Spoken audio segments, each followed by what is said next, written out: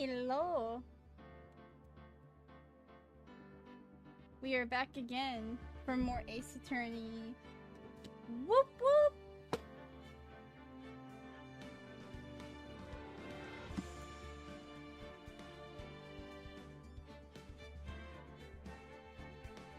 I am excited because we have to play the last game for the turnabout, I think.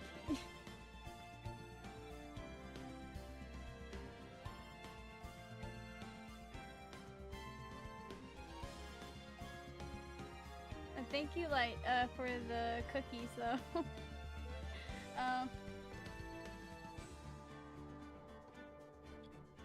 Make sure I have everything organized, like this week. It's busy. This is the only day I have to stream.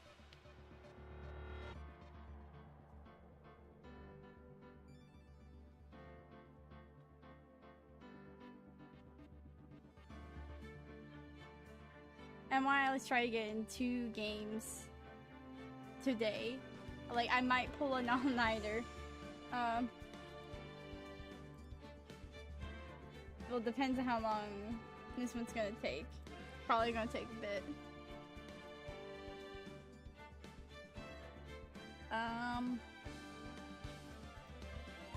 Let me check that everything's all good.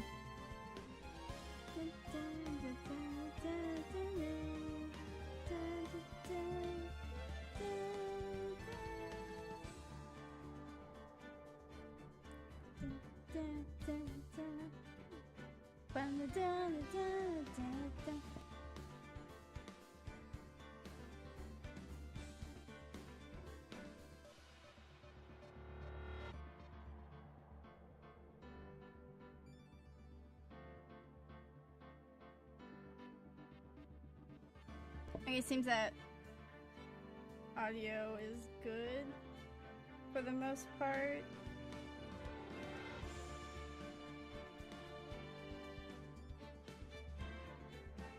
I always have to make sure in case, like,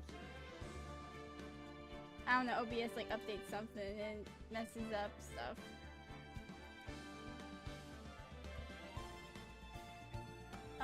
Okay, but let's go ahead and switch screens. Oh no, my PNG tuber isn't showing. Where'd it go? There we are. Okay. There I am.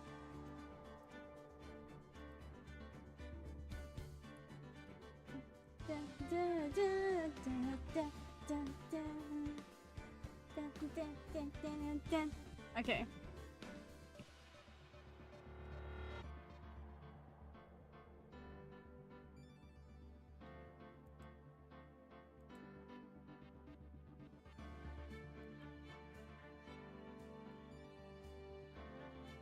Are we all good for...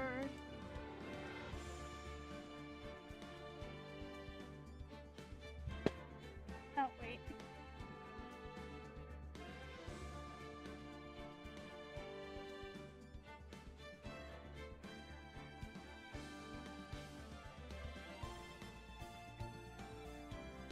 Okay. Let's see how long this is going to be. Oh,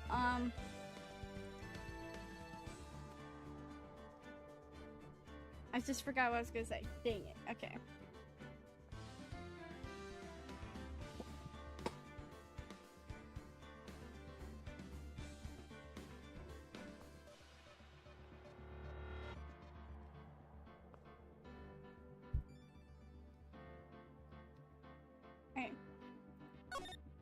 Continue.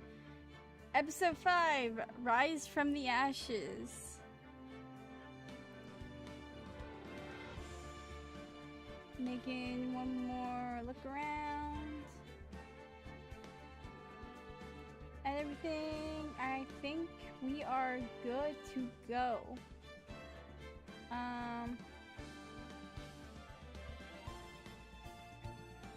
Okay. Let's rise from the ashes. Let's go. Let's do this.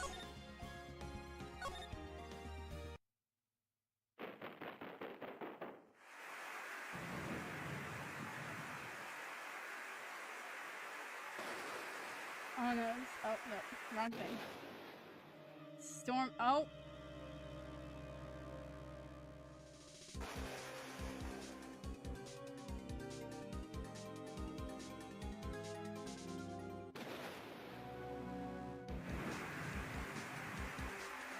Okay. The freaking plush did it.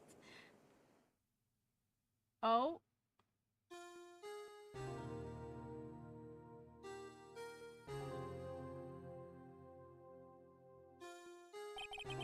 Been 2 months since Maya left the office. 2 months without a single trial. Had offers, but none I took. That is, until the day that girl showed up. Every 22nd. Okay. Why do I come here to the office every day? 'Cause you work here? It's not like I want to work. There you are, finally! Where have you been? My sister's trial is tomorrow! Who are you? It doesn't matter who I am, only matters who you are. The famous defense attorney, Mia Fey. I think you missed something here, ma'am.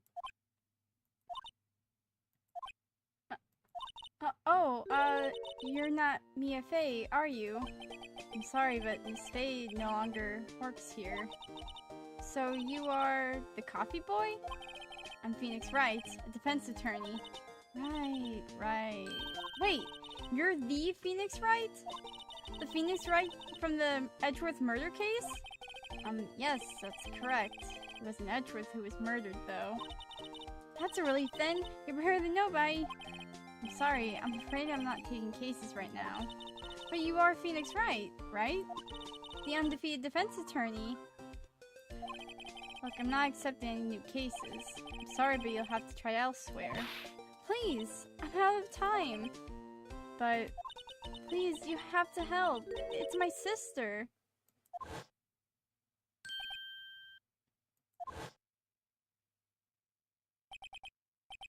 Maya could be...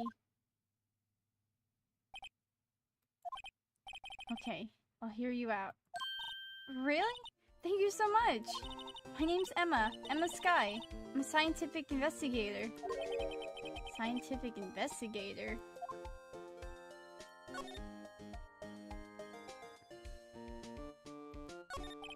Emma, was it?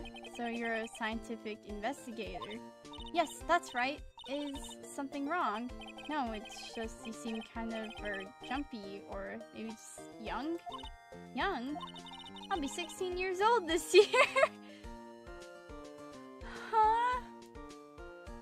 You're 16 and you're working in this... What the...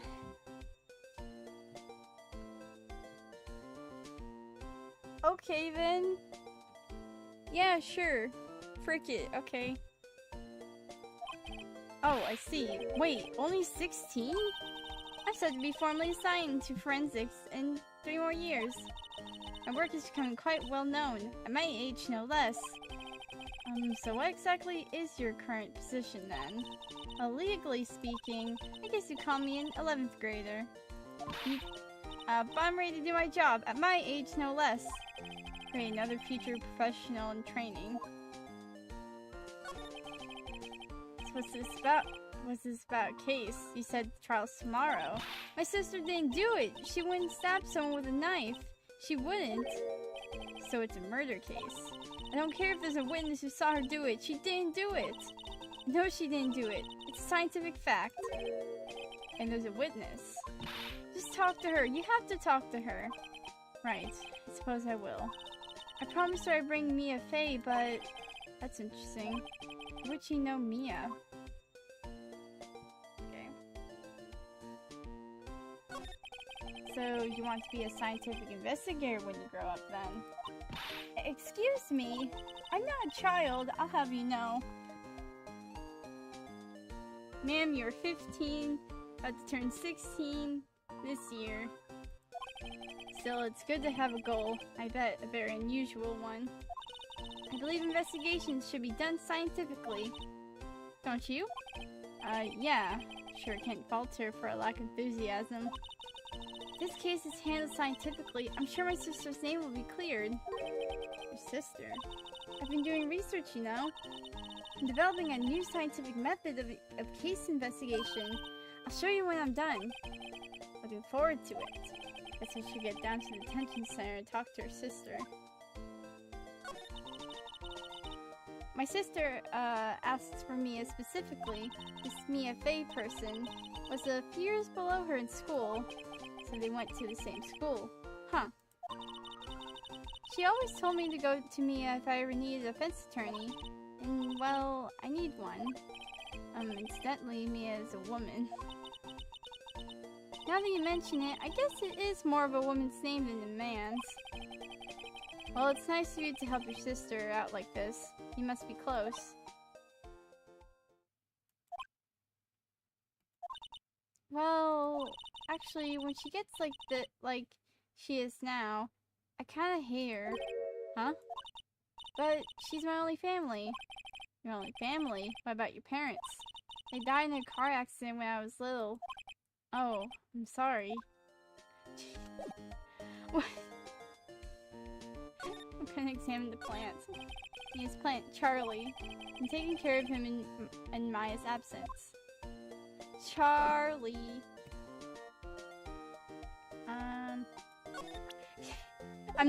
I'm not gonna... Okay.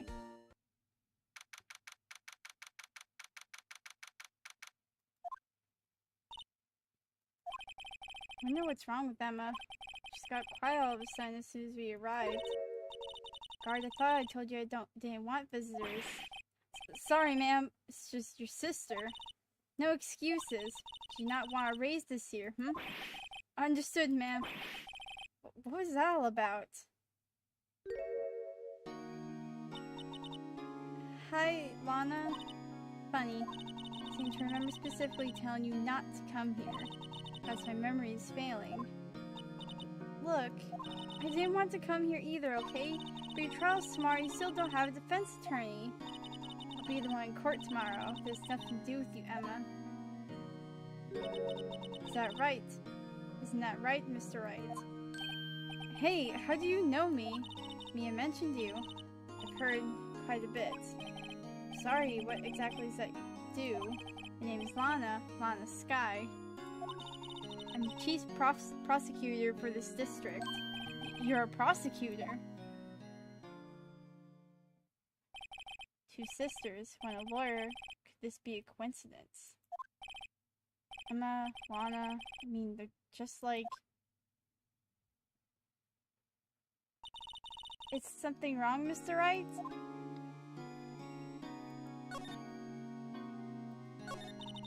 There's something you should know from the start. Which is... The suspect in this case has confessed to the crime. Huh? Wait, but the suspect is... Me. I did it. Well, Mr. Wright? Well, why don't you begin by telling me exactly what happened? The crime took place yesterday, February 21st at 5:15 p.m. It's quite specific. It was in the witness deposition. Witness clearly saw me committing the crime. Oh my, it's a bit of bad luck, wasn't it? The crime took place in the underground parking lot at the prosecutor's office. The body was found in the trunk of my subordinate's car. Prosecutor's office, huh? In your subordinate's car, trunk? Classy. His arrest on the spot, caught red-handed as it were. That's just great. So who was the victim? Investigator with the police department.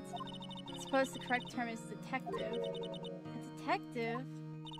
Death was due to a loss of blood. He was stabbed once in the stomach. By you. Death wasn't immediate, but the wound was fatal. see. Allow me to repeat myself, Mr. Wright. The victim was a detective. You know what that means, don't you? Uh-oh. What? Mr. Wright, what does it mean? Well, it means the police department will consider it a matter of pride to have me found guilty. They'll use any means at their disposal to do so. This case gets worse and worse with everything I learn. So you're the chief prosecutor? That is correct. I'm responsible for overseeing trial handled by prosecutors in this district. Make sure the prosecutors have what they need to do the job and manage every aspect. Those are my responsibilities, in a nutshell. That's an awfully large nutshell. Still, I'm a little surprised. I wouldn't think you recognize the district's chief prosecutor, Mr. Wright. Huh?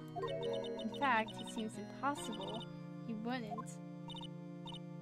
Lana? What happened to your hand? Oh, this. Cut myself by accident. I stabbed him, that is. Huh? Not very good at being a criminal, I suppose. How am I supposed to defend this? I'm gonna change the subject. Wait, she was in the class ahead of Mia, wasn't she? You were in school with Mia, correct? A few years above her? Emma told you that too, did she? Well, why not? I did drag him all the way here from his office. Although it seems he has very little in common with Mia. Hey! It was in law school. I was in my 3rd year and she was auditing the class. She was different than the other students. Different? She was strong. She'd do anything to become a defense attorney. Anything. That was probably why she was attracted to me. Excuse me? Intellectually attracted. Lana was top of her class in school. I was the best there was. Oh. I'm doing pretty good in school too, by the way. Sounds a bit different when Emma says it. Well, Mr. Wright? Excuse me. So you can plainly see I admitted my guilt. I think it's safe to say there's no way you can take this case. None. But Lana! Why are you doing this to me? You never think of anyone but yourself.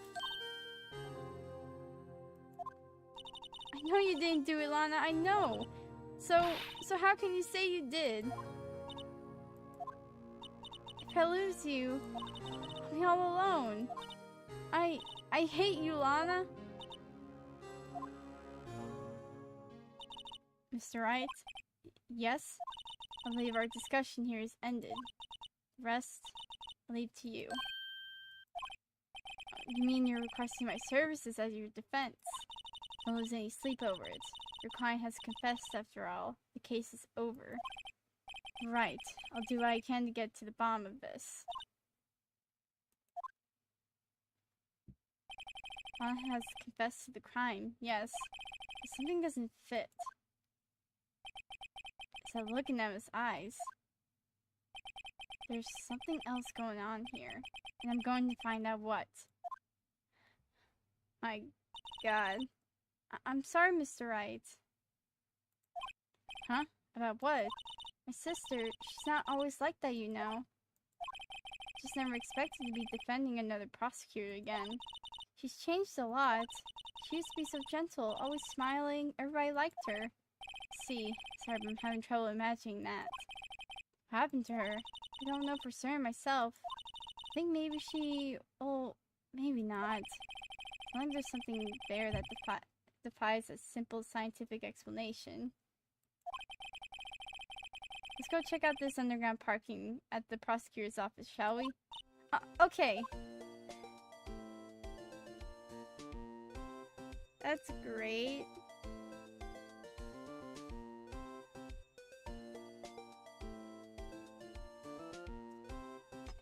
Okay.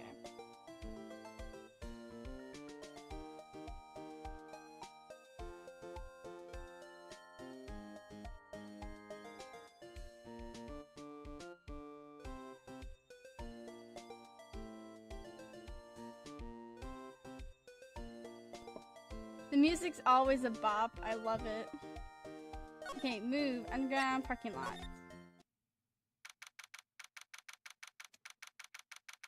Okay. So this is the lot where it all happened. Looks like they're still investigating. Maybe my first visit to the prosecutor's office should be like this. Hey everyone, keep up the good work! Hey, what are you thinking? Well, they are going to be my co-workers 3 years from now after all. No harm in saying hello. Actually, there is. You know, attorneys aren't supposed to examine crime scenes. Try not to stand out too much here, see? Hey there. Expecting to go unnoticed there, partner. Partner? What do we have here? Looks like Bambina got loose from the ranch and is up to no good. Folks gotta learn to keep them doggies tied down, partner. Mr. Marshall! Marshall looks a lot more like a sheriff to me. Look here, Bambina. I know how you feel, but this is my gang's gold strike, see? Strike? This is our claim, our territory, with a mother load of evidence. If you're fixing to mess with what's ours, you'll regret it, partner. You know what dreams of the cacti out there that does a dream? You want to? What's this guy talking about? You head along home now. Happy trails, Bambina.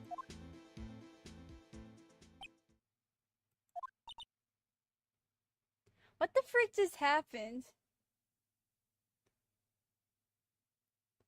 Like, actually. Was that, hombre a friend of yours? Kind of, sort of, yeah, he's a detective. Who thinks he's a sheriff from the Wild West, it seems. What's this? A wallet? Excuse me, officer. Wait, what are you doing, Mr. Wright? What am I doing? I just found this wallet, so I'm handing it over to the police. I don't believe it. This is real basic. Anything at a crime scene is evidence. Let's be scientific about this, please. Just put it in your pocket. How is that scientific? Sounds like a theft to me. Wallet hastily stuffed into pocket. Full of a wallet found at the crime scene. There seems to be something inside. I'm called to duty already, at my tender age. Here, I'll teach you, the trick to examining evidence in detail, okay? By the way, her eyes are sparkling. I can see she's been waiting for this. Okay. Now, look at the court record. We have technology! You have to be sure to examine evidence carefully on all sides. Now, let's start examining from every angle. Oh my god. Okay, so wait. H, N, B, wait, what? Oh, this is weird. Oh look, I think there might be a clue here. You should check it out with the press enter.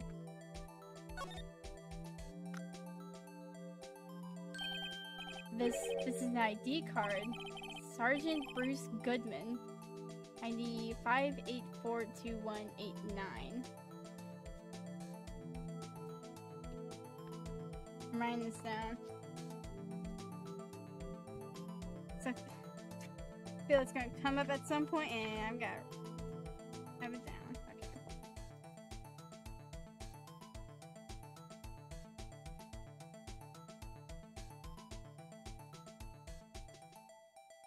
Okay. See? Well, isn't scientific investigation useful? Yes, though I don't see what science has to do with it. Goodman's ID added to the court record. Oh, okay, it has the ID there. Okay, well, whatever. Let's be sure to examine every piece of evidence we find. Guess I've got to be on my toes from now on. Another ladder. Aha! A ladder! That's a step ladder. What's the difference? In scientific terms, please. Scientific, huh? Look at the basic nature of things, Mr. Wright. This all seems horribly familiar somehow. It's all a freaking... coming back. Who's here? Look, a door! This must mean something. I'm not sure that doors mean anything. No, it won't open. A mysterious lock. Fail to see what's mysterious about it. Mr. Wright, you need to learn to enjoy life more. You should be saying that to someone else, Emma. Let's finish our investigation first, shall we? This is where the cars leave the lot. There on the ground makes it a lot more like an entrance. What are you talking about? It's finally an exit. Well, maybe it's both. Kind of a dual purpose. Have the theory of relativity. What? Huh. Got to write this down. Hey, Mr. Wright. Maybe you know, was Mr. Relativity German or was he British? Mr. Relativity? Are you sure that's what his name? That was his name. We'll never know. There's an oil drum there. An oil drum looks like it's filled with water. It's heavy. I can't even budge it. Drum over here is on its side. Wait, I know. I'll hide in here and do a stakeout. I think you'll probably just get arrested. In fact, you may not even have to hide in the drum to get arrested. What? I'm not suspicious. You're sure acting like it. Oh, there's the car. What? There's a tape? No time to waste. Let's get hunting for clues. I wonder what this is. Well, partner, looks like you just got no intention of going home quietly. The sheriff? Like I said before, this here's our claim. You best be moseying along, unless you're fixing to bite the bullet. Scary. Terrifying. Could you just tell us one thing? Who owns that car? Well, the little filly's got a good nose on her. You want to know who rides that red Mustang with a body in her saddle? Please. No problem, partner. Not time for vitals anyway. Get yourself to the saloon up on the 12th floor of the prosecutor's office. Might just find you a cerveza you like. Prosecutor's office? Who does this guy think he is? When, for that matter? Note to self, look up Vitals Saloon Cerveza. Maybe we should check out room 1202, the High Prosecutor's office. In any case, stay away from the car. You can look around here all you like, just keep your paws off our claim. Right, great. Great, maybe there's some clues around here, Mr. Wright. Let's check it out. Excuse me. Are you two all set? Us? Oh,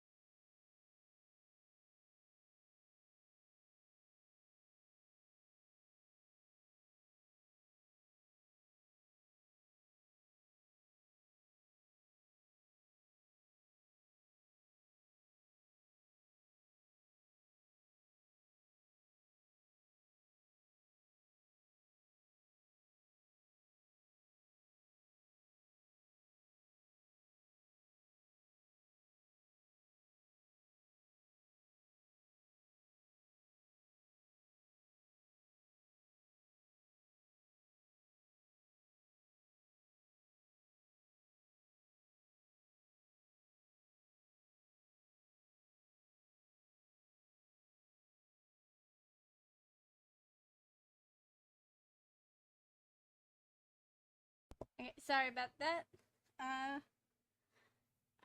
Us? Oh.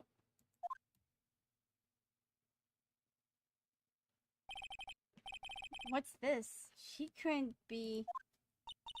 You're selling lunches? Here? This is a crime scene. Oh. Oh, thank you, Phantom, for the follow.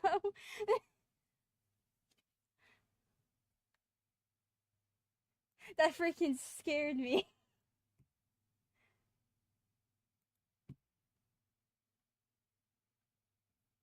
Hey, Phantom, how you doing?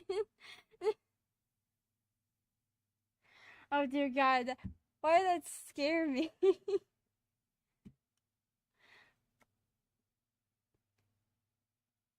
Oh, dear God. Okay.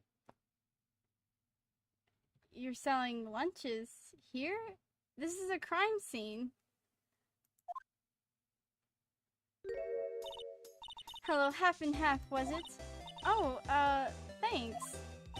And you, sir? Yes? Some crunchy goodness coming at you. Thanks. Interesting way of doing business. Just, look at my Discord, I see you stream, so I can say hi. It's good for you to drop on, come on by.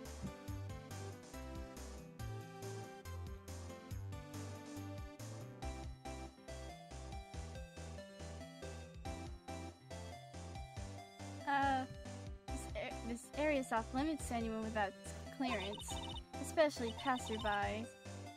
Or are you officers? No, but you don't exactly look like the type to have clearance. Well, that's hardly a way to greet someone, even if my days as the cough-up queen are over. Cough-up, huh?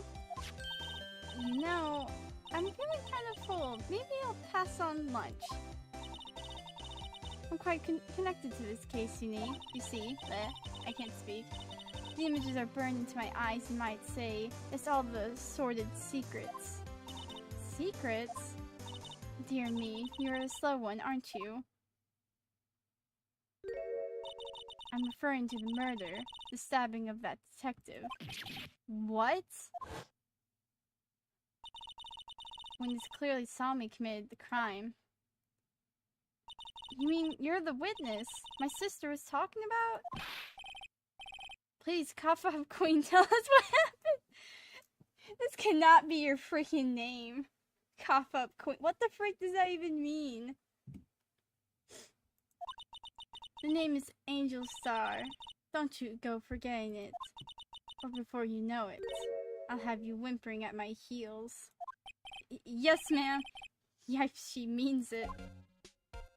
I don't like her. She did the murder. She did it. She did it. Somehow I knew yesterday was a day of destiny.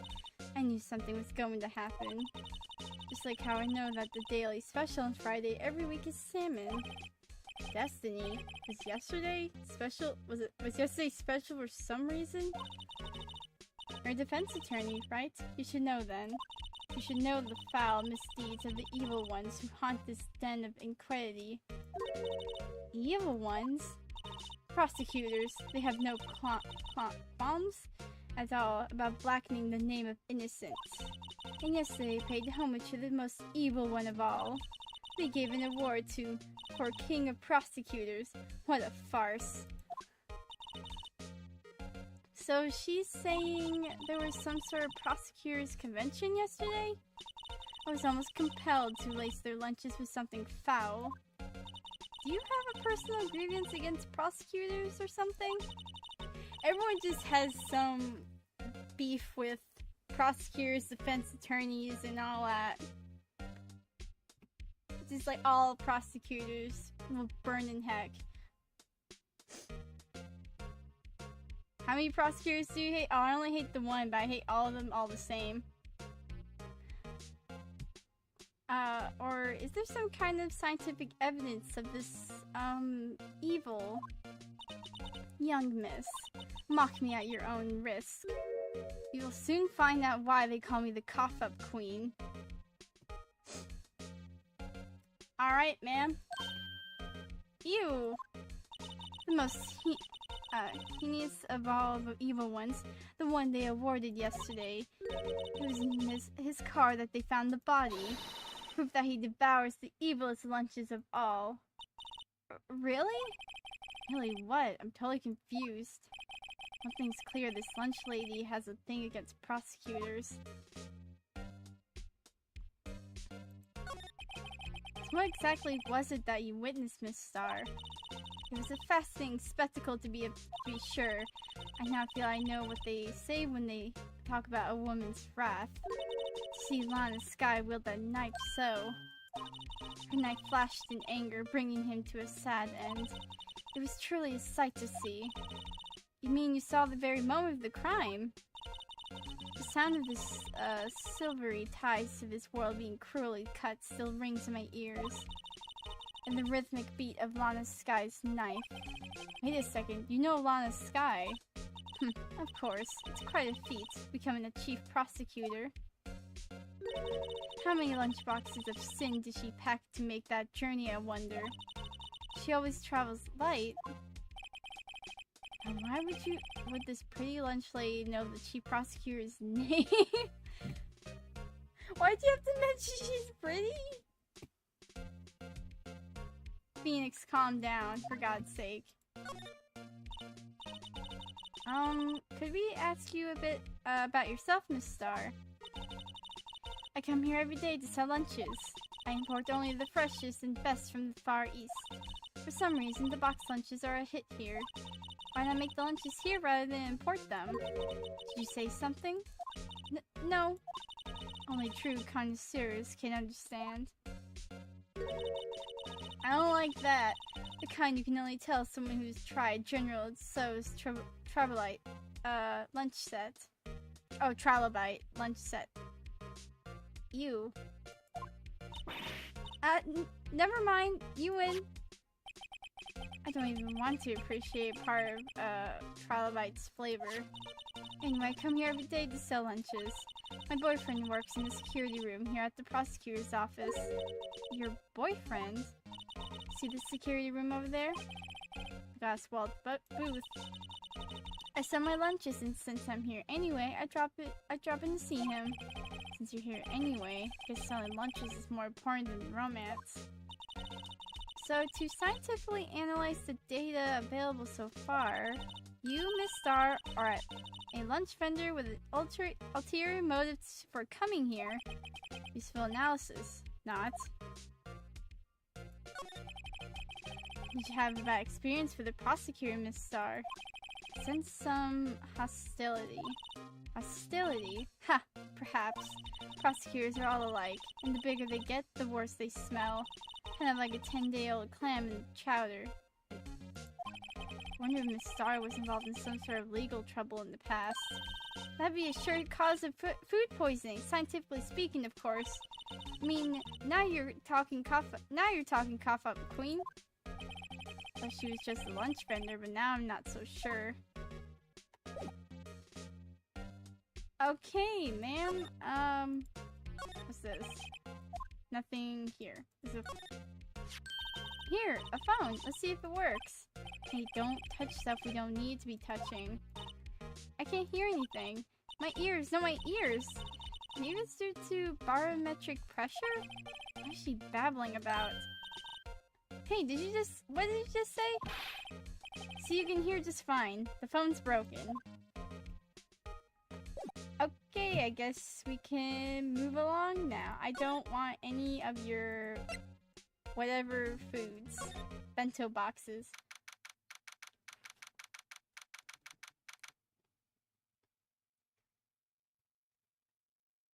What the frick?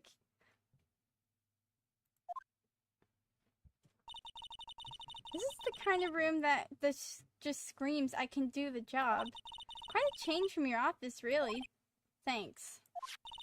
Look! There's a trophy or something here. Trophy? What, that shield? It takes a real nerd to display stuff like this. It's not even displayed, like, properly. It's on the freaking couch.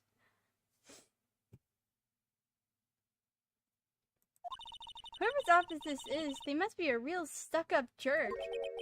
Phoenix Wright. Never tired of prying into other people's business, do you? That voice.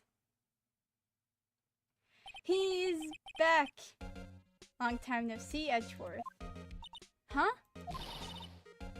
Oh, Mr. Edgeworth! You know him from somewhere. Of course, I'm his biggest fan. My sister introduced us once and... Right, her sister's the chief prosecutor after all. Well, what brings you here? I'll warn you, I've been known to be a real stuck-up jerk. No, no!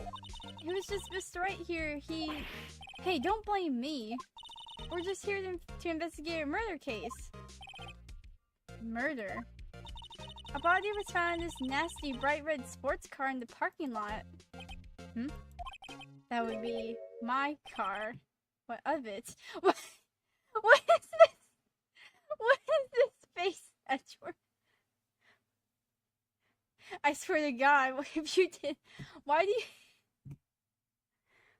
What kind of freaking face is this? Like, oh yeah. I swear, I feel like you've gone to way too many murder, you witnessed way too much murder, and you're just like, yeah, I'm just numb to it.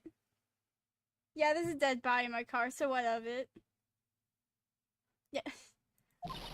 What? Your car? Say one thing, she certainly can scream. What? Why is it in your car? So the body was found in your car. Go ahead, say it right. You think I did it, don't you? After you went through all that trouble to help me last year, no less. No, we don't think you did it. I mean, it was my sister who stabbed him. Wait, no, she didn't do that. I mean... Wait, so you're the chief prosecutor's little sister then? Yes, sir, Emma Sky. It's nice to meet you again. Now that didn't sound forced at all. Now I remember, you've really grown. I'll admit, it was a surprise for me too. To think that my own car would become the scene of murder. More surprising still, being forced to prove my superior's guilt. I can understand. Wait, what did you say? The Sky's chief prosecutor, the top prosecutor in the district. She can't prosecute herself, so I'll be the prosecutor at the trial tomorrow. The face he made was one of pure bewilderment.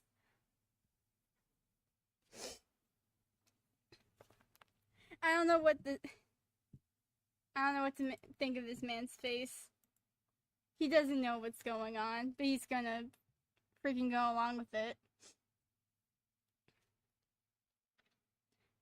So I'll be the prosecutor at the trial tomorrow. You? Mr. Edgeworth? To be honest, it's a bit of a miracle I'm still here at all. What do you mean? Rumors. You've heard the rumors about me, haven't you?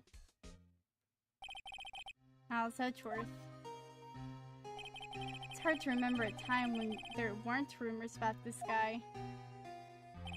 Forging evidence, arranging false testimony, illegal searches, you name it. Thanks to you, my innocence was established in the trial at the end of last year. However, there are some who say I'm the one responsible for the current incident. What? That's crazy! Some people need very little excuses to think ill of others. It's a fact of life, impossible to stop. But some of them even go as far as to present me with toys like this. I think it's funny. Toys? That bronze shield? There's gotta be a story behind that one. Chief Prosecutor Sky. Yes, we first worked together on a case 2 years ago. It was my first big case. That's right, I remember. 2 years ago. I wasn't even a lawyer yet. Since then, I always felt that she was looking out for me. It appears I was mistaken. Mistaken? Why? I mean, I know she's not the warmest person, but I'm sure she felt some responsibility for you. Then why? Why did she stab someone in the trunk of my car? Not only that, she stabbed him with my knife.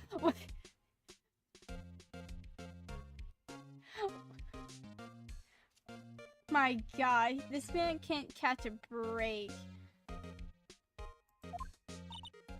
What? Mr. Edgeworth, your knife was the murder weapon. To be specific, it was the knife I keep in the toolbox in the trunk of my car. Traces of the victim's blood, no prints. Edgeworth? What? Are you sure you didn't do it? Are you freaking sure you didn't stab a man? Again. Well, not again. Come on, can't he take a joke? I don't think you want to make a joke out of this, Phoenix, but okay. You have a strange sense of humor, Mr. Wright.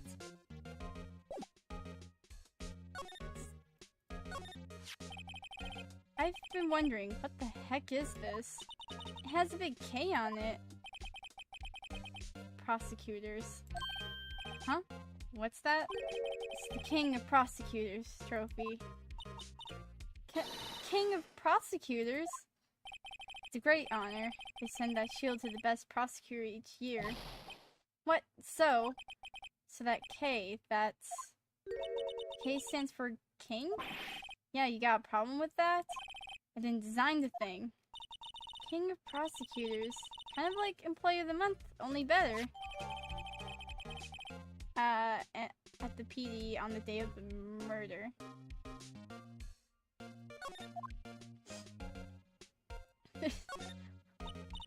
My, what an amazing bouquet! Just right for Mr. Edgeworth. No kidding. Hey, there's a card on it. Back from the dead. Wendy? Oh no, it's old back! Wendy? I've heard that name somewhere before. And beside it, a giant steel samurai. Wow, I want one. Huh? There's something written on the bottom of his foot. Between a rock and a hard place. Wendy! It's freaking old bag. She's freaking back. Wendy? Is she Mr. Edgeworth's fiance? No. No, it's... I don't think so.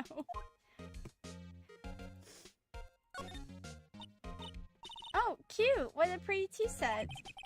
I got more, for the instant tea bag. I go for more of the instant tea bags myself. Amazing! The drawer below is filled with packets of tea leaves. They're all sorted by place of origin and flavor. Look at this royal blend. What an exquisitely blended, splendid concoction.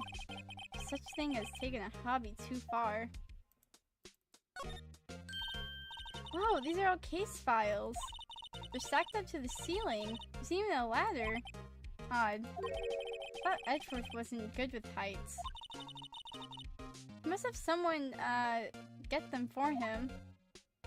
Oh. Strange. Why did I just picture Detective Gumshoe? I must study these case reports so closely. He's so cool. You wouldn't say that if you saw him sweating bullets up on that ladder. Wow, this jacket is even lacier than the usual ones. This must be his lucky trial jacket. Lucky jacket, right? I've never seen him wear it. I'm sure there's a story behind why it's in a frame. Maybe I'll be naughty and take a picture. She's getting way too excited about this. What's this? Hey, a chessboard. I'm not too up on my chest, but it looks like blue's in a bit of a tight spot. Red knights, have surrounded the blue pawn. Huh? Those horses are mounted knights. Their swords have really sharp edges. Oh my freaking god, I hate this. And check out that poor pawn. His head is kind of spiky. Kind of reminds me of you. Mr. Edgeworth must be an avid chess player. What's wrong, Mr. Wright? Edges surrounding a pawn with spiky hair. Nah, it's nothing. I hate that. That's a cool little nod. It's funny, but what the frick? Work desk. It's quite tidy as one might expect. What a nice desk. Easy to use and easy on the eyes. It's polished so well I can see my own reflection. Strange. Why did I just picture Detective Gumshoe? Maybe we'll take this name plaque as a souvenir. Don't. He'll sue you. Nah, Emma, I'll just, No, skip. Emma, quick, steal the nameplate and just run. Book it out of here.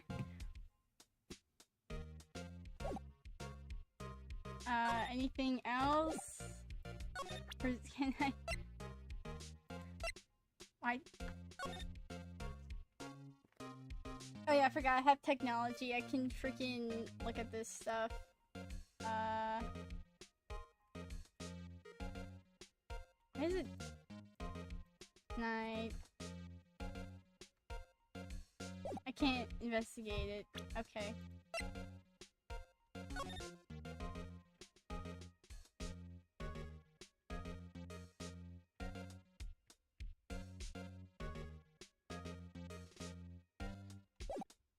Just spin. So basically this says you were the best of the best last year, huh? You can take that foolish grin elsewhere, right? I lost a day of work to receive that travesty. Huh? Why's that? Had to go to the police department to receive that broken shield. Police department? Yes, right next to the police station downtown. You've been there, haven't you? Detective Gumshoe works. Yeah. I was wondering something about your shield. Why is it broken? What does it matter? Got more important things to worry about. Oh, right. Doesn't seem too concerned about his award, for better or for worse. Yesterday was a very busy day for the prosecutor's office. Maybe we should ask him more about yesterday? Can I ask about the knife? It's against my policy to discuss evidence with the defense, especially with you. He doesn't like you much, does he, Mr. Wright? Nah, with Edgeworth it's never personal. It's all about winning tomorrow. Okay. Could you tell me more about yesterday, the day of the murder? Yesterday was the annual cleaning day at the prosecutor's office. Cleaning day? Working with the police department, we sort and file all evidence for solved cases. We call it evidence transferal.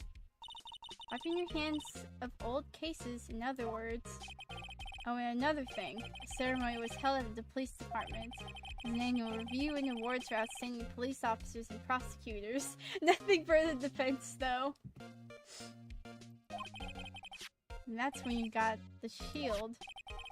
I was at the police department yesterday afternoon. I got back here at 5:12. That's very precise. People like myself and Mr. Edgeworth pride ourselves on our precision, Mr. Wright. No, I place a little faith in my memory. The only thing I trust is solid evidence. Oh. Okay.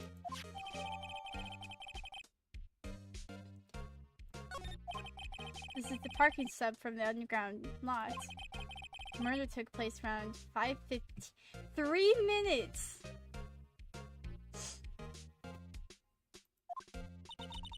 So the murder happened right after you got back. What right? I appreciate if you direct that suspicious glare elsewhere. Oh!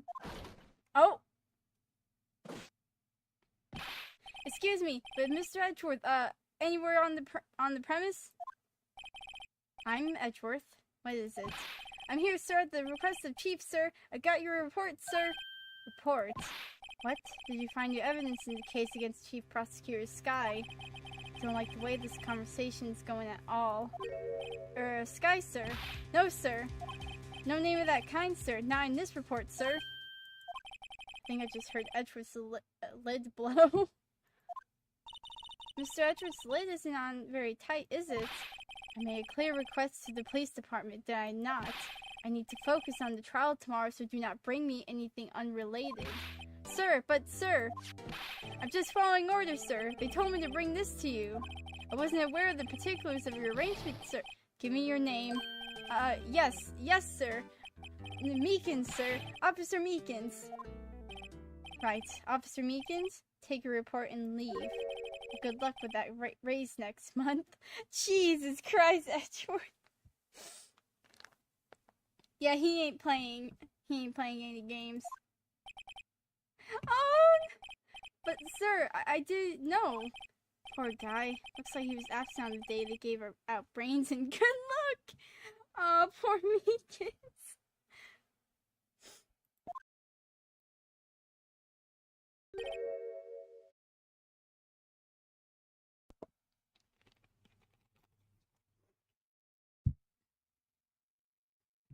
Right? Yes, sir? You caught me off guard. As you can see, I'm busy. You may leave now. Let's see what he says, Mr. Wright. The victim was a detective from the same department as that patrolman just now. Go down to the police department. Yes, you can ask more there. Uh-huh. Thanks. Seems to have finally calmed down at least. Okay, we will leave you be, man.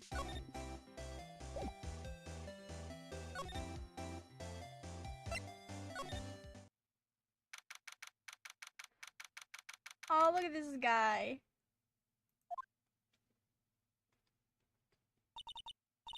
We're finally here. Why would they put the police department so far away from the prosecutor's office? Beats me. That took almost 30 minutes by taxi. The traffic wasn't even that bad. The police department, huh? I've only ever been to criminal affairs next door. Hold on. What's that?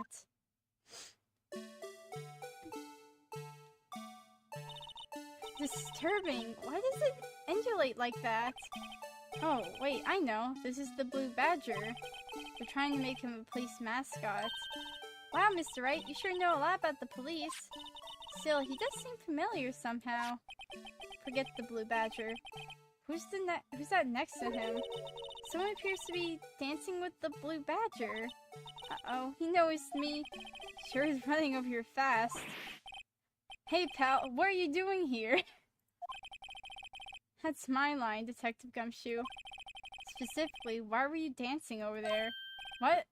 Well, at least he doesn't seem to be busy. This is our chance to get information. Hey, I'll have you know I'm a very busy man, pal.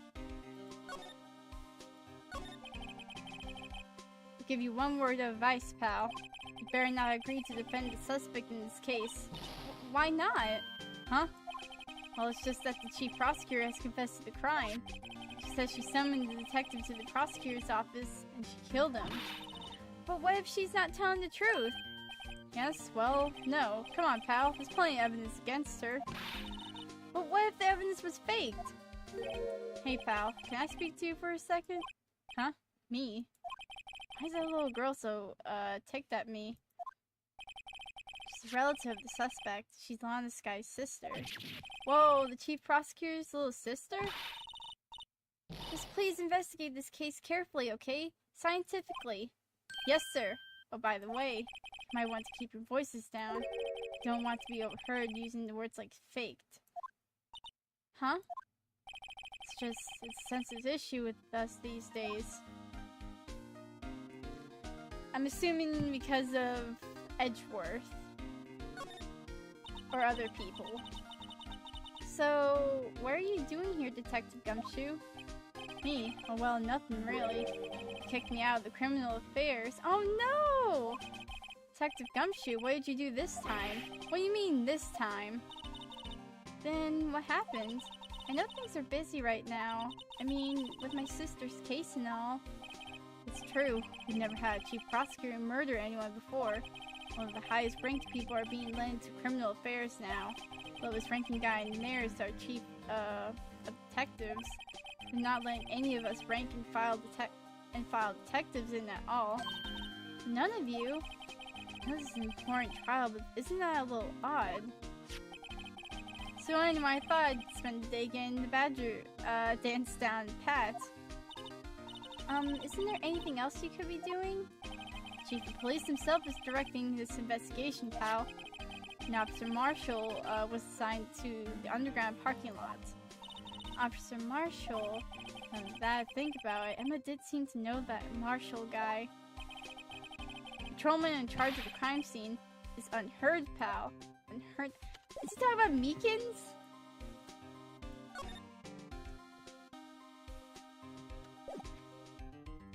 Can I examine this guy again? I was wondering about that. What, the Dancing Blue Badger? It's my masterpiece. You made this, Detective Gumshoe. Chief threw together some designs and I did my thing, pal. Nice work. It's battery powered so it can go anywhere. There's no switch so it just dances until the battery dies. That sounds depressing. Poor Blue Badger. Fade to dance till he drops. Oh no, this is gonna be in the case. God dang it. A work of art designed by the Chief of Detectives and created by Detective Gumshoe. God dang. Okay. Maybe that patrolman is slewing to the other guy. Must be a detective. And then I say, hey, do you know... You do that, your soup will get cold, buddy. That's hilarious, sir. I laughed so hard I cried. I guess he wasn't slewing. He was wiping tears from his eyes. Make a good pair. Mr. Wright, do you know why patrol cars are painted black and white? No idea. Why? Well, I think they're designed after a panda. Panda? Not that I have scientific proof. This was a theory. Do you mind me asking how you came up with that theory? It's when I was on a school trip. I saw a patrol car and it came to me. I'd just been at the zoo, see? What about zebras? Or did they not have those at your zoo? Van here is announcing the crime-fighting campaign. Nice slogan. Gonna have Batman here. I wonder if they'll be selling fingerprint sets. I don't think it's that kind of campaign. What family would want a set at home? It's good for finding out who snuck into the cookie jar. I think most families can figure that out without extra help. Can we go in? The detective in there looks pretty busy. Just imagine, right now, behind those doors, a police drama in action. Somehow the thought fails to excite me. Okay, well, let's get anything I can present to you about. Can I ask you about this? Hey, that's it. That's the King of Prosecutors award that Mr. Edgeworth got yesterday. Were you at the award ceremony, Detective Gumshoe? Of course, pal. I got an award for diligence myself. Ah, congratulations. I was wondering why this, why is the award a shield? And why is it broken? Oh, there's a reason.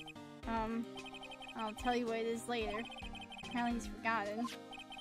I was proud of Mr. Edgeworth for winning that award, even with all the naysayers in the prosecutor's office. Naysayers? Must be because of the rumors. As a detective, I have to keep my mouth shut on that one. I know better than to go blabbing about things I don't know about. No, I wouldn't want you to do that either. Good. Okay,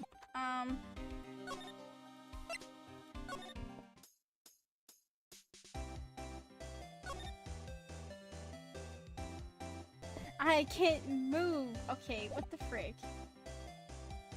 Talk. Move.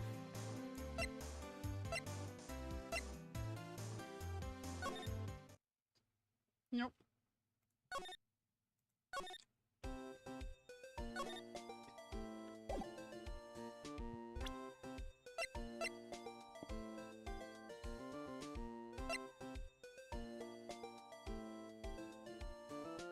Okay, I'm gonna...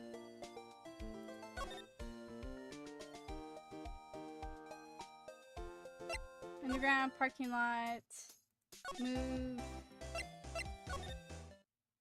Oh, he's gone. Okay, well.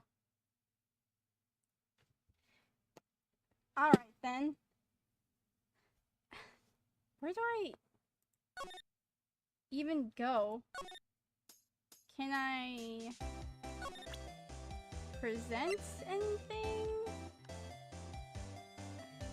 I think I have to talk to Gumshoe more, I think.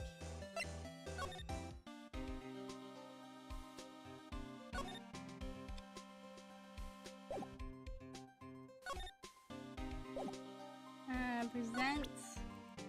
I don't know. Found in Mr. Edward's car, stabbed with Mr. Edward's knife, huh? What would drive Chief Prosecutor Sky to do such a thing? Wait, I didn't mean... I mean, sure, of course, someone else really did it. Someone who must have had a grudge against Mr. Edgeworth. Car and knives, do seem a little too well organized to be a coincidence. Poor Mr. Edgeworth. What could have happened? I have to find out a little more about what's going on with Edgeworth.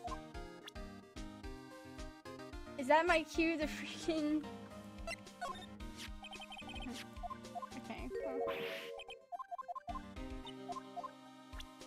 Okay, so either way... Detective Gumshoe, what can you tell me about this? Huh? Hey pal, this is a detective's ID card. You can't just keep that, you have to return it to the police. It's people like you that get me into so much trouble all the time. And Detective Gumshoe must have dropped his card a lot. Let's see. Bruce Goodman. Goodman? Sounds familiar. Nah, my mistake. But didn't you work together with him in criminal affairs? Whoa, now I remember. Bruce Goodman. He's the victim. That's what I thought. Can you tell us more, Detective Gumshoe? Okay. Bruce Goodman and Edward's troubles. Okay. So this ID card belonged to the victim. He was a detective like myself. Detective Bruce Goodman. Don't you think it's strange? I mean, why would the victim's ID card be lying on the ground where we found it? Well, Detective Goodman should have been at the police department yesterday. There was an evidence transferal for a case he handled 2 years ago. Evidence transferal? Mr. Edgeworth mentioned that too. But Detective Goodman was killed at the prosecutor's office. Well, that's the thing. It's hard to say this, but word is that Chief Prosecutor Sky called him out there to the parking lot, and Lon is confessing as much. He's in trouble. He's in a tough spot again.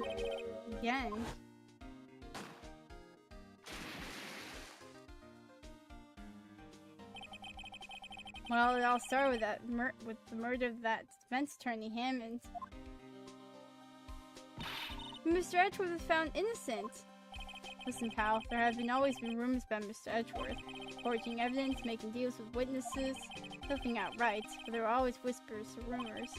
Ever since he was accused of murder, no one's whispering. They're practically shouting. But there's no evidence against him. Well, Mr. Edgeworth has always been unusually strong ties to department higher-ups. It's only natural that people would be suspicious. I had no idea he was under the gun. Anyway, the latest case has started a new rumor. People say the only reason he took this case is because he's aiming for the chief prosecutor position himself. My god, people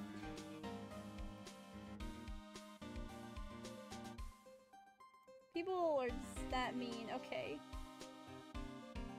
I can see why, but what? But I know the truth, pal. Nobody wants to be the one who has to prosecute the chief prosecutor. Mr. Edgeworth is buying the bull on this one. He's doing this for all of us. And that's all I know about that. Not officially on the case, you know. Thank you. Why aren't you handling the case, Detective Gumshoe? I met the guy who is. What is his name? The guy in the parking lot. That'd be Officer Marshall. He was appointed directly by the chief of police. Officer Marshall. Is he some kind of Wild West sheriff or something? No, Jake Marshall's just a regular officer from West LA. For a moment there, I wasn't sure. Look, pal, let me try to make things a little easier for you. Show them this and they'll let you examine the crime scene. Maybe. See from Detective Gumshoe allows Bearer to investigate the crime scene. Okay, cool. Thank you, Gumshoe. I'll be surprised if this gets us anywhere. Just act like you're supposed to be there. Nobody will look at you twice, pal. Thank you, Gumshoe. Okay. Oh, thank God that woman's gone. Okay. Hopefully she is. Looks like the investigation's still going. Have to begin back to the shop. So it looks like I'll be stuck in this pit till the sun sleeps. See my dreams tonight, then. Oh no, she's back. God dang it. Oh, still here. Hello. Why the surprised looks? Didn't I mention? I've got a boyfriend in criminal affairs too. What happened to the security guard? Hey, what's wrong, Bambina? You're looking like a doggy that's lost its herd. Jake Marshall. Strange guy to put in charge of a crime scene. There's something I wanted to ask you. Scene of the crime? Cold grave for men who lost their dreams. And me, I watch over them as they sleep, dreaming of the desert's harsh judgment. But I can't.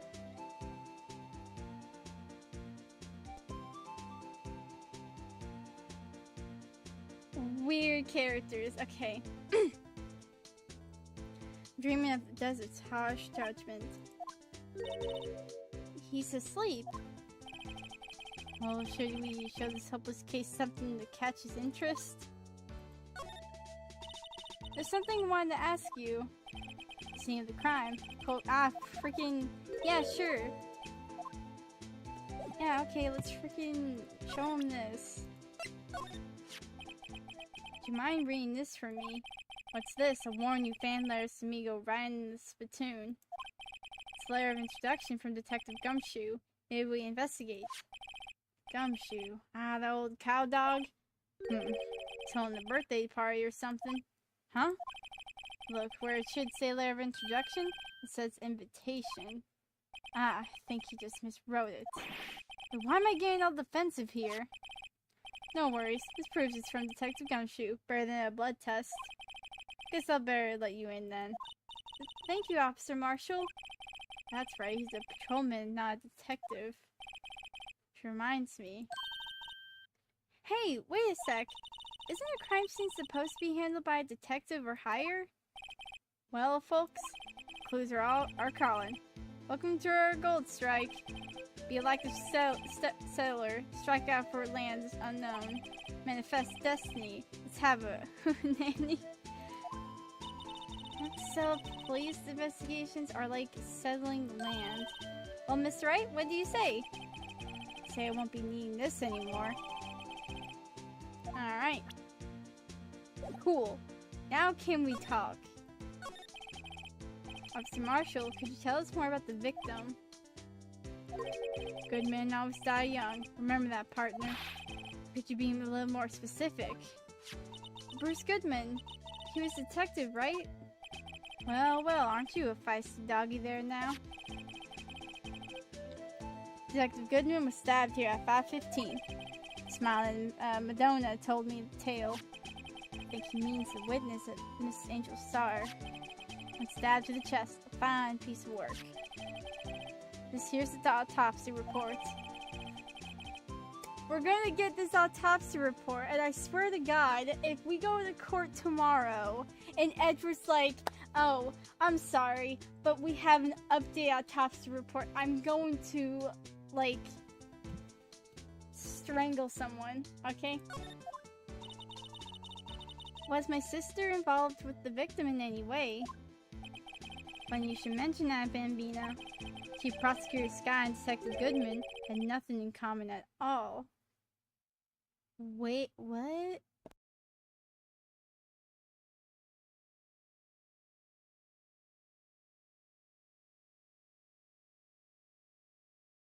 Excuse me, what? Nothing in common. They apparently worked together on a case a few years back. So there's no motive. Goodman was a particularly gifted detective. That's one reason why he didn't do much work with the chief prosecutor. But my sister called the victim here on the day of the murder, right? Here, to this parking lot. So it seems. I call an unharmed man to shoot at high noon. I don't mean any offense, but Officer Marshall, you're a patrolman, right? Not a detective. You're calling me out. Shoot you for that in Texas. Huh? I was one of them fancy shoe detectives till 2 years ago, to tell you the truth. Really? Now he tells me. But you're a patrolman now, so how can you be in charge of a crime scene? Nothing gets by you, doesn't Bambina? So why are you in charge? No reason. We're just short on hands right now. Keeping an eye out in the meantime. Not really. Like, we just heard from Gumshoe that a lot of people, like, are not allowed in this case. Especially Gumshoe, who is a detective. That's odd, though. Yeah, okay, yeah. Detective Gumshoe was saying he had nothing to do, nothing important, at least. He's nothing but a sad old cow dog that can't find his tail. Maybe it's because he runs with that Edgeworth, eh? Edgeworth? That cow dog's been kicked out of this cow run by order of the chief of police. I want to meet this chief of police. Just, he don't realize it yet. Detective Gumshoe's kicked out of investigation. Alright, since, nope, we're gonna examine the room, and we're gonna slide on over and see what the frick's going on. What's up with the tape? This looks like a cell phone. Oh, it looks like an actual, this old camera, though. Scientific analysis would suggest this belonged to the victim. I can't think of anyone else it could belong to. Something scientific about that. Should we check it out? Yeah, sure. Right. Let's check it out. Oh. I didn't click anything. It just slowly just clicked. Okay. Anything?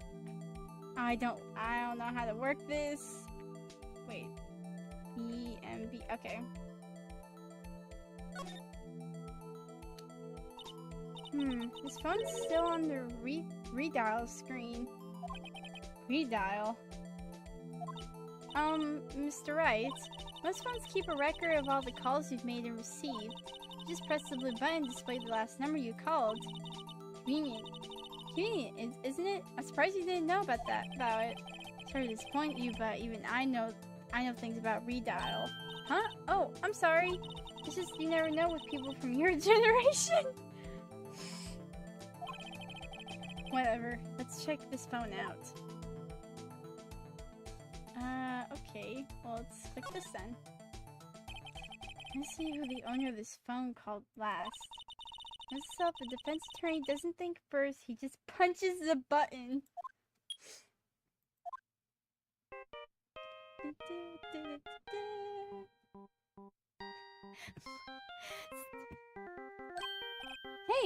Hey, that song, I know that. Hey, what's going on over there? Oh, sorry. See you, partner. You pressed the redial on the phone, didn't you? Oh, well, yeah. Whose phone is this, anyway? It was on the ground over there. Whose is it? That belongs to Chief Prosecutor Sky. What? It's my sister's. She apparently dropped him when she was taken into custody right after the crime. I think that was the Steel Samurai, like, theme song, but in a freaking ringtone or something. Look, the last call was made right when the murder occurred. Looks like she was fixing to call someone, so she only spoke for a few seconds according to this. Who did she call? No idea. Sorry, partner. Now I got a question for you, partner. Heard a phone ring just now. One of those newfangled ringtones. Oh, that. Oh. Sorry, that was my phone. What? Your phone? Yeah, it's kind of strange, but someone called me right as we picked up the other phone. Wrong number. Hope you're not lying. I'll shoot you for that in Texas, partner. Oh, I've incited the wrath of the Lone Star Patrolman. Last call made 8. What's all these call like? This happened in such a short time span. Jesus Christ. Okay. This rope, is it? Yep, laid in an outline of the victim's body. So, wait, the victim must have died when the killer closed the trunk on him. I've got to be the only person I know that would come to that conclusion.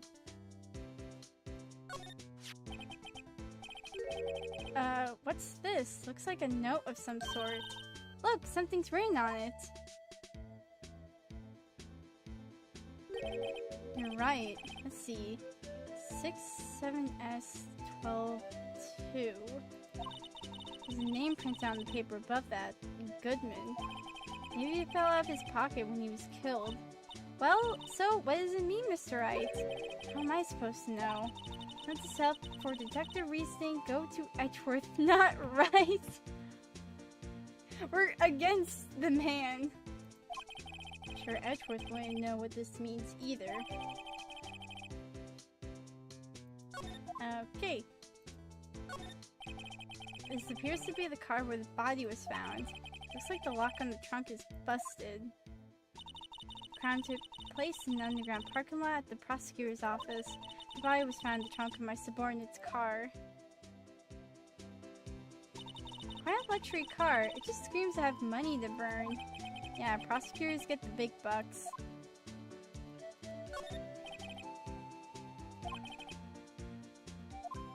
No, I did not mean to click. Oh, I can just... Let's...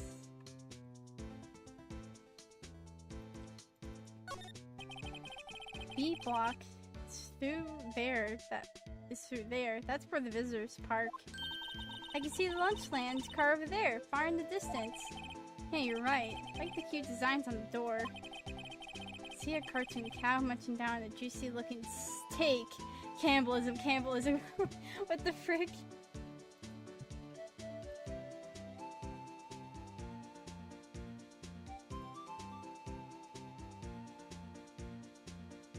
Not the cows.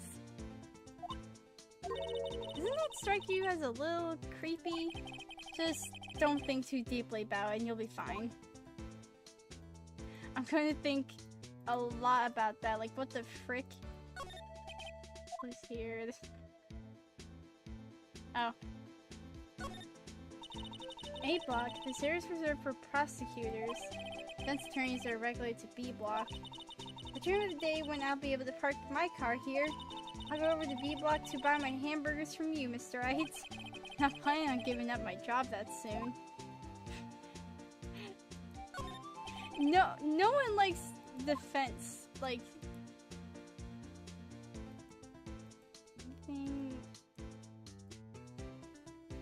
already checked that. Okay.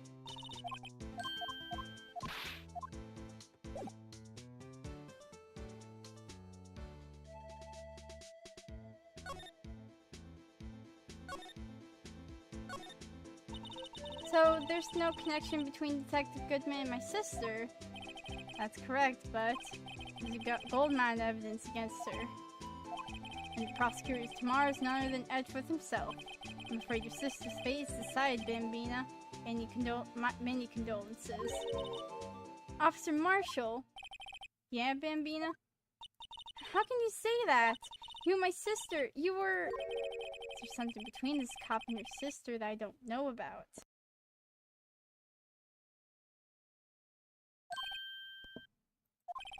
I apologize, Bambina. Something must have gone to me. Maybe it's that dry wind that's blowing through the prosecutor's office. What wind? Dry wind or ill will? Someone's up to something here, but who? suspicions about Mr. Edgeworth, suspicions about Mr. Edgeworth have been flying around for nearly 2 years now. Forged evidence and arranged testimonies, you mean?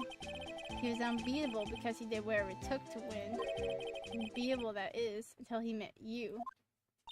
But rumors are just rumors, aren't they? Oh, wait. Hold on. I'll be right back.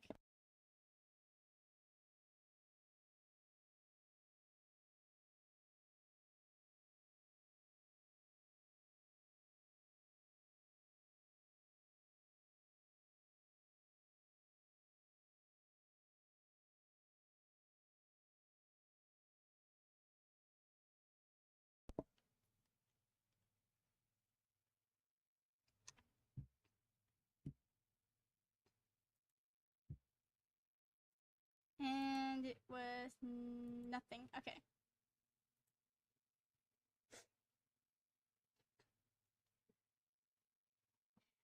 These prosecutors were talking about evidence is everything to them. If you follow the rumors about Edgeworth to their source, you find one person. But they're off limits. Untouchable, you might say. One person? Who? Hate to say this, but it's your sister, Bambina, Chief Prosecutor Lana Sky. What? My sister? Edgeworth couldn't wrestle all those cows by himself. Some people load their guns with bullets. Some people load them with deals. Are you saying... What? You're saying Edgeworth's making deals to win trials? Where there's a gunshot, there's bound to be bullets. That's what the old timers say. There's a big old secret hidden around here somewhere. Everyone knows it. Is that why Detective Gumshoe was taken off the case? Did they target him because he was closest to Edgeworth? So, well, how are we doing, Mr. Wright? Guess we got some clues. We have an autopsy report, a note from the victim, and a cell phone. So you think we'll be okay? Well, the only thing that still bothers me is that Lana is confessing to the crime. She says she did it. No problem. I can guarantee that she's not the criminal. By the way, Emma. Yes? You know that song that your phone plays when it rings? What?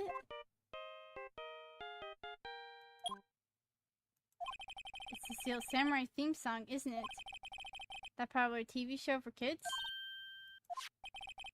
The phone that rang earlier wasn't mine. It was yours. At 5:18, just after the murder took place, your sister called you, didn't she, Emma? I'm sorry. Can you tell me what you talked about? She hung up right away. See. Okay. Detective is murdered and the suspect is the top prosecutor in the district. I'm gonna check this real quick. Name of deceased. Test wound, assessment. Okay, well. Got a bad feeling about this. Like, you guys still don't know everything that went on here. Yippee. Time to freaking wing this whole thing.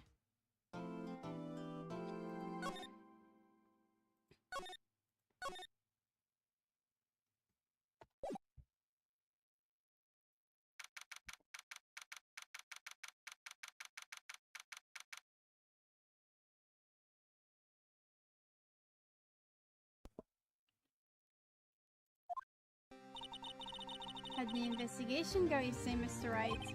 Frankly, there's still a lot of gray areas. Or rather, the whole thing's one big gray area. Don't worry about me, no matter what the outcome. I'm ready to accept my fate. I believe in you, sis. Mr. Wright, let me offer you a word of advice. Yes? Defense attorneys should never believe their clients. Defendant is called to trial because they are suspected of wrongdoing. Never forget that. In Sky, you remind me a lot of Mia. But there's one decisive difference between you and her. And that is, you're not a defense attorney. believe it's almost time for the trial. Good luck, Mr. Wright. First trial without Faye helping me. No one's going to bail me out this time. I'll be alone in there. So I'll have to discover the truth all by myself. Let's do it, Mr. Wright. I'll be with you the whole way.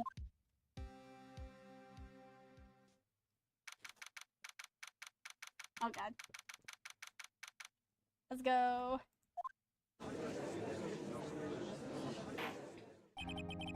Court is now in session for the trial of Miss Lana Skye. The defense is ready, Your Honor. The prosecution has been ready for a while, Your Honor. Edgeworth. It's been 2 months, but I haven't been in a courtroom since this trial. I hope that personal feelings will not be part of the proceedings today, Mr. Wright. That's a loaded statement, but okay. I will choose the path I think is right, regardless of what those around me might say. The judgment to be made here is in our hands, not those of anyone else. Very well, Mr. Edgeworth. Your opening statement, please. Chief Prosecutor Lana Skye has committed an unpardonable crime. Bleh. Okay. Not only this, but she was rash enough to commit it in the prosecutor's office lot. Wow, he's much more forceful in person. I suddenly feel like confessing to everything. However, she will now pay for her rashness with her life. As a witness to her crime. Professional witness. Well then, call your first witness, Mr. Edgeworth. Prosecution calls its first witness, Miss Angel Starr, to the stand. Cough up, Queen.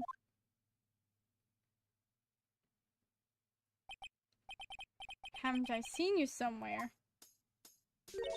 You ordered the caviar lunch, right? Oh, caviar! I've never eaten caviar before. The show's just really wolfing it down. And for you, I have Fiesta Bowl. Thanks. Will the witness state her name and profession? Ah, and you, sir. You're the Fingerprints lunchbox. It's too early for lunch. Your name and profession, please. Well, Your Honor, how does it taste? This is why everyone raves about caviar. It's so tasty, it hurts. I always thought caviar would taste like pickled tapioca? What the heck does pickled tapioca taste like? Name, profession, now. Me, the name is Angel Starr. Don't go forgetting it. I find myself running Lunchland these days. Is that what you wanted? Be the same, Mr. Edgeworth. Very well, witness. Please describe the incident to us. Prosecution will wait. I'm not finished eating. Judge, please. Hurry up. Very well, Mr. Edgeworth. So no, we usually call on the police to provide a description of the crime. Your Honor, as Mr. Edgeworth has said to the court, I am a professional. What exactly does that mean? Till 2 years ago, Miss Angel Starr was a special investigator with the police. She was a first-rate homicide detective. What? Miss Starr was a detective? Aha! Ah! I know who you are. Cough up. Cough up, Queen Angel Starr, Your Honor. Long time no see. Very well. You may continue with the description. Miss Starr. Just who is this lady? If I have the court's attention over here. The parking lot at the prosecutor's office is divided into 2 blocks. A block is for the prosecutor's office personnel. B block is for the visitors and clients. A chain divider separates the 2 blocks. I suppose that's to keep visitors from taking up prosecutors' spaces, yes? The crime took place by the car, in the back of A block in the car's trunk. The killer stabbed the victim with this knife and went to drive the body out. Unfortunately for her, there was a witness and her arrest was made on the spot. Who was this valiant witness? Why, it was me, Your Honor. Parking lot. Okay, cool. Witness, did you see the very moment of the crime? Of course, Your Honor. Immediately after that, I apprehended the chief prosecutor. Seems rather cut and dry, doesn't it? Well, Mr. Wright? I can't agree on principle, Your Honor. Seems that some poor losers are unwilling to accept the truth, Your Honor. Shall I proceed with to crush what little hope they have remaining? If you can, then give them your worst. Give them your worst, Miss Star. Why are you? Wait, are they talking about me? Witness account. Okay. Somehow, I always knew a day like this would come. I was on my way to deliver a lunchbox to my boyfriend when I sensed something. Perhaps it was my felony-honed detective's intuition at work. Through the wire fence, I saw the chief prosecutor standing next to a garish car. The chief prosecutor was holding a knife in her right hand. She thrust the pointy tip of the knife into Detective Goodman's chest. Bring a lunchbox to your boyfriend. How touching. As you can see, there is no room for doubt. Key point to your testimony seems to be nothing other than the point of the knife which you saw being stabbed into Detective Goodman. So how does it feel to be utterly crushed? I'm still thinking about that. It's merely a flesh wound, Mr. Wright. Very well, Mr. Wright. You may cross-examine the witness. Okay, let's freaking go. I always knew. I'm gonna press on everything like I always do. Also, wait, gotta save first.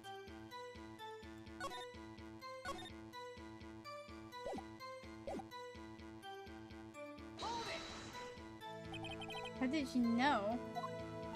I respect the prosecutor's basic abhorrence of crime, yet their methods are ugly and twisted. Twisted methods will always lead to tragedy. Lunchly is an uninformed opinion is duly noted. God dang it. Given that they are used to erasing convenient evidence at their whim, killing of a detective that knew too much is merely an extension of that. And Star, do you have something personal against prosecutors? I felt that I had found my dream job when I became an investigator, and if I hadn't been laid off by those prosecutors over there, I'd still be one. Laid off? She was fired. To me, prosecutors are nothing more than worms. That said, I am a pro, as you know, my testimony is unbiased and flawless. Very well, you may continue, Miss Star. You deliver lunchboxes to my boyfriend. Got the... By garish car, you mean? Mr. Edgeworth's car, yes. Mr. Edgeworth's. Incidentally, the knife with which the victim was stabbed was also Mr. Edgeworth's. How would you know that? Wasn't it? Indeed it was. What an odd case this is. And the person you saw, you were sure it was the defendant. I saw her from no further than 30 feet away. I'm certain it was her. If she's telling the truth, we're doomed. Let's just do what we can. See if we don't have... Even if we don't have any proof, we can always nitpick. Witness, in your testimony you clearly stated the following. Prosecutors are nothing more than worms. Ergo, you're a biased witness. You might want to keep those silly opinions to yourself in the future, rookie. Huh? Rookie? Unless you're willing to risk the consequences of doubting me. I'll fry you like a fritter, crispy on the outside, chewy on the inside. That was inspiring. I believe I've heard that tagline elsewhere. You could cry plagiarism? I may be, relegated to the lowly post of lunch lady, but my instincts are honed. A photograph? You took this? And when I witnessed the crime, my reflexes took over and snapped. I took a picture. In fact, One of my lunchboxes is rigged with a camera. I suppose that's more exciting than just hanging it around your neck. Witness, why am I only seeing this photograph just now? I think I showed it to you, a prosecutor. Think again. Oh, she's not making this easy for anyone here. My boyfriend works in the photography division of criminal affairs. Well, this is most certainly the defendant. Okay. That's unmistakably Lana's sky. What the heck happened there? The blood just... okay.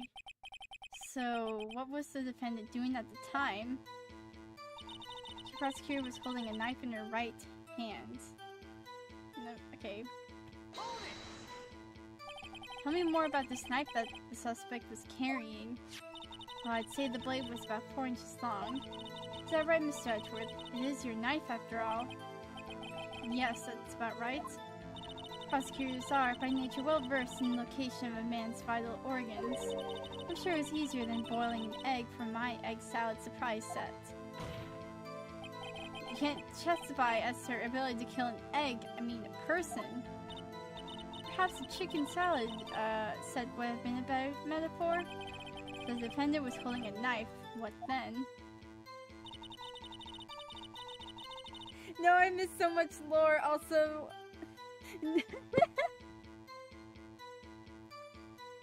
hello, Trip. You missed a bit where they were talking about there's like a lunch cart somewhere that has like a cow eating steak.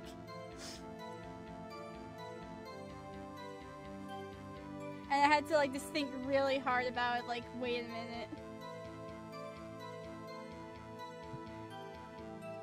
Then she pressed the pointy knife in its chest. Tell the court why you didn't try to stop this crime. You did see her raise the knife to strike, no? Star-Lord zoom in, what? Yeah, there was a... we couldn't see it, but just like... there was just a cart somewhere in like this underground parking lot. It has like a cow eating steak, so like... yeah, that's weird. The defense has a point. Fortunately, by the time I realized what was going on, it was already too late. Too late? Yes, the next moment, the chief prosecutor brought down the murder weapon. See, it's only a flesh wound, right? We can make it. Said that before anything else. Scientifically speaking, Miss Starr's testimony is flawless. Sounds pretty fatal to me. What do we do? Is this it? Is my sister guilty? Let's just keep our heads cool and press the witness a bit, shall we? For some reason, having her panicking next to me makes me calmer. Don't smile like that. Okay. I always knew a day like this would come.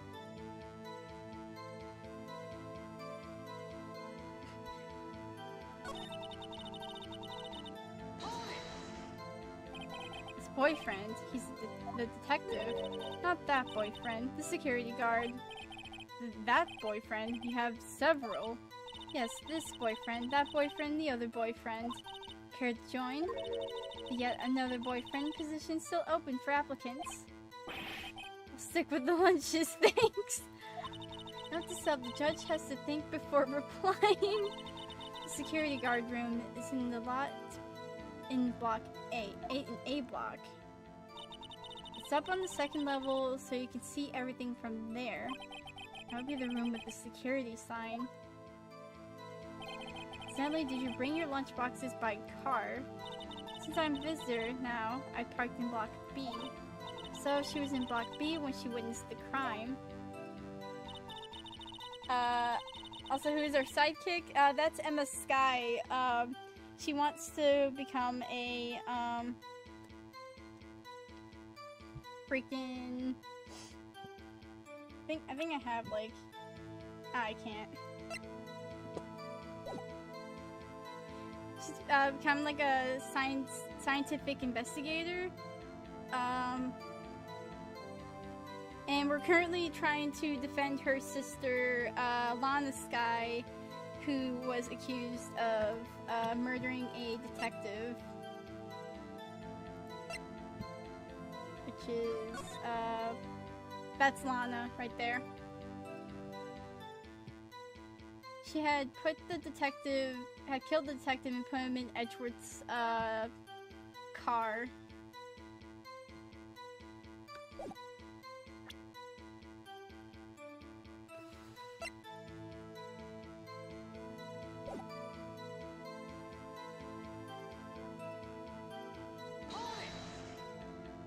You sensed something, so you're saying you had a premonition of the murder. It felt like, how would you say? Oh yes, it was like the feeling you get when you viewed a pumpkin chock full of seeds. I have no idea what that means. Speaking of detective's intuition, wasn't the victim, Mr. Bruce Goodman, also a detective?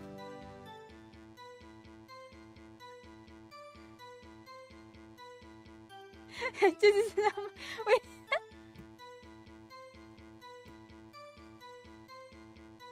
Wait, what?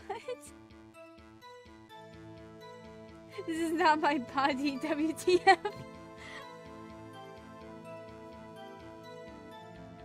Oh, also, Lana Sky was the chief prosecutor of the prosecution office and had some ties in with Edgeworth, especially with him, things circling around him where he's where he made false evidence and everything to try to win a case. And also people believe that he had committed the crime and blamed her for it because they think that he wants to be chief prosecutor. Wasn't the victim Mr. Bruce Goodman also a detective? Yes, well, he was like a young cheese. A young cheese? A pale white cheese, not yet tangy with experience on the streets. A greenhorn. And it must be hard, yellow and sharp. That must be hard, yellow, and sharp as a tack. You know, with the odor of an old cheese to match. In any case, there, in the lot, I felt something stirring in the back of my mind. My friends saw the chief prosecutor saying it's to garnish car. Like that. Garnish car, you mean Edgeworth's car? But how would you know it's Edgeworth's? Indeed it was. Odd case this is, and the person you saw shares the defendant.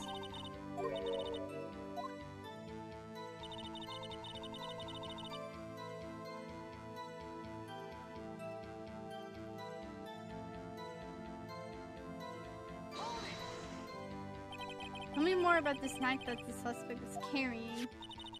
Say the blade was about 4 inches long.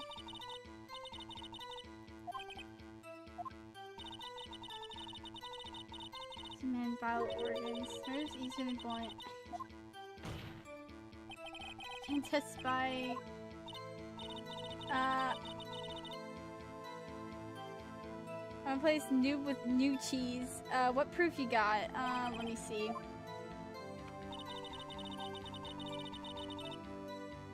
Okay, well, thing is, Lana isn't, denying that she killed him. That's the thing.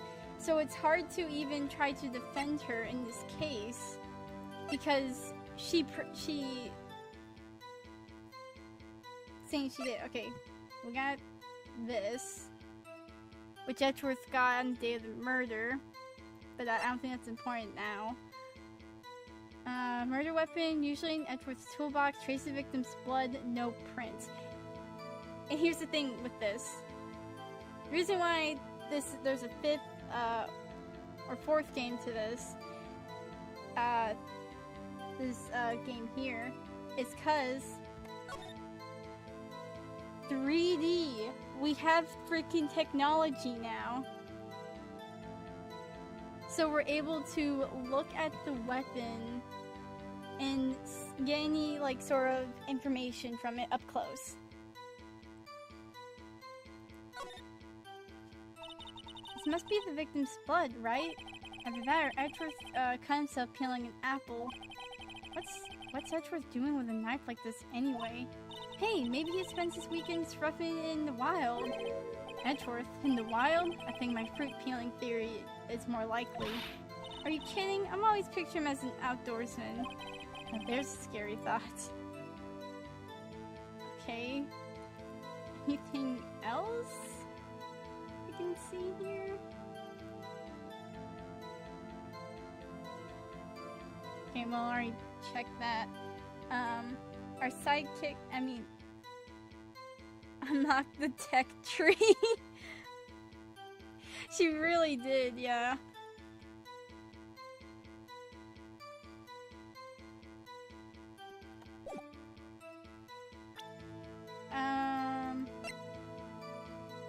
We're in the parking lot, prosecutor's office. Oh, it's also this. I mean, How's Edgeworth, 512. Stated the day of the crime. Murder took place 3 minutes after Edgeworth parked his car. If only he was held up at a couple extra red lights, he wouldn't have been caught up in this whole affair. Perhaps. Just goes to show you never know what'll happen when you run the yellow lights. Anything in the back? Nope. It's just a parking stub. Check the award, like the bottom and such. Well, we know the award's broken. I checked it. So it's supposed to be a shield, but there's something else to it. Like, see this bit? It's broken off here. So there's something else to this, and I have no clue. Oh, what the frick is this? Hey, check out, there's a metal plate here. Looks like the names of all previous recipients are engraved on it. One guy's listed a bunch of times. Von Karma. I guess he must be a foreigner?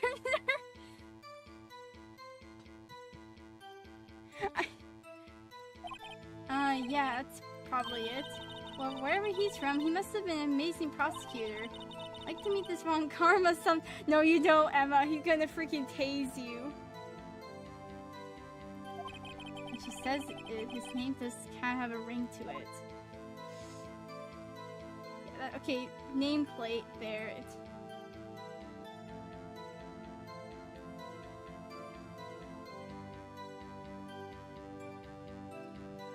ding. Nope.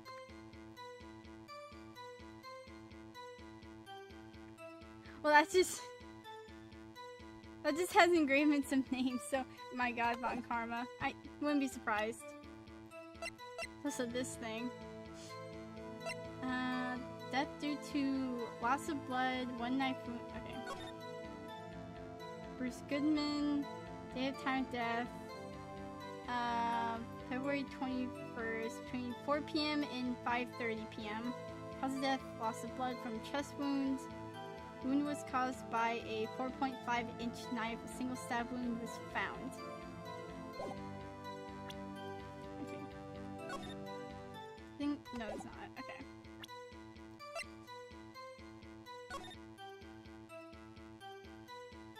Also, I don't know what this is. Like, case number? Property of Lana Sky. Last call made to her sister Emma at 5:18.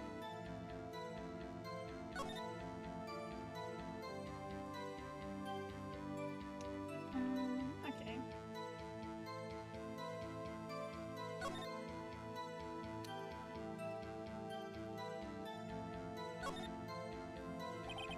I need to push this again. What's wrong? You look like, I do. You look like I do during finals. Never mind. It's nothing. It did a flip. Yeah, I did a flip. Did a little flip. Okay, yeah, I already know this. The parking lot with Edgeworth's car.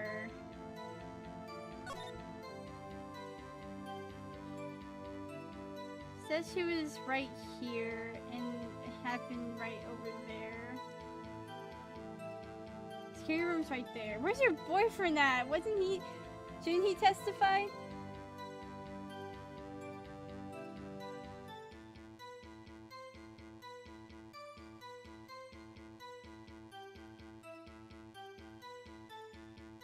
Be gone, bot!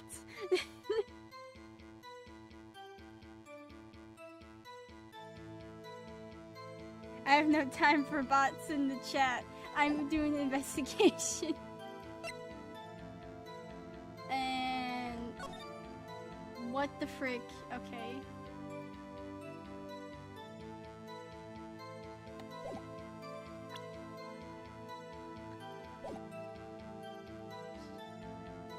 Into Goodman's...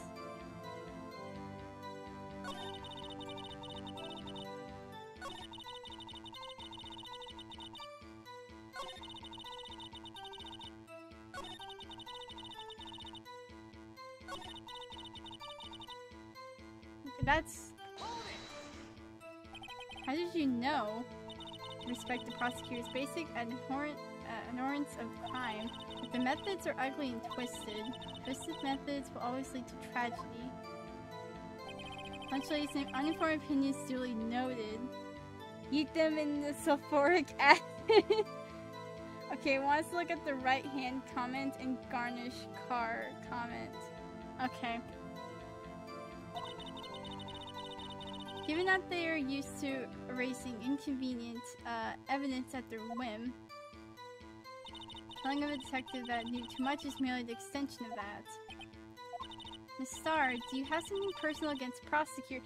And here's another thing. Yeah, I felt as I found my dream job when I became an investigator. If I hadn't been laid off by those prosecutors over there, I'd still be one. Laid off? She was fired. To me, prosecutors are nothing more than worms. That's why I'm a pro, as you know. My testimony is unbiased and flawless. Very well, I can make a team, Miss Starr. Yeah, and then I think one of the things garnish.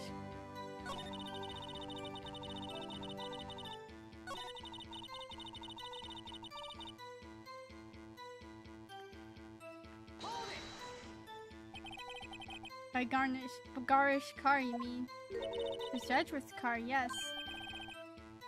Mr. Edgeworth's. Incidentally, the knife with which the victim was stabbed was also... How would you know, though? It could have just been anyone else's knife.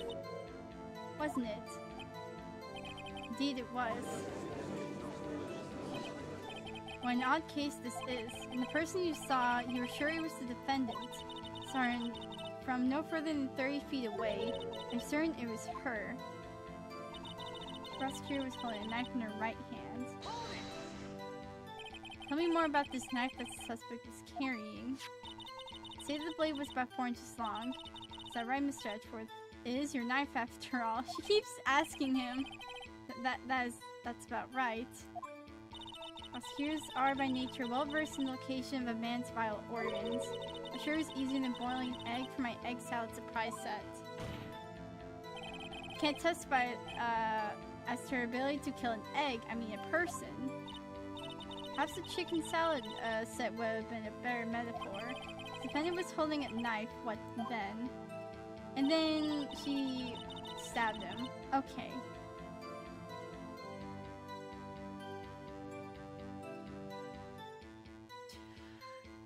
I'm gonna look at this again. Tell the court why you didn't try to stop this crime. Did see her raise the knife and strike, no? Vince has a point. Fortunately, by the time I realized what was going on, it's already too late. Too late. Next moment. Chief prosecutor. Okay. Where's the stab wound on the autopsy? It was in the chest area. It's only flesh wounds. Okay.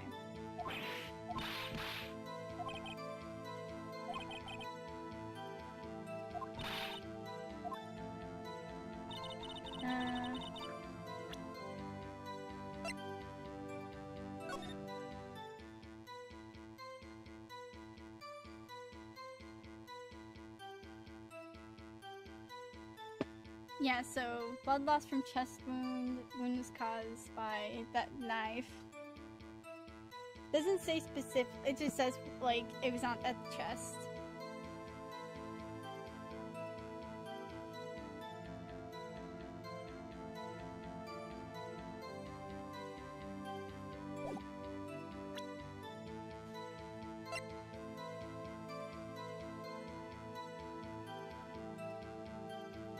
Murder weapon usually in Edgeworth's toolbox.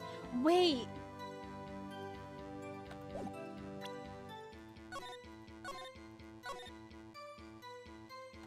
Okay. I'm gonna try to present her the knife in question or something, because like, how would she know it's his knife though?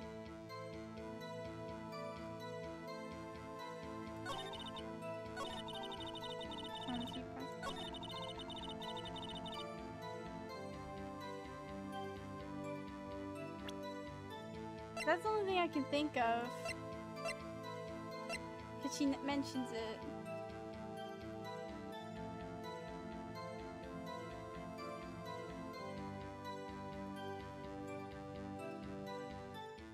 I'm gonna try that.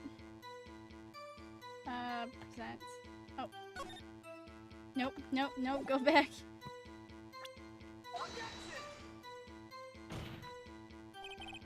Nope. Maybe other one.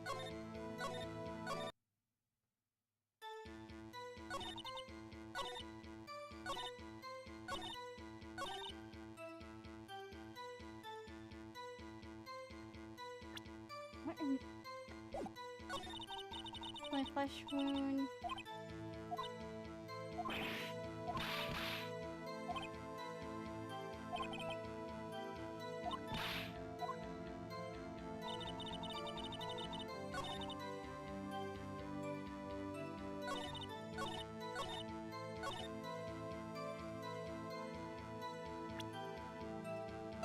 The picture?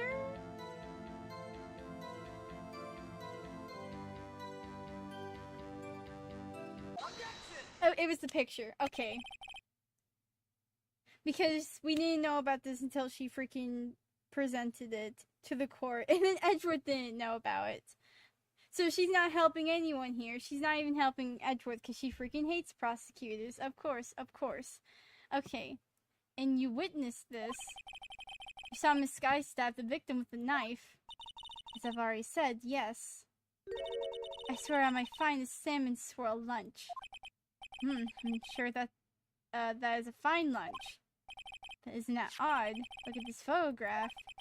This is a photograph you took at the very moment of the crime, is it not? Then why is Miss Sky not holding a knife?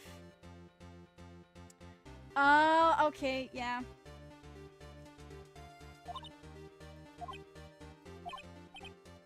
Mr. Edgeworth, your thoughts. Objection. That is the most suckiest objection I've ever heard. Had the weakest objection ever, Edgeworth.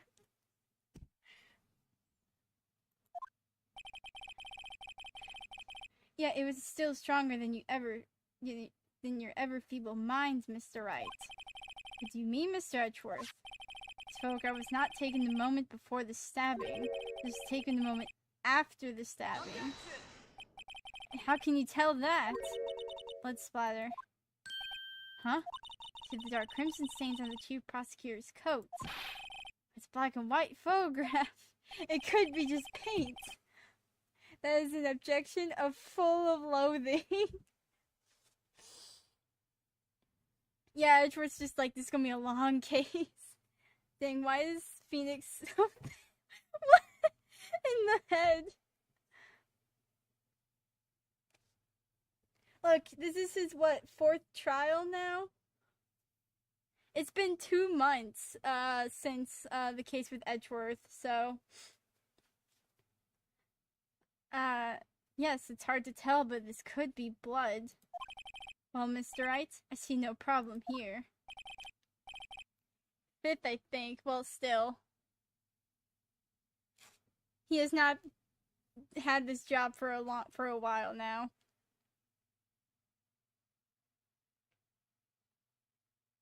No problem, except you.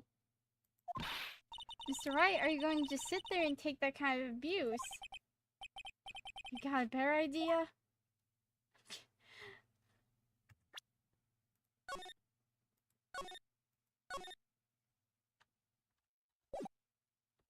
Didn't mean to take a screenshot, but okay. I'm gonna object.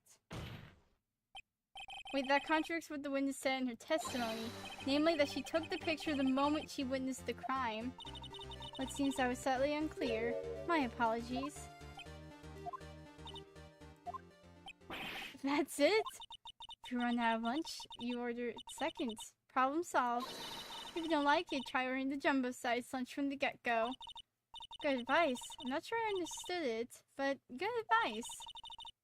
I didn't have time to stop her. Prosecutor Sky was cold, calculating, like a robot. She killed without pain or remorse. It was a premeditated murder. Premeditated? How do you know? Like a chief prosecutor hands in that photograph. Well, are those gloves? Surgical gloves, made with thin rubber most likely. Why would she have those on? If it was not premeditated, she would not be wearing those gloves.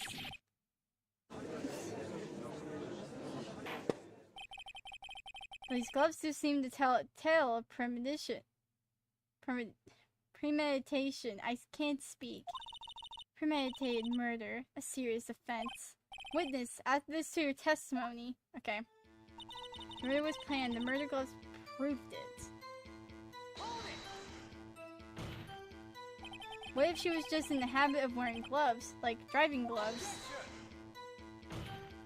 The gloves were admitted as evidence when the defendant was arrested. Or the no, she was with our last sidekick. Premonition was with our last sidekick, yeah.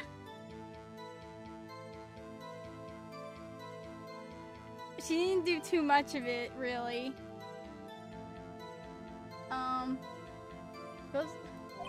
They were rubber gloves, the kind used for autopsies. In other words, when the chief prosecutor came to the crime scene, she came to do murder. It's the only possible conclusion one can make. Everything was planned. It was a premeditated crime.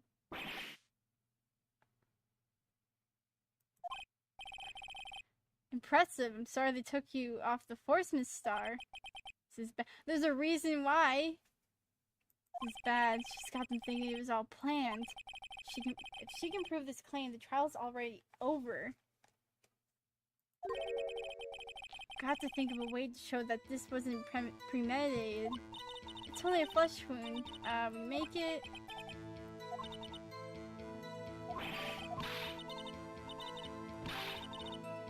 Is my sister guilty? Let's just keep our heads cool and press the witness a bit.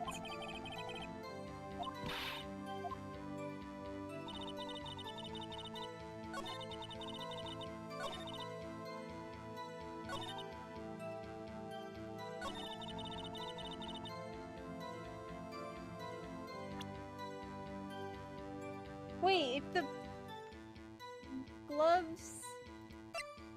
Where's the gloves then?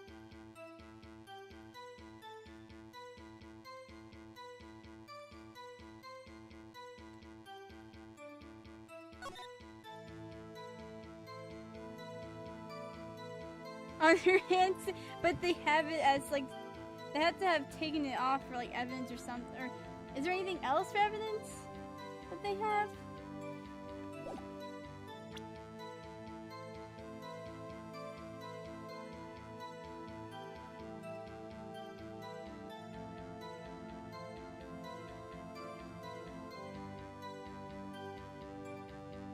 Wait.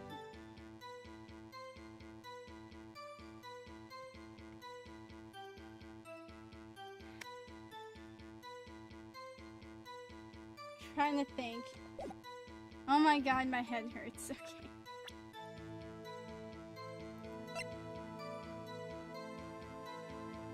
No prints.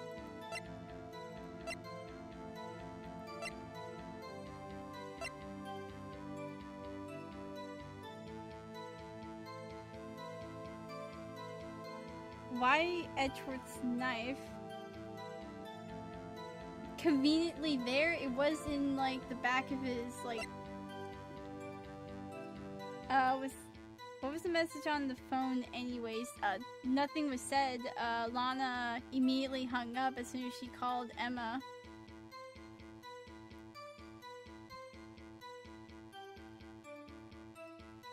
We don't know like if she had actually called there was a case where they believe that Lana had called Mr. Goodman there, but since we don't have, there's no way to like backtrack it, because the last call it was with Emma. Was there something on the back of the note with the no, you can't look behind it at all. There probably is something behind it. There probably is, but I don't freaking know.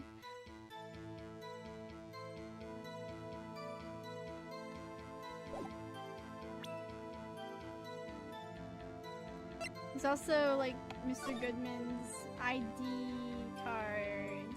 Is there anything here? Oh. Name ID number written here. Sergeant Bruce Goodman. I wonder why they only use number for IDs. What else would they use? Letters, silly. They're the reason we have a written language in the first place. True. Sergeant Bruce Goodman. Yep, dab, dab. See? Wouldn't that be better? Yabba dab. Well, it does have a certain ring to it. Yabba dab. Yabba dabba do. Exactly my point. It doesn't take much to amuse her.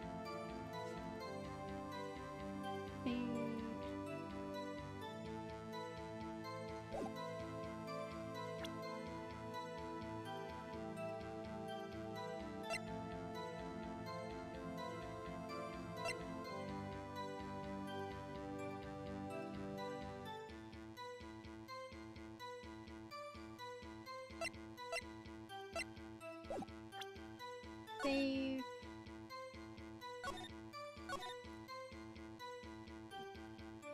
Man, I missed a lot. Made for struggle is real. Because the defendant, like the person we're trying to defend, like she owns up that she did it, and there's solid proof that she did do it, and it's like so hard to like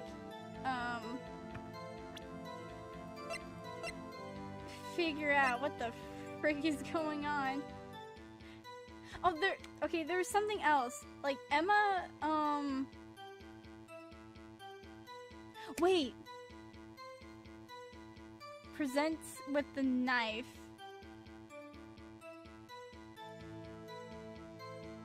Wait, to the rubber gloves. Okay.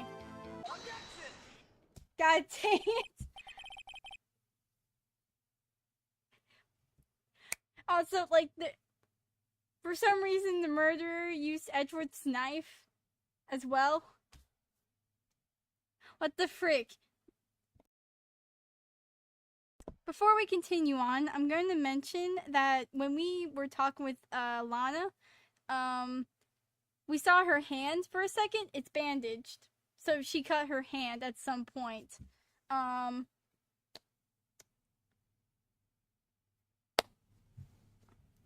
Just wanted to say that. Witness, do you know what this is? Are you trying to test me? I sell box lunches for a living, you know. That's a knife. The knife. The knife that was in Mr. Edgeworth's trunk.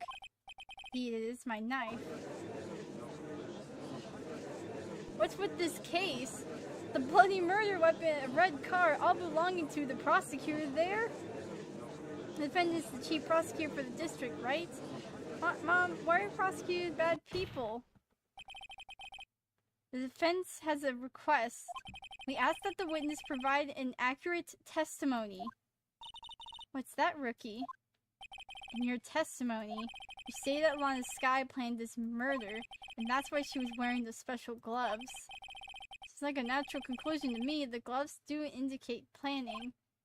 However, why would she not also prepare the most important thing, the murder weapon?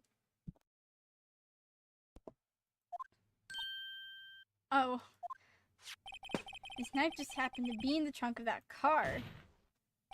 Ladies and gentlemen, you're going to plan a murder. You don't forget the weapon. Oh. Order! Order! Order! Great, now the tide is turning in our favor. Great show, Mr. Wright. My sister's got as good as free. Oh god, not that freaking smug look.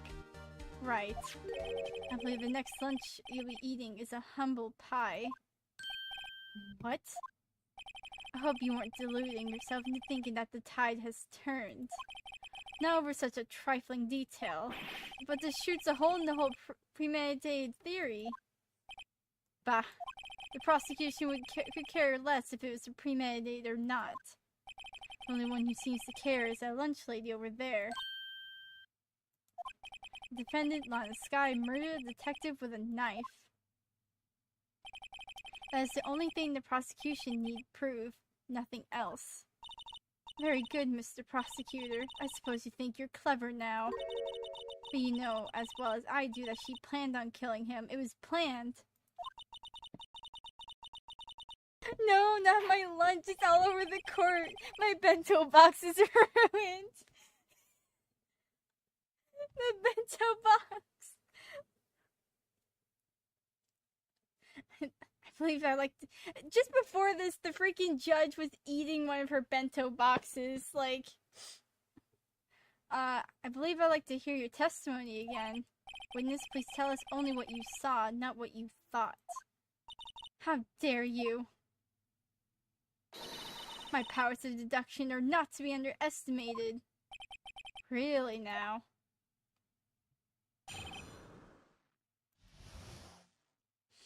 Okay. Lana Sky intended to murder Detective Goodman.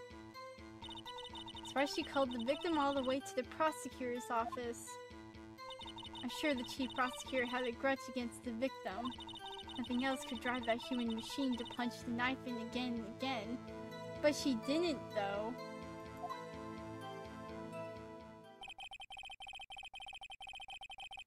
The victim was summoned from the police department to the prosecutor's office. Does sound a lot like premeditation, does it? Premeditated, I don't know. If I ordered pizza, does that mean I'm planning to kill the delivery boy? Hey, look, Fire knows what to do this time. In any case, the defense may now cross-examine the witness. Oh my freaking god. I'm gonna press everything in case she has other things she's hiding first.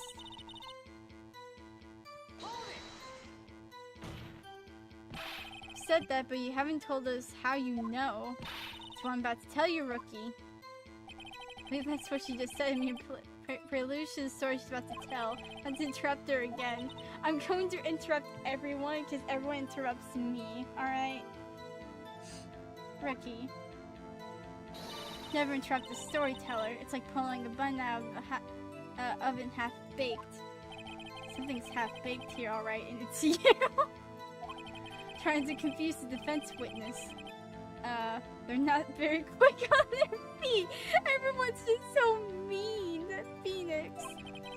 Why did you believe the suspect had intentions to murder the victim? Her actions speak for themselves. That's why she called the victim all the way to the prosecutor's office. You have no proof that Miss Sky called him there. You have no proof that she didn't. Mr. Edgeworth thoughts. There's no record of a call made on the defendant's Miss Sky's phone. She might have written him a letter. Come on, you could have tried public phone first at least. In any case, the victim came to the prosecutor's office where he was murdered. I'm sure he had a reason to be there. Witness? Why do you think it was the suspect who summoned the victim that day? Sure, she probably got a grudge against the victim. Wait, there's a.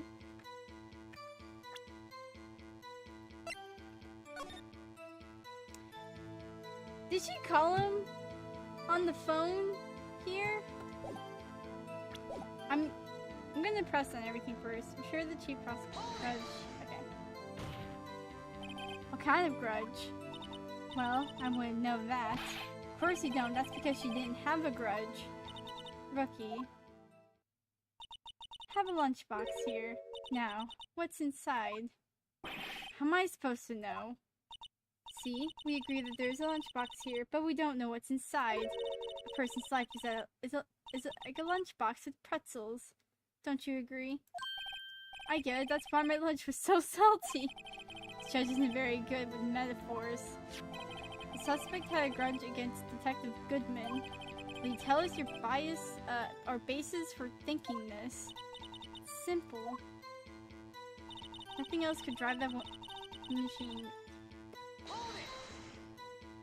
Used to call me on my... No.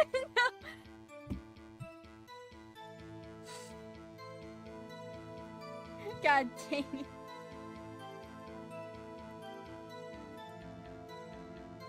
A human machine, that's a contradiction. Please. Can't you find a fault with something so substance, Mr. Wright? Note to self, Mr. Wright's sign smelled like a citrus fruit? What?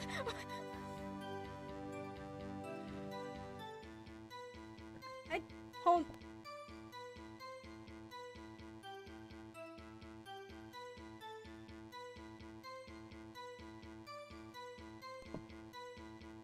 What the frick are you talking about, Emma? Why is... There's like some oddly specific things being pointed out in this case. Like in this part of the game, I swear. Say again, how many times does she stab him exactly? We often say chop in 1,000 pieces, but we don't usually mean 1,000 pieces. What difference does it make if the deed is done?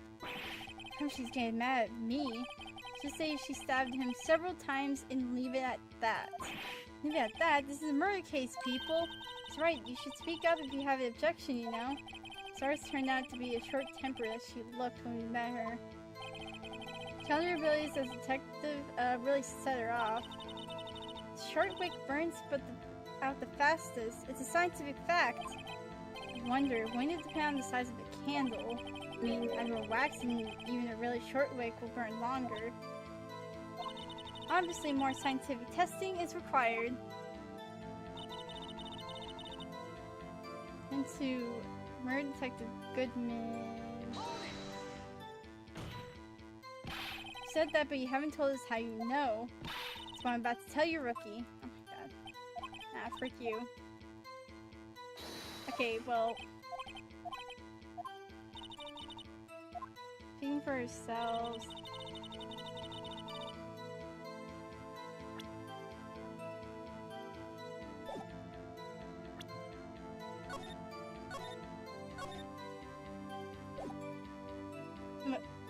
What trip? Fucking memes? Okay, hold on. Oh my god.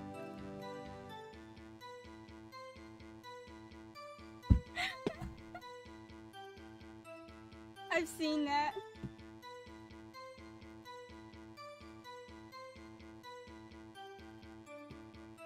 It just shows the badge at the very end.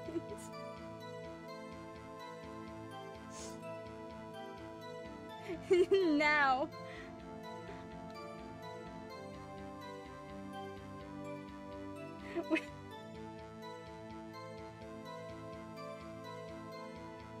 Oh god, okay.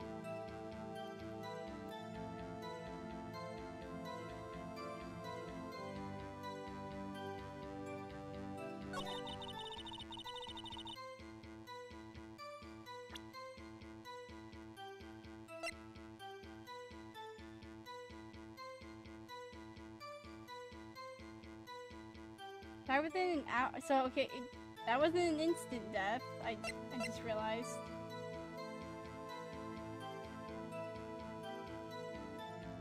Are you sure it isn't you who just has... Oh.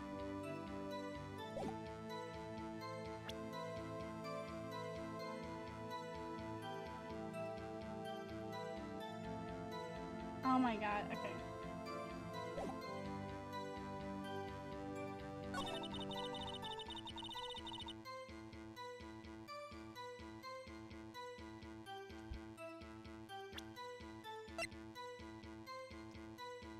Wait, Fire, you know what evidence is used with that statement, right?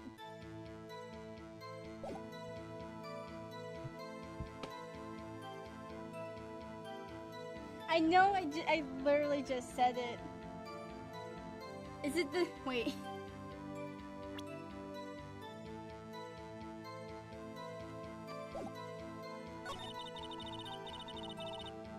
Had a grudge against the victim.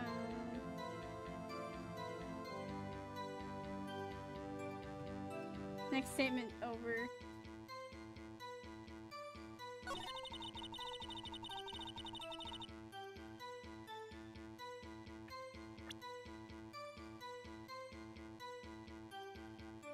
No, multi-tab.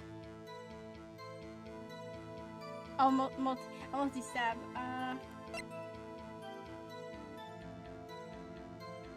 Yep, with that.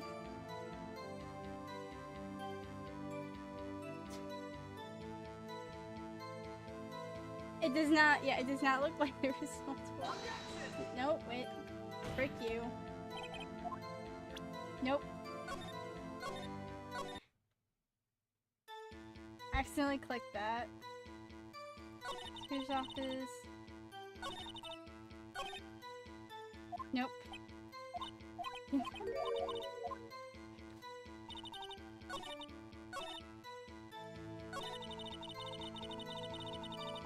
Type in again. Oh my God.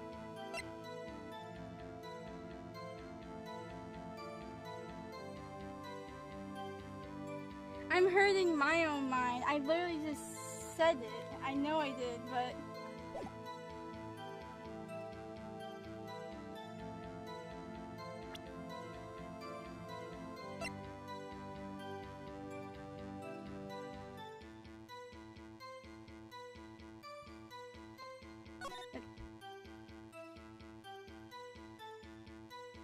Oh my god, I forgot about this. A single stab. I forgot. God dang it. I keep forgetting to check. I am out of my element with freaking being a stink. Look. It may have been only like, what, 2 to 3 days since, I'm in the same boat with Phoenix, even though it's been 2-3 days since I haven't freaking... You need the good old skelebones in your chest. I overthink these things. I wouldn't be a good, attorney.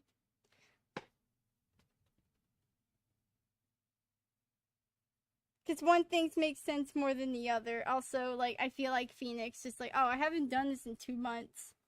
But for me, it's been 3 days. You say she stabbed him again and again, but you couldn't have witnessed that. Are you testing me? And I'll test you. With my moss surprise!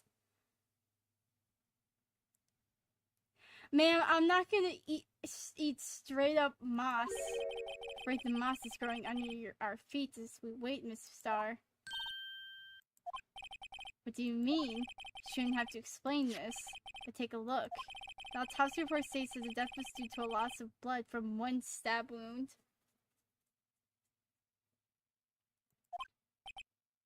You're right. Good show, Mr. Edgeworth. What a hunk. He's my hero, really? Emma, please calm down. About my objection, no one noticed? Ma'am, are you hiding a cooking station under there? This game is one of the many headache simulators for the uninitiated.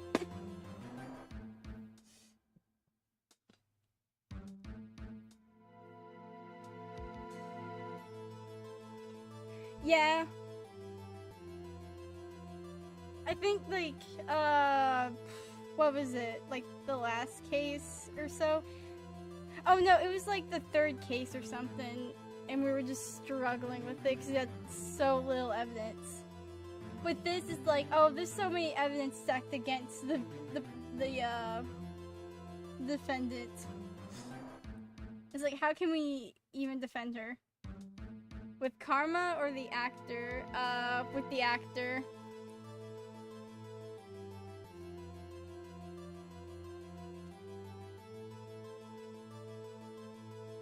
It was with the actor. Because there's, like, no, we weren't getting any evidence, and we just kind of have to, like, wing it. Well, witness?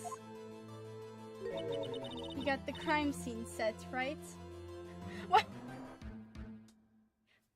She has, like, a full-on basket just filled with these things. Thanks. I always believing that no one could ever mistake ketchup for blood. Now I realize that such mistakes are possible. So you're saying you mistook something for blood? When she looked at her knife, I thought I saw blood on her breasts. Slaughtered blood from her victim. That's why I thought she must have stabbed him at least twice. You didn't state that before. You said she stabbed him multiple times. The statement, this whole freaking thing has holes in it. Just like that man's chest.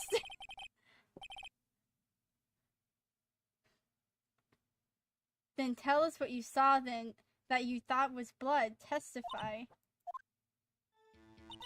Her red muffler looked like blood to me. That's how ghastly the whole scene was. Her red muffler? That's like a scarf. The chief prosecutor always wears one around her neck. So she can be easily hanged at the moment's notice, I suppose. No, he only had one hole in his chest.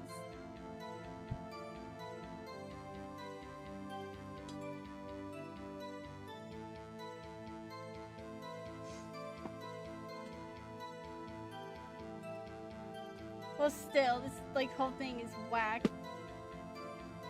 So she can be easily hanged at a moment's notice, I suppose. She's right. Sky was wearing a red scarf, wasn't she? Oh, wait. It's not that you mistook that for splattered blood. One of the rare instances where Edgeworth doesn't have a magic autopsy report at the ready, it agrees with Wright's statement. Yeah, I know, right? He's not, like, but if he does somehow freaking... Yeah, that's what I said earlier, like...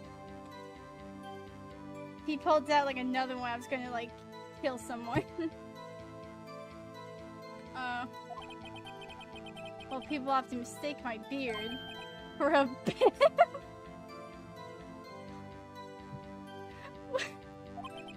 Judge with a bib. That's why this place feels so much like a kindergarten sometimes. Actually...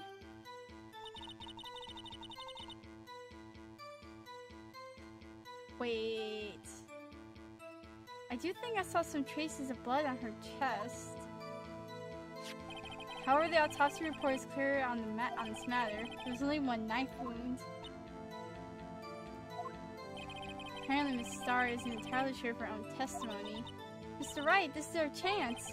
Chance for what, I wonder? Starr has turned out to be as short-tempered as she looked when we met her. Challenge her abilities as a detective really set her off. Okay. Oh wait, that's just the whole thing.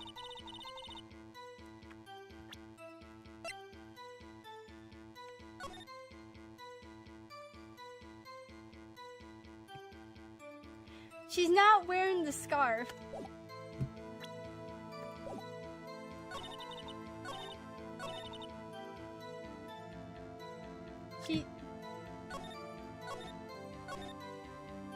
Ma'am, you...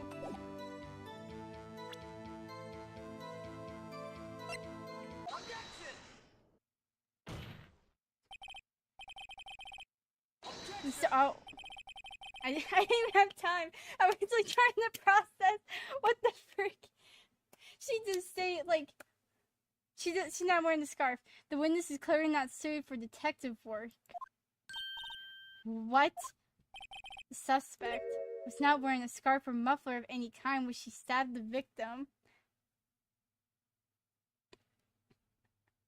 I'm doing alright, Mage. Just losing brain cells here. Dead. How are you doing, Mage?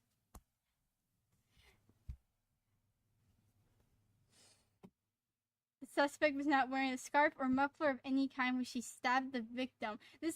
No wonder why she was fired. That woman was fired for being a detective. She can't freaking... Get her testimony right. Prove yourself with this photograph. Huh? But that can't be. Only a professional lunch lady could be so utterly clueless. Congratulations. Perhaps you finally found your true calling in life. Harsh words, but good. In the end, Mr. Edgeworth prevails. Was my ejection chopped liver? It was there, a scarf. No, not that, but something red, really. Now, where were we? The witness has given us an entertaining interlude, but back to business. What? Very well, witness, continue your testimony. Saw the crime and apprehended the suspect. Tell us about that. Very well. I do remember some things accurately, at least. Ultimately, we couldn't shake the most important part of her testimony. Most important part? The part where your sister stabs the victim. This next testimony might just be the moment of truth. Miles Edgeworth, Ace Attorney. Wait. You know what? Screw this. I'm getting ice cream and berries. Miles Edgeworth, Ace Attorney. Apprehending the suspect. Okay. After the murder, the suspect attempted to run behind a partition off to her side. Quickly caught her, explained her rights to her, and arrested her on the spot. Yes, when I arrested her, she mentioned the muffler. This point had me confused in my earlier testimony. Chief prosecutor made to escape, but against Angel Star, resistance is futile. You're quite determined about the scarf, aren't you? I strike like a snake and bite like a cobra. That's me, Angel Star. That wasn't a very good metaphor. First of all, a cobra is a kind of snake. Don't bother me with details unless you want to get bitten. No thanks. Note to self, Mr. Wright is weak against poisonous snakes. I think... Chief prosecutor tried to resist, but her efforts were in vain. She knocked my hand aside, kicked over an oil drum. An oil drum? Hard to imagine. She's beautiful, but deadly. A predator, this one. A leopard woman. Okay. Very well, Mr. Wright. Your common examination, if you will. Okay.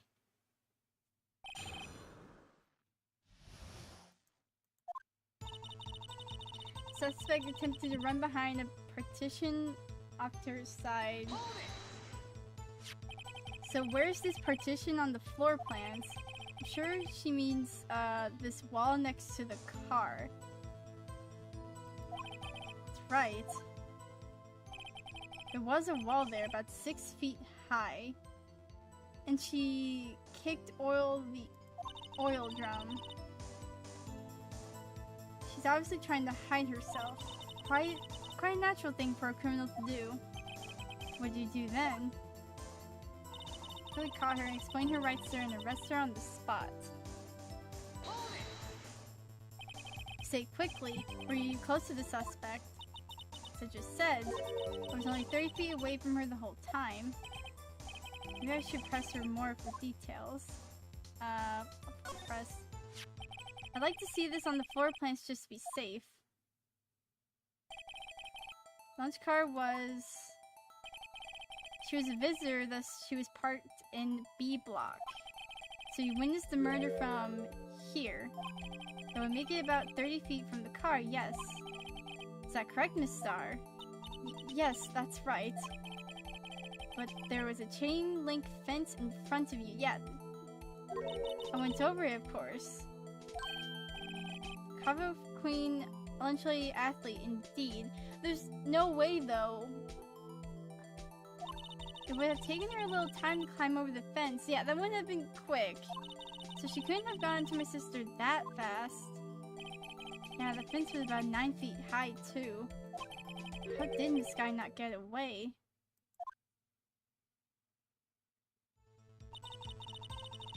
She mentioned the muffler. She mentioned the muffler. What exactly did she say? If I remembered exactly, I would have told you in my testimony. Cheeky. Anyway, all I heard her say was the word muffler. Just that one word. So what you heard wasn't the suspect talking to you, but to someone else. Yes, the chief prosecutor was talking on her phone.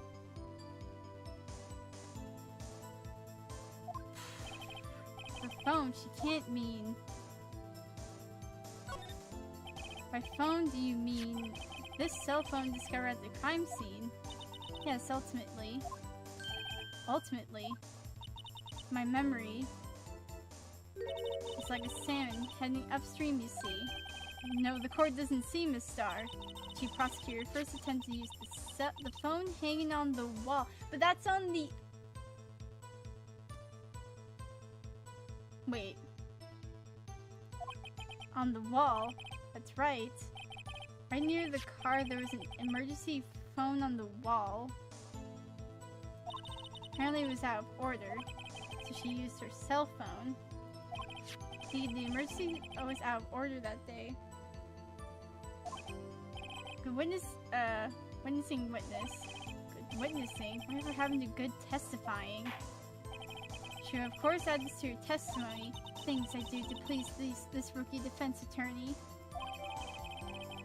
Okay, the word muffler was overheard during a call made to Emma, but Emma never heard anything. So I don't know how she tried the phone on the wall, but had to use her cell instead.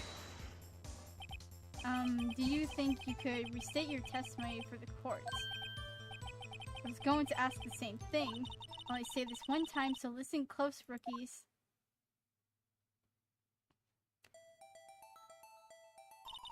Chief prosecutor stabbed the victim right behind the partition. She then picked up the emergency phone on the wall, but it was out of order. She pulled her own cell phone out of her pocket. And during that time, he climbed over the chain link fence. Then when I bodily grabbed her arm, the chief prosecutor hung up her phone. He started doing this. What is it, Mr. Wright?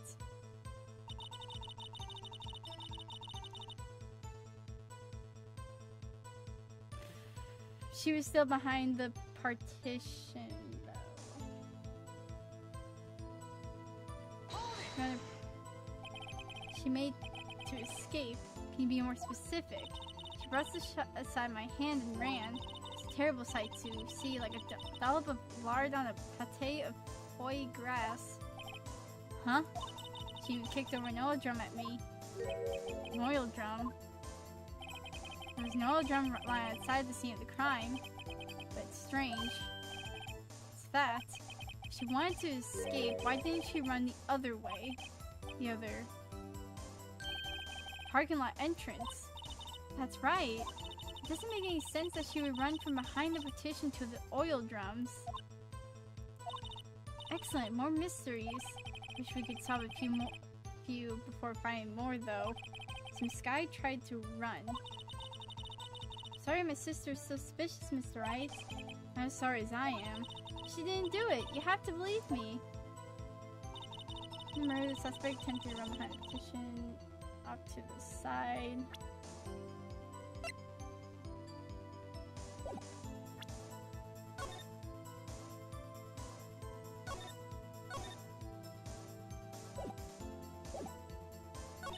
I would call her, explain your rights.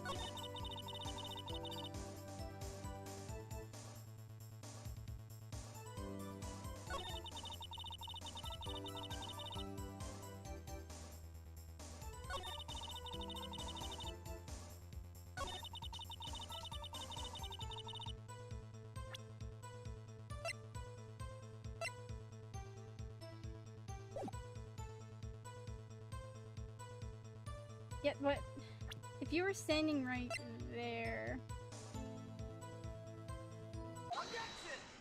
Yeah. Miss Star, I have to conclude that you have a personal grudge against Miss Lana Sky. The witness is a former detective. Her testimony is unmarred by personal bias, but no, it isn't. Well, who would have thought you would be my knight in shining armor, prosecutor? You who, together with the chief prosecutor, kicked me out 2 years ago. Okay.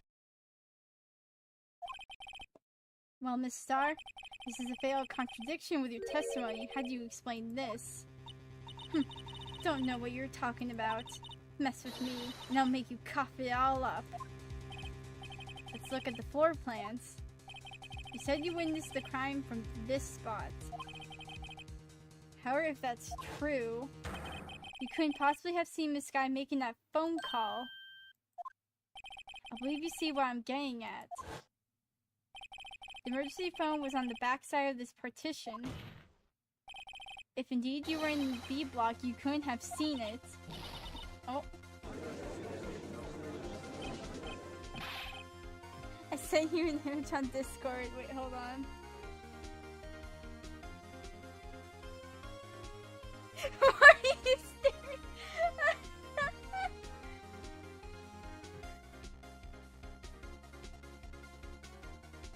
Wait, hold on.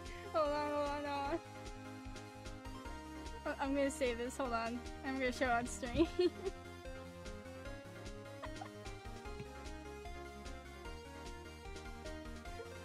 Wait. Okay, frig with my stuff. Image.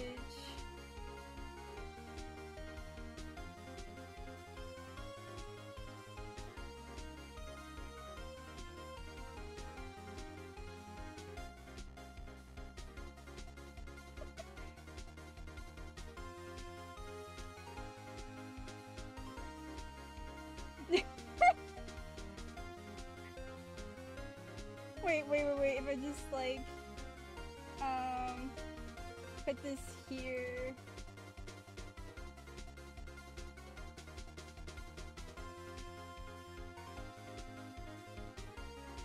Transform, hit the screen. Oh, no, wait.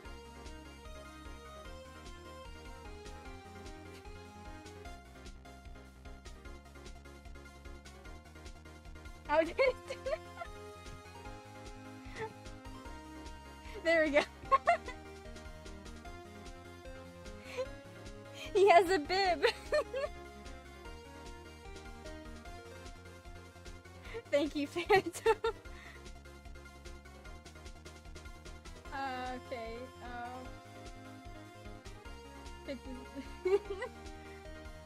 Yeah, that's what's happening.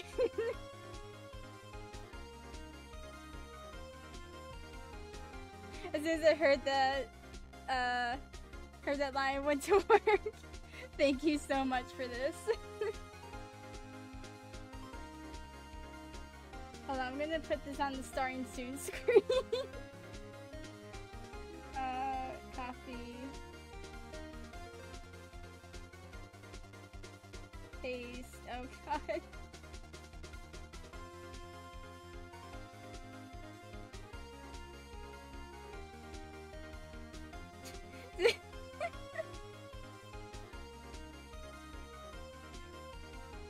I had to like switch Edgeworth. Oh wait, frick.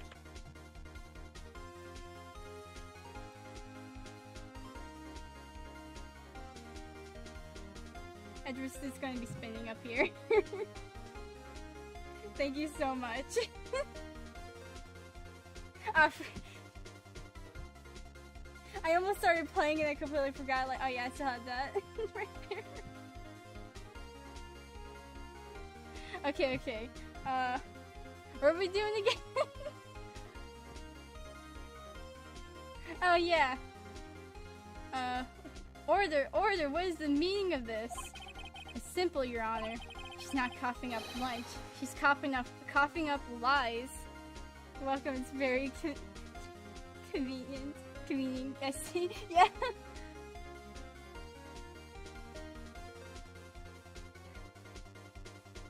Very convincing. He does have a bib. She's not coughing up lunch, she's coughing up lies. It's quite a claim, Mr. Wright. Perhaps you will allow me a question. Tell us exactly what lie this witness has told the court. Before the counterattack begins. Can't afford to get this wrong. The witness lied about...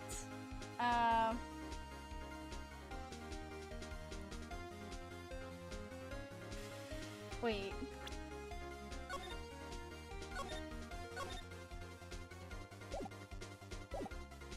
Where she saw it? This guy tried to use the emergency phone, but it was out of order. What is the significance about this fact? Nothing. Therefore, it would be pointless for Miss Starr to lie about it. Pointless to lie, I see.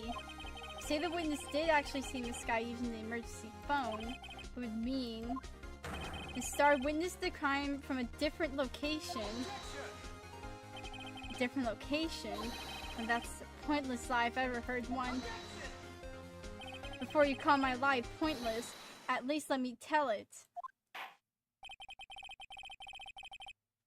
Let me ask a question to our clever wordsmith, Mr. Wright. Just where was the witness when she saw the crime? All the testimony we've heard until now points in one direction. This when this crime was here. Wait, where?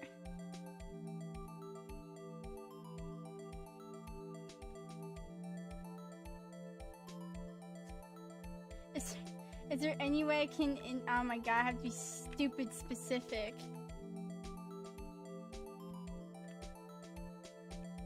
Wait, was she here?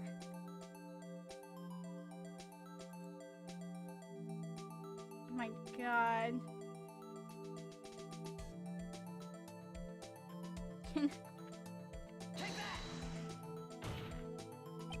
This is the only place where she could have been. Okay, yeah. The security guard room. The security room in the underground parking lot is well positioned. It's built on the second floor so you can see the entire lot. She would have been able to see the emergency phone from there. But why there? There are many other places where she could have seen the phone. Now in this case, Your Honor, the witness not being part of the prosecutor's office couldn't park in an A block. The only place where she could have seen the crime in the back of the partition is here. Remember in your testimony you said you brought lunch to your boyfriend in the security guard room, yes? Well, Miss Starr, how many years have I been getting the better of men? To think that the tables could be turned, that a man has got to the better of Angel Star. Order! Order! Witness! What have you done? You used to be a detective. You should know better. I'm not turning back. The guilty will be punished, and I'll do what I must to make sure justice prevails. Guilty? She's talking about Miss Sky.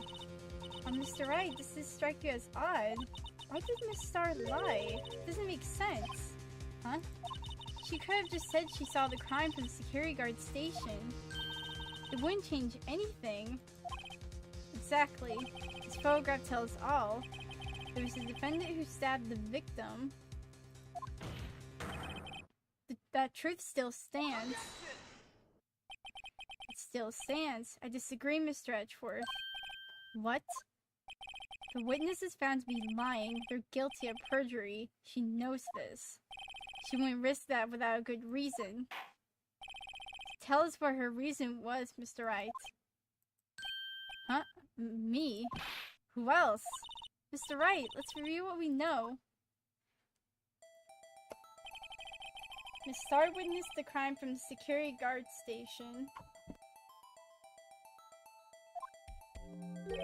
But she lied and said she saw it from B block. Let's make a vital difference, but what would change?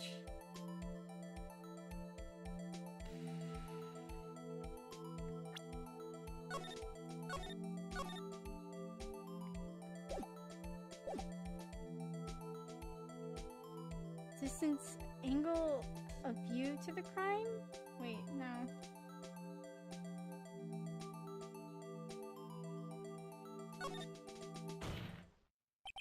Changes the distance between her and the scene of the crime. Objection! My condolences, Mr. Wright, but one look at the floor plans is quite clear. Distance between the scene of the crime and the guard station is 30 feet. I don't see how that would change what she could see. What changed with the testimony? Well, she kept lying and she had seen the whole thing. She had lied about being in block B here, but she was actually seeing everything from the security room. Because there was no way, if she was in block B, she wouldn't have seen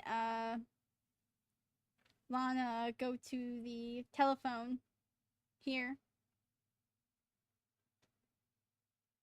But the distance is, like, still the same, though. She lied for a reason, and we have no clue why right now. Well, we're going to explain it.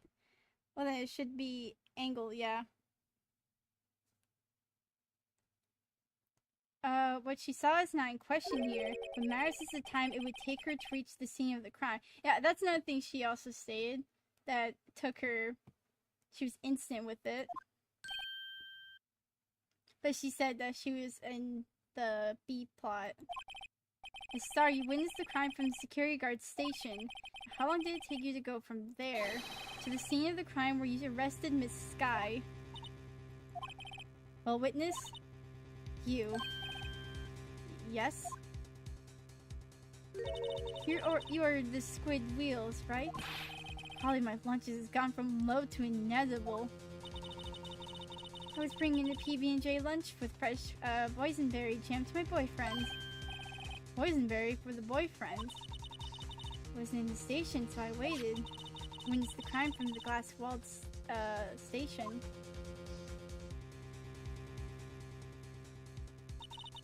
Before I knew what I was doing, I found myself running towards the scene. Wait.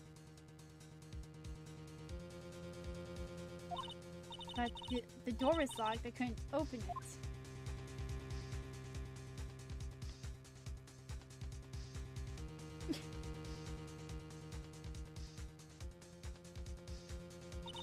That's why I had to go through the visitors parking in B block.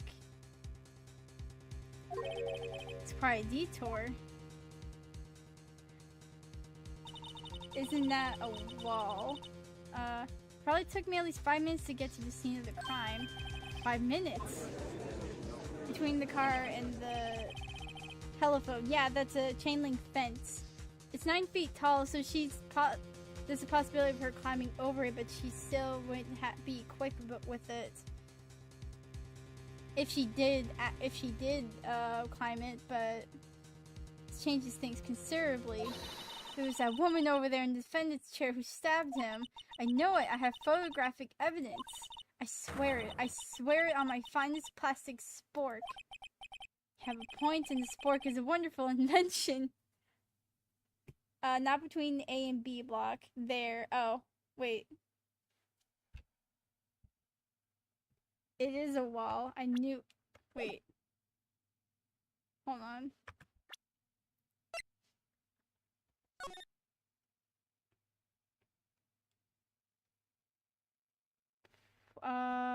Wait. Also shows. What?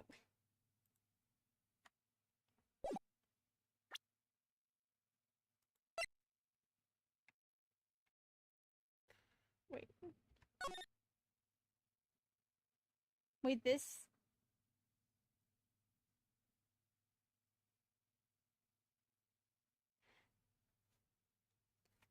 Yeah, that's like a bit of wall that's just sticking out. How could she have seen from the security room if there was a wall blocking the view of the car?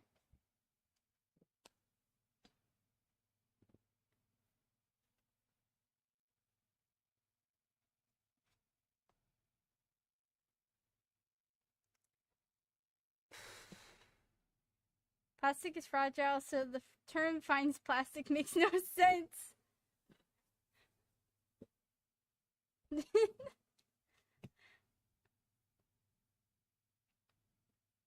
If there was a wall blocking view of the car, she probably...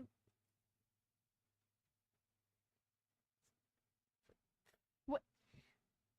Oh, wait, yeah, wait.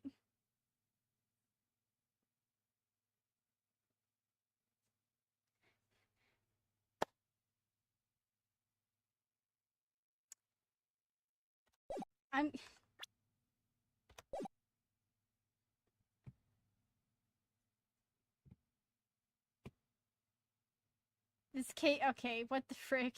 You have a point, and this fork is a wonderful invention. Would you like another caviar lunch? Absolutely. No, don't, you can't bribe the judge! Of course, if the murder wasn't, at the car, then oh well. Mr. Wright, you have to do something. I have any evidence to stop this?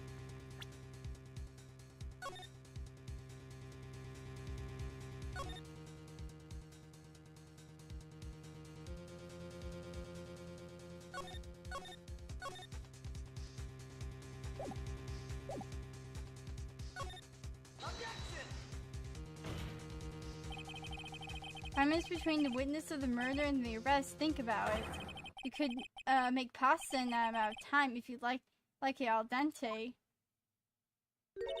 Look at lunchboxes that tie pasta into knots, rookie. A 5-minute blank. Isn't that strange? Strange. If you were a criminal, what would you do with 5 minutes, Your Honor? Well, I guess I'd flee the scene. Hey, don't get the wrong idea. I didn't kill anyone. My evidence wall. They have the instincts of a killer. You would run, but this time was different. This guy dwelled at the scene of the crime. She even had her picture taken. No true criminal will act this way. It's inconceivable. Oh. Well then, since we've come to an end of this testimony, the witness has a grudge against the defendant and a blank in her testimony. Mr. Edgeworth is the next witness ready to go. Fortunately, I appear to have overestimated this witness on account of her professional history. We did it! We screwed that can shut, Mr. Wright. I was too close. I'm afraid that the cough-up queen has been dethroned. And with that, court is adjourned. Oh!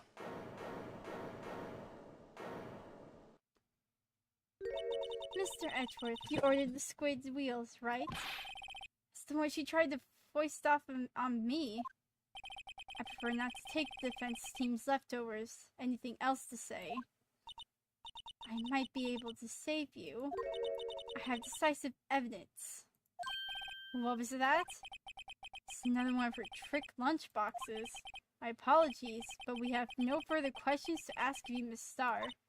Ah. Is this your jumbo lunchbox? A triple-decker? No, Judge! Out of deference to the witness determination, I'll allow one more testimony.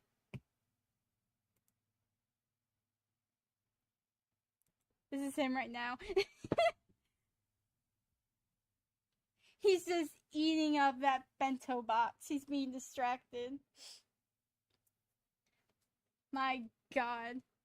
One thing I can gauge from the judge is that he is a glutton.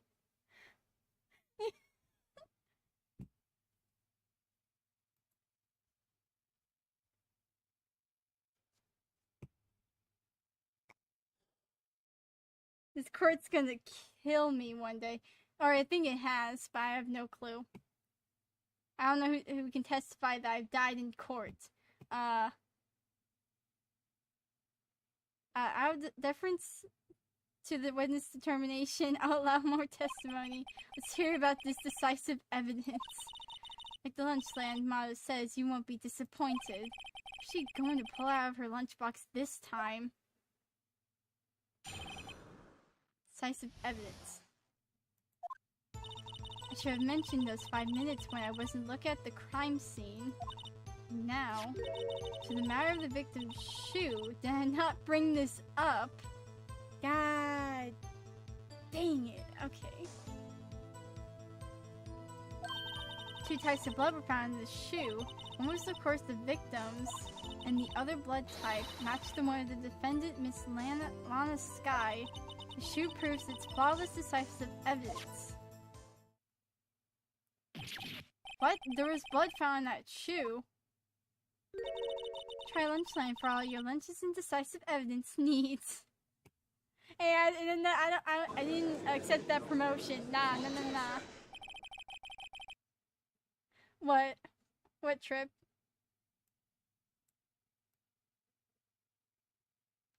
Do not see the judge funny. I did.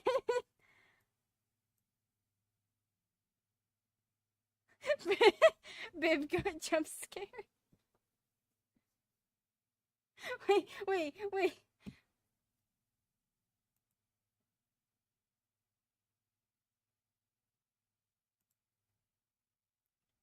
Oh yeah, no, Phantom made that, and Phantom made it and sent it to me. So now we just have that.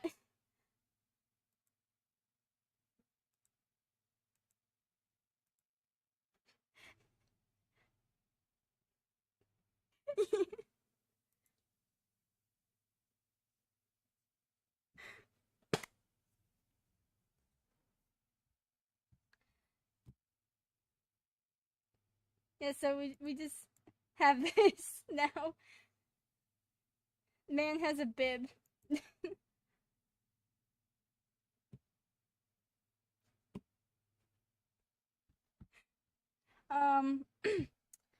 Witness, what's the meaning of this? Why is this the first time I've heard of this evidence? Simple, as I've already said. I don't trust you with evidence, Mr. Edgeworth. That's why I took the liberty of investigating this myself. And you had blood tests performed. Then I mentioned I have 3 boyfriends in forensics. Oh my god. I want all those names of your boyfriends. In any case, Your Honor, I can't accept this as evidence. What? You must know the 2 rules of evidence law. Rule number 1. No evidence shall be shown without the approval of the police department. I think there's been several points of evidence that has been brought up, and we have not even went through the police department. I'm pretty sure. In other words, the shoe is illegal evidence, at least for the time being. Is that right, Mr. Wright? It seems so. Edgeworth sure is celebrating. Not so fast, Mr. Edgeworth. Don't forget, I used to be a detective. As I mentioned previously, the shoe has already been tested by a member of the forensics department. As you can see, it was approved by the police department as of today. No, she's the one that pulled the freaking stupid files! Wasn't even Edgeworth! I'm still killing someone.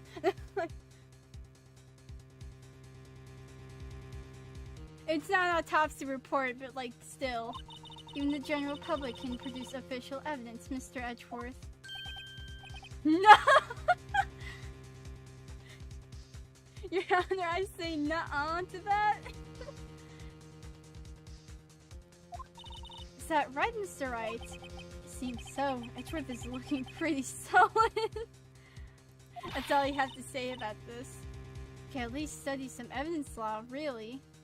You can't. Oh.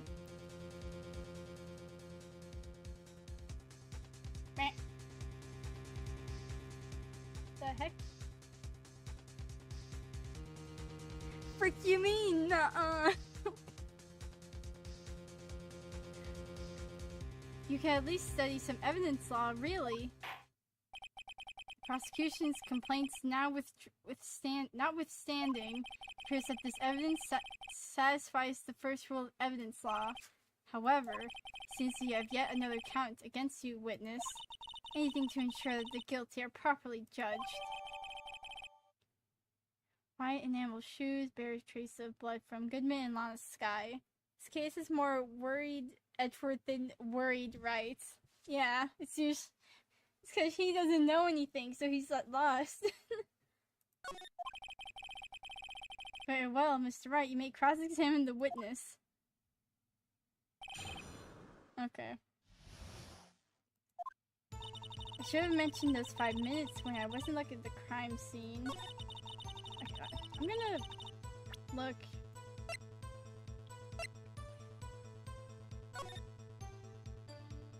We have technology. I can look at the shoe. What the frick? There's blood on the bottom. This blood, it's my sister's, right? Appears so. Lana's right hand was bandaged when I saw her in jail. She must have cut herself at the time of the crime. Poor sis. Snips.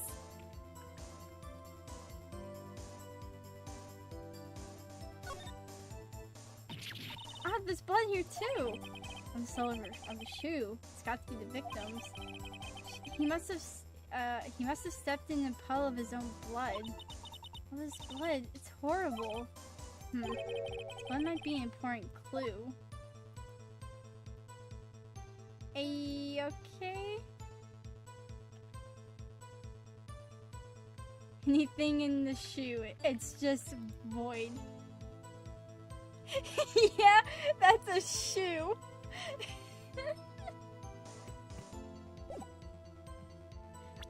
I can concur that this is, in fact, a freaking shoe.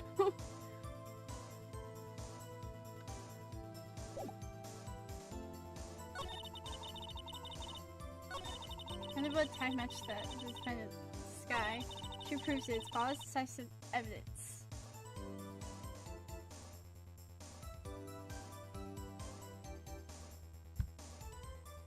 Well, we know the shoe. I'm just gonna see if there's any more info.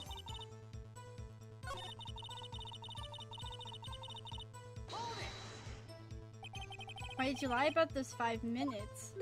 I guess you could say I just wanted people to look at the results. The results? How many times do I have to say this? I saw the chief prosecutor stab the victim for my very own eyes. Compared to that, 5-minute blank means nothing. Then why didn't you just tell the truth? Don't make me laugh.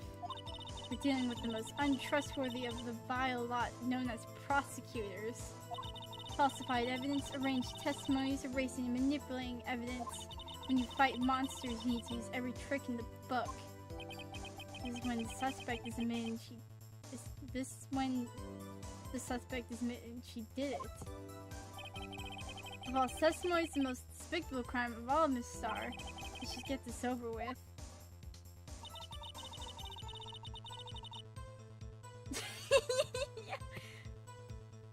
Yep.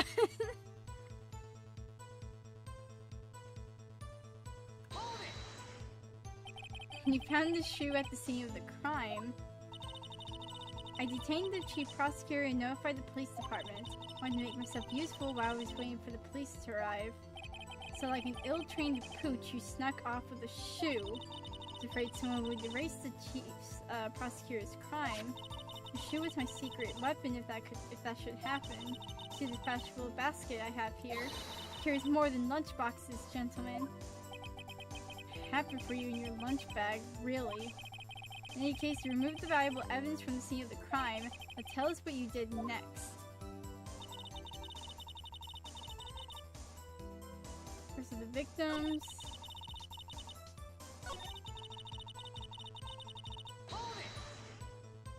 So you brought it to the forensics department.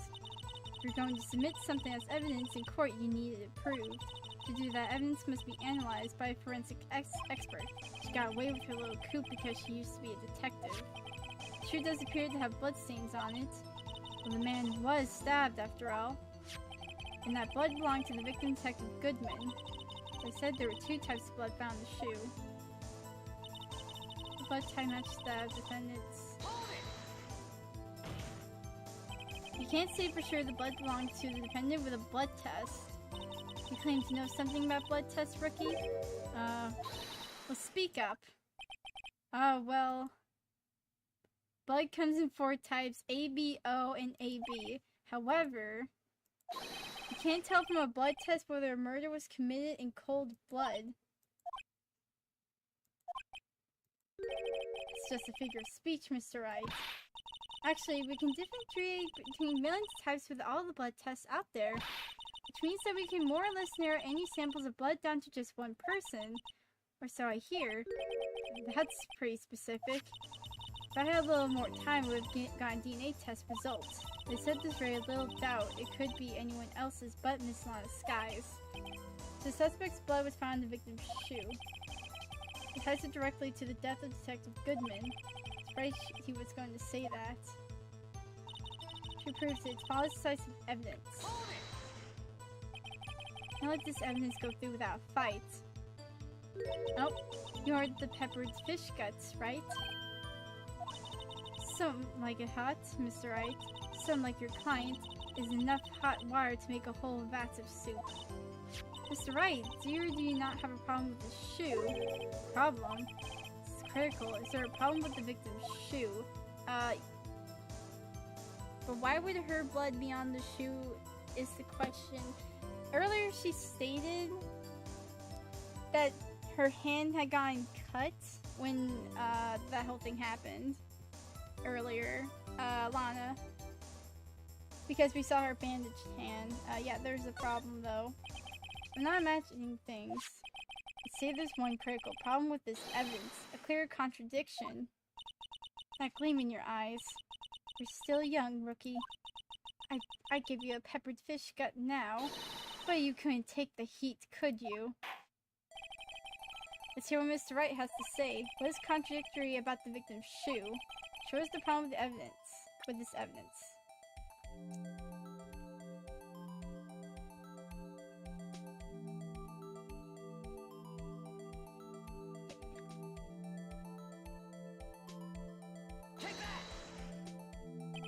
Problem with this evidence is here. Nope.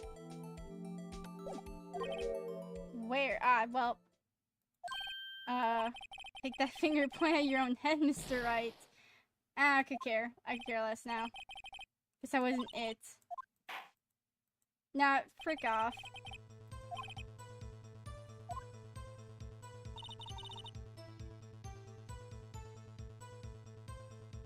You have to bomb. A swing and a miss. Yeah, this is the second time I'm getting penalized.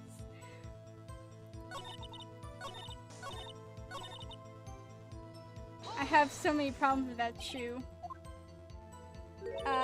We had something though. Yeah, we did.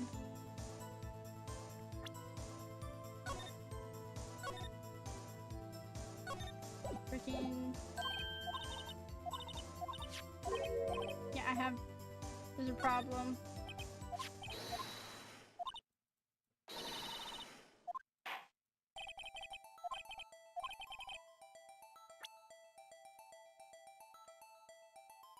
If it's not the bottom of the shoe, then freaking, I don't know what.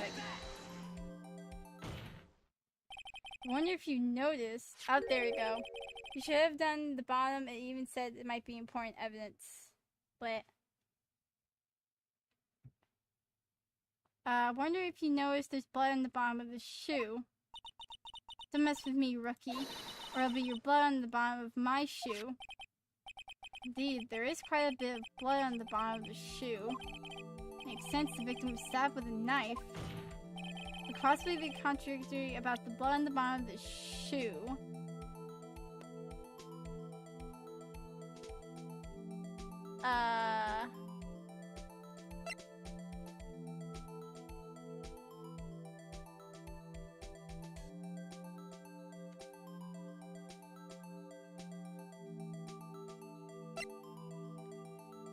I can't save. I can't save. I can't save. I can't save. It won't let me. Yeah, so, okay. Okay, if her blood is... Wait, so his shoe stepped in his own blood. Well, okay. Looking over this again. Okay.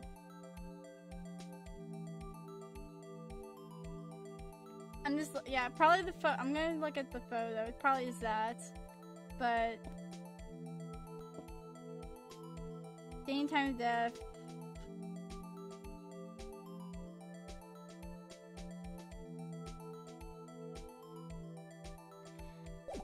Why would he step in blood if he fell over? That or the autopsy? Because he probably stepped in his own blood. He died within an hour and a half. I'm gonna.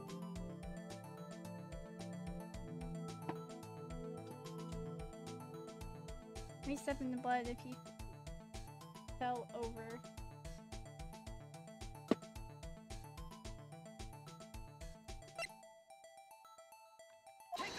Did this? The problem. Oh, okay. Lies in the footprint. Okay, there we go. Okay. The footprint. Note that the bottom of the victim's shoe is covered in blood. Then, isn't it strange? Why weren't there any bloody footprints found at the scene of the crime? Did it happen somewhere else? Did he...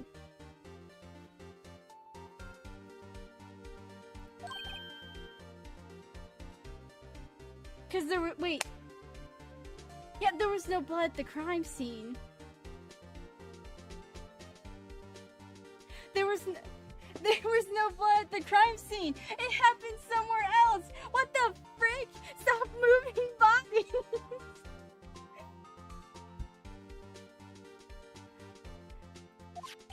As you can see, there was no traces of any such footprints at the scene of the crime. That contradicts your claim about this shoe. This picture only shows part of the floor, so there could have been bloody footprints. Then where were they, Mr. Edgeworth? Because we checked the scene and found nothing of the sort. I'm glad I'm part of this stream.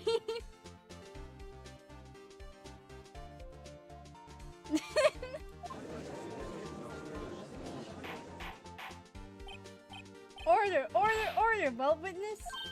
What? Great going, Mr. Wright, but it's true that the lack of footprints is a contradiction, but then we have to ask why there wasn't a footprint. Oh, it's true, there has to be a reason why there wasn't a footprint. Think, Mr. Wright, think.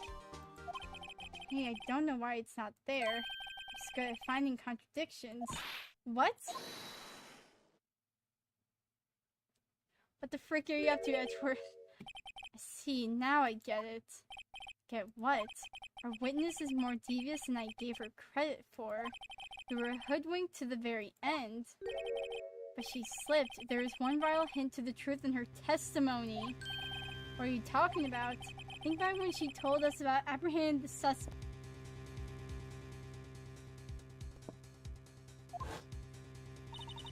The chief prosecutor tried to resist, but her efforts were in vain. She knocked my hand aside and kicked over an oil drum. She's beautiful but deadly, a predator this one, a leopard woman.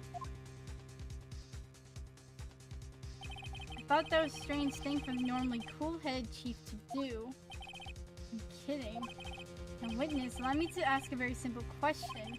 This oil drum, was it empty? Oh, that, I'm not sure I like your attitude, Mr. Edgeworth. Though apparently you're not the slowest conveyor belt in the lunchbox factory. Witness, well, was the oil drum empty? The oil drum kicked over by the chief prosecutor was brimming with water.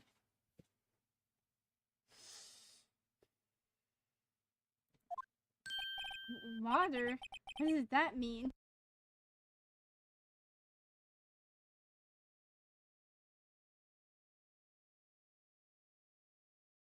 What the frick? Still don't get it, Mr. Wright. Do you want to know the reason she knocked it over?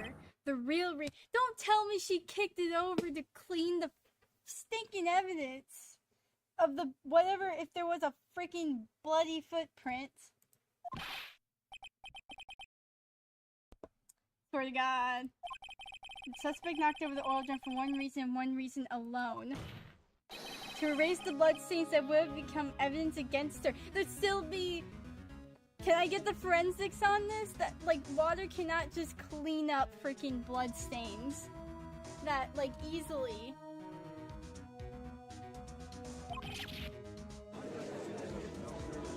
I want the forensics. That ties things up quite nicely. The bloodstains left on the victim's shoes tie her quite clear to this murder. And after the deed was done, she knocked over the oil drum to erase the telltale signs. And that's a prosecutor's specialty, erasing evidence. That reminds me, this guy's right hand was hurt. And she said she cut herself when she stabbed him.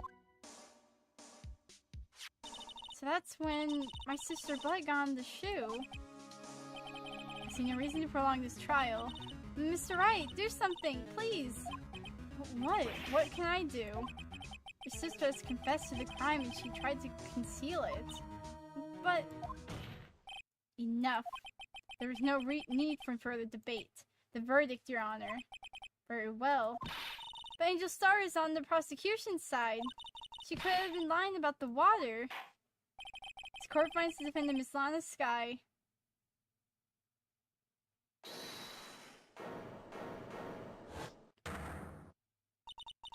Little girl, what did you just say? Huh? Me? Did you say that I, Angel Star, was on the prosecution's side? Well, yeah, you are. You're saying my sister hid evidence by erasing the bloody footprints. Well, I thought you had your fill, but here you are demanding a second helping. Blood is thicker than water is the saying. Oh my god. Another lunchbox. A lunchbox called evidence. Wait, witness, don't tell me you have something else. Time for deliberations is past. Any further comments and you will be held in contempt of court. Your threats don't scare the cough-up queen. Look at this. How much time did you have?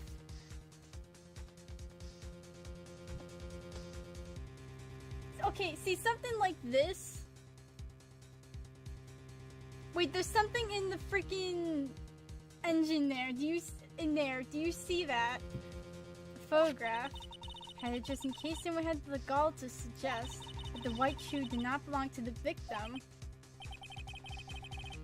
She's pulling everything out of that freaking lunch bag of hers. She got his dog. He got his dogs out.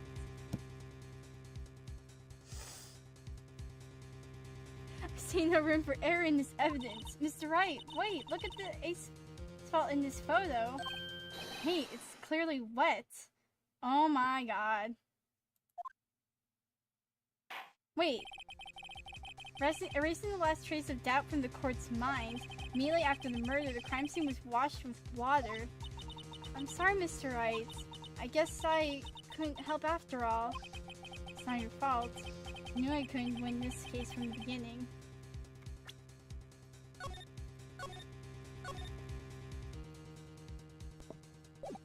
I don't know when it's like handkerchief and the exhaust. Yeah. It seems this is what your sister wanted anyway.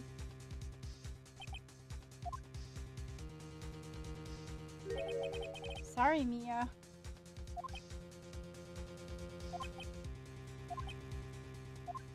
Nope. Right, what or not? As a statement. Don't be so quick to throw in the towel. Get yourself up off the asphalt. Take another good look. Don't give up. Not until the bitter end. From the beyond, I summon thee!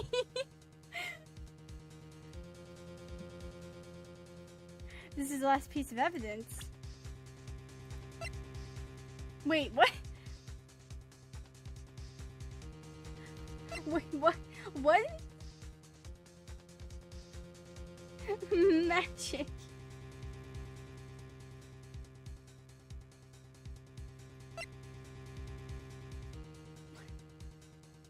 Wait.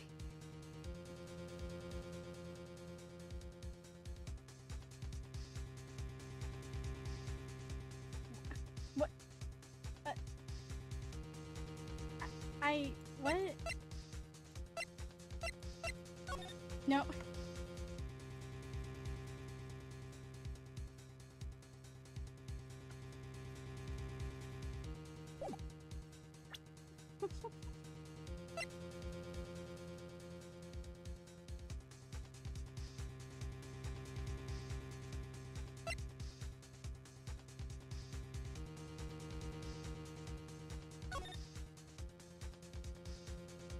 What? Continue the dialogue. Oh, like, oh, I thought, like...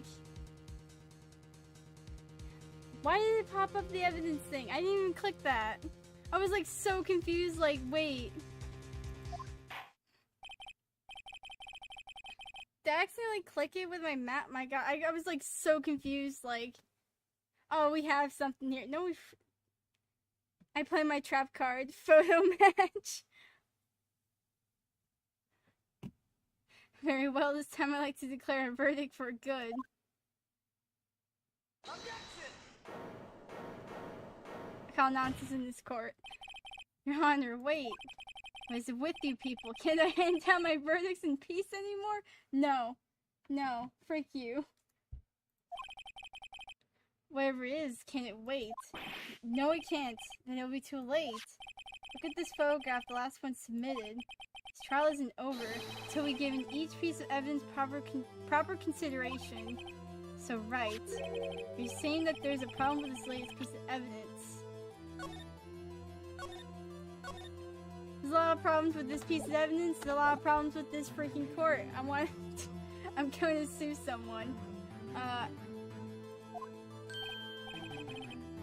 Yeah, I'll think later.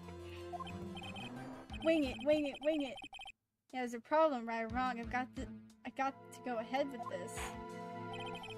The two photos don't match the scene. Suppose since we've come this far, we should give every claim a fair shake. Farewell, Mr. Wright. Show the court the problem with this photograph. Something here. Take that! The problem in this photograph is here. What's this? Something poking out from the car's muffler. Which is this moment, Mr. Etchworth. Your Honor, she said muffler. I've seen no traces of muffler or scarf of any kind in this photograph. Muffler is also part of a car, on a car or motorcycle, Your Honor. That's what she meant by muffler. Just think of it as part of the exhaust system, a pipe. I see and I see. It's a suspicious looking cloth sticking out of the car's muffler. So what if there's something sticking out of the muffler? What does that have to do with this case? Nothing. Absolutely nothing. Objection! Sorry, Miss Starr, but it's not going to be that easy. In fact, you've already told us why this is important to the case. It says such in your testimony. Muffler caption. What? It's what Mr. Wright has on his mind. Tell us why you think this piece of cloth with muffler is related to this case.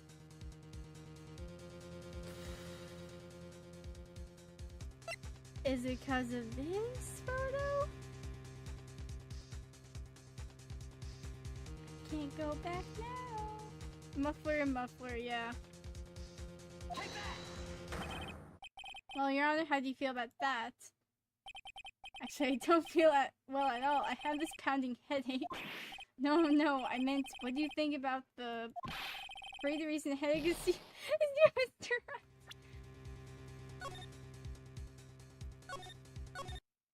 Frick this. It's later. I'm gonna... So since we've come this far, we should give the claim a fair shake. I'm gonna save up until that point. Because this... Mr. Wright. So the court the problem in this photograph. It's this.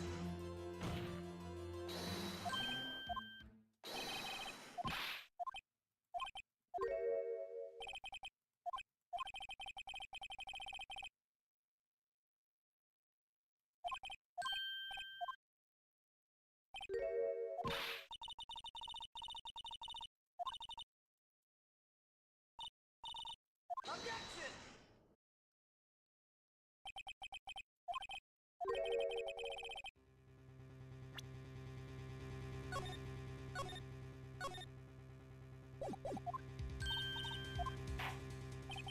Hear what Mr. Wright has on his mind.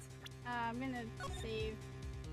Cause this freaking case won't let me save when I need to. Tell us why you think this piece costs right to this case.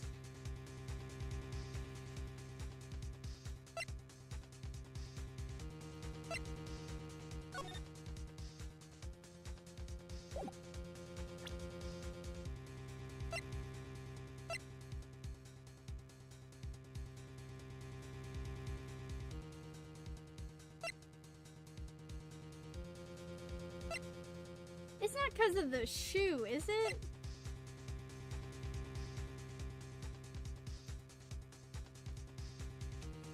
I don't freaking know.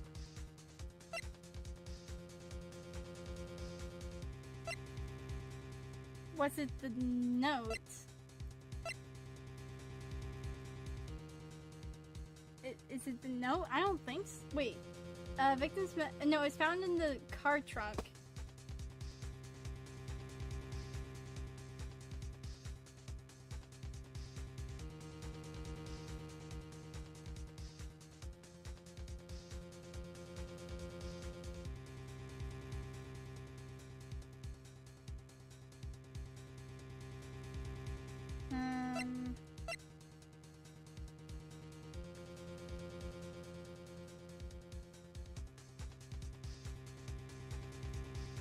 Bruh.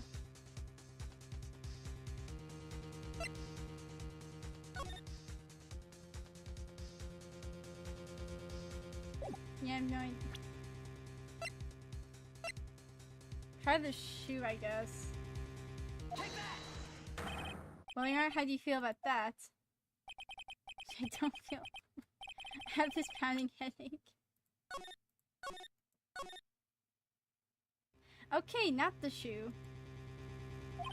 That's why you think this piece of cloth in the muff is related to this case.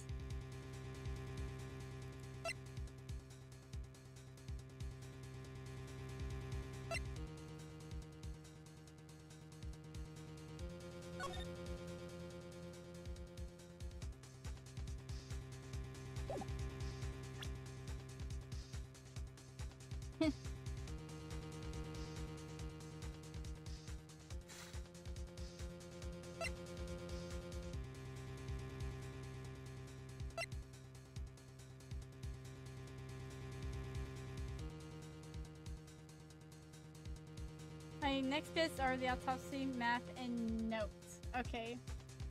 I'll do that. Take that!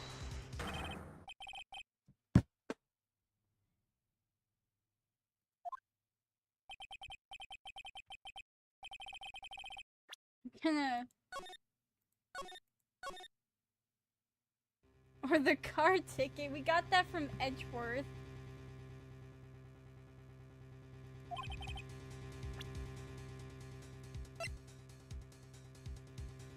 Because that's like the time when he arrived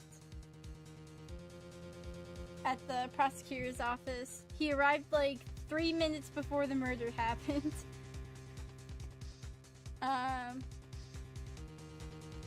Is it the map? Take that! How do you feel about that? Oh my god.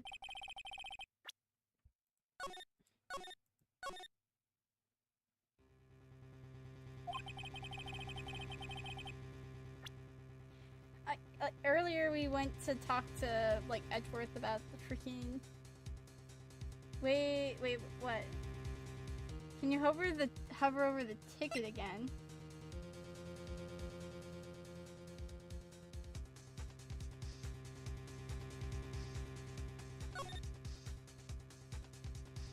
More than that, I can...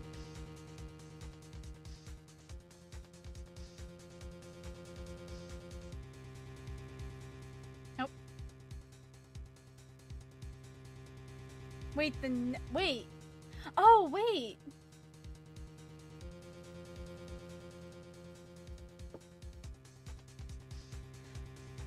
Oh.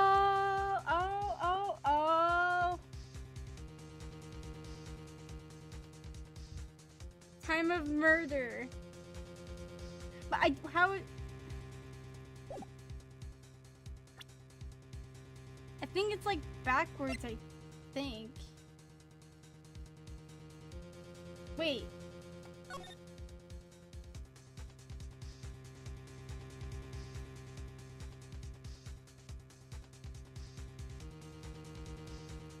Yeah, it look... It might be back or up... Wait. Oh...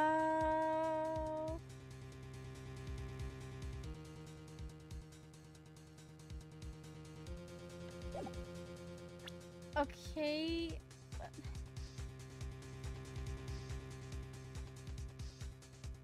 How does that... Does that help it? I don't think that helps us here, though. Why the cloth is related to the muffler. Might as well use it like what, the note?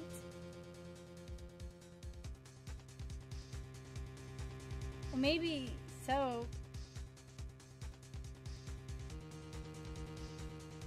I don't know, but something. Yeah, we're 12 to, has to be 221, which is,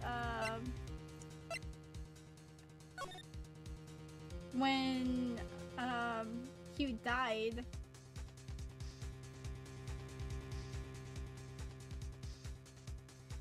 Like, 221, because that's February 21st.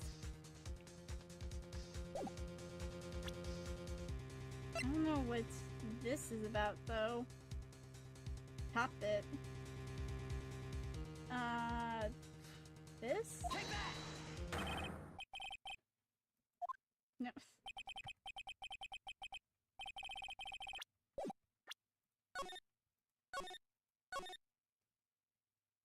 6 minus 15? I feel like that's like a weird case number for some reason. Like, the way it looks. Use the badge!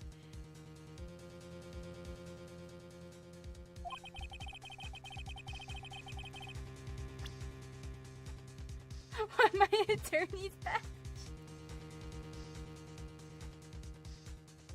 I can't, like, prove that I'm a freaking lawyer guy. Just the badge. What?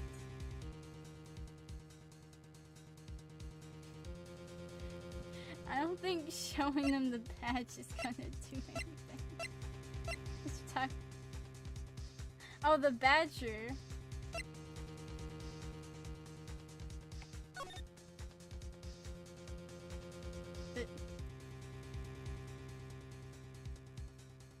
Oh, the...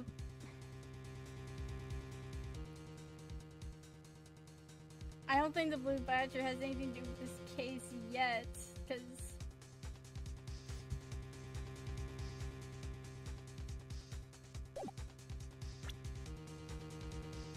Why would this...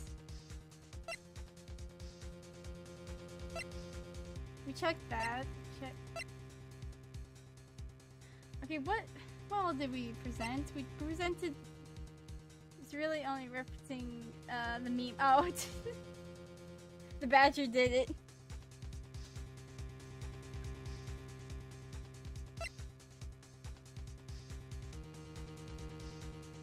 I'm sorry, my brain's like fried right now. And I'm like, I don't know if like what's real, like what's serious or what's a freaking joke anymore. Because this like court is full of it.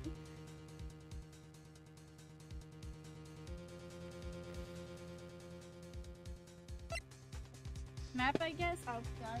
Hold on.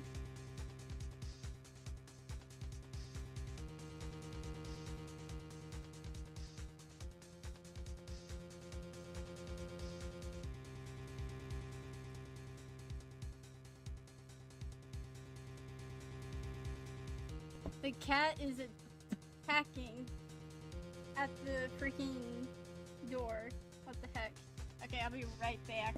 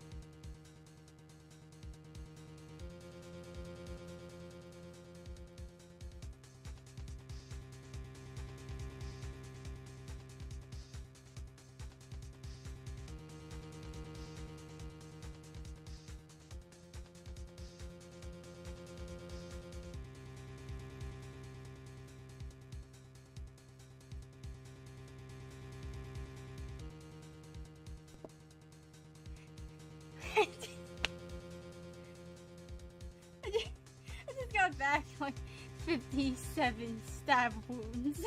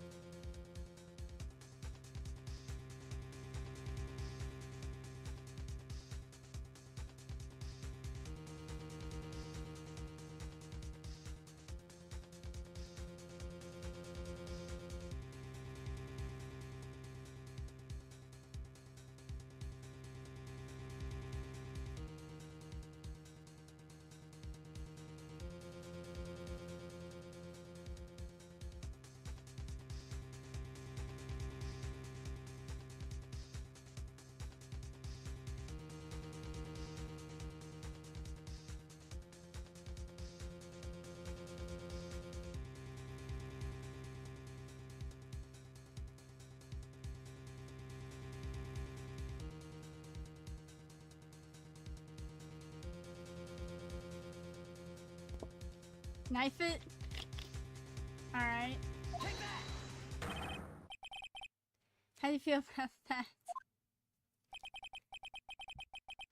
It wasn't the knife? Huh? And the muffler is related to this case? Hey? Did we use the map? Car ticket? We got this from... I don't know how this is... If this doesn't work, I'm showing the map. No.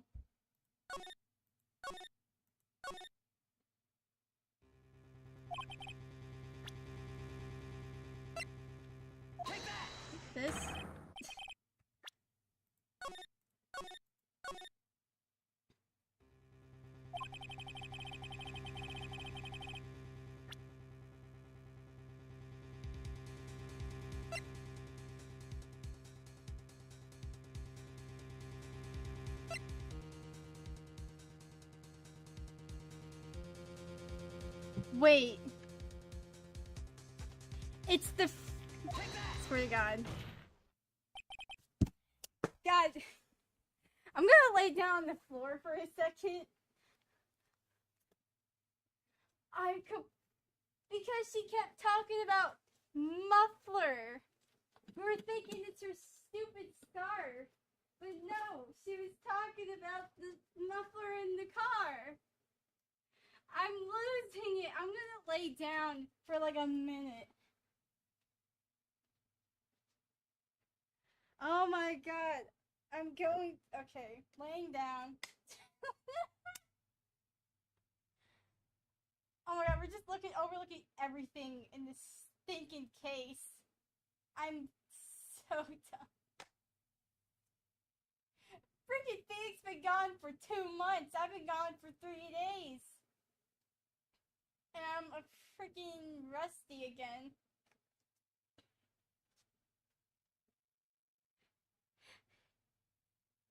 What a coincidence. Chill time.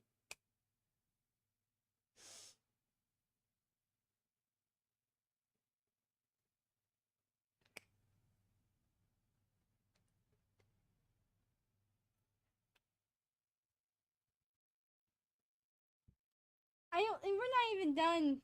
That's the thing. There's still more to this. And what time is it? It's 10. It's almost 10:30. Oh my God, I'm not gonna be able to. Probably not gonna be able to finish this tonight unless I freaking get a big brain. Time to both overthink and underthink at the same time. That's kind of what you have to do.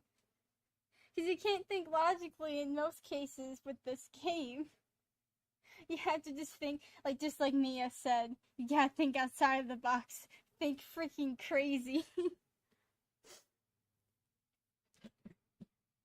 And because I've been thinking crazy, I have not been thinking normal. Because of the rats. Okay. Oh, where did my PNG thing go? Okay, there it is. Okay. Miss Starr, recall your testimony for the court. Oh, yes, when I arrested her, she mentioned the muffler. That's why I had me confused in my earlier testimony. Crazy is the new normal. Muffler? Could it be that the muffler you heard mentioned is actually this exhaust pipe? If so, that means this piece of cloth is vital evidence.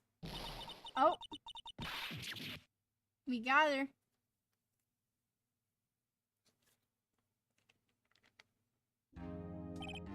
Well, it seems we will have to suspend the proceedings. Suspended? Found myself wondering about that piece of cloth. If we leave any questions unanswered here, we do a disservice to the law. Have the car at the crime scene inspected at once and bring me that cloth. The verdict will wait until after we've seen all of the evidence. Agreed? I suppose so. Well, that was close. But we made it. At least for now. This court will adjourn for a 30-minute recess. It's lunchtime after all. You still hungry?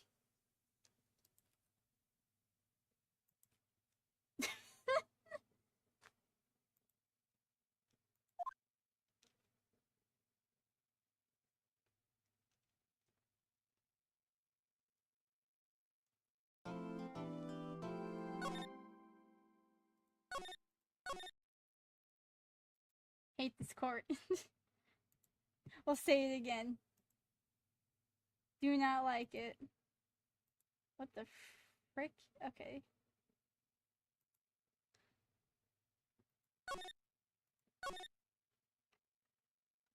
Trial ladder. Okay.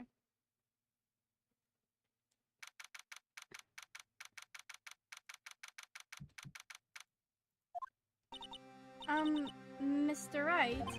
Huh? What? Are trials always like this with you? Like, you're swimming up from the bottom of a lake, about to reach the surface? But no matter how hard you paddle, you never seem to get there. Pretty much. Except today we're swimming in quicksand. So, what happened to your sister anyway? Apparently she got called off to the judge's chambers. Probably something to do with that piece of cloth. So, this is where we turn this trial around, right? Our only weapon, a tiny significant piece of cloth. I'm the one who's starting to feel tiny and insignificant, to tell the truth. Hold up, partner. Ah, cowboy man is back. Well, they say you show the red cloth to a bull, it'll fire up its temper. That's what they told me when I was a youngin', at least. Officer Marshall! Thought I'd come take a look to see how the trial's going. Looks like I'm late. They've got the home ranch locked down tighter than before in enemy territory. Not hard to slip out, huh? What's going on over there anyway? Well, the police I've seen these last 2 days have been really on edge. Haven't you got enough on your plate without worrying about other people, compadre? Now we see the real star of the show. Yeah. Could be worrying about the chief prosecutor's taste in mufflers, for example. Officer Marshall, the whole muffler thing didn't have anything to do with scarves. She wasn't even wearing a scarf. You don't say. But don't that just beat it all? Seen the red breeze blow on her slender neck many a time. Saw it that day too. She was wearing a red muffler. What? At the awards ceremony that afternoon, Edward's seen it too, I reckon. I wonder if she knows who I'm referencing.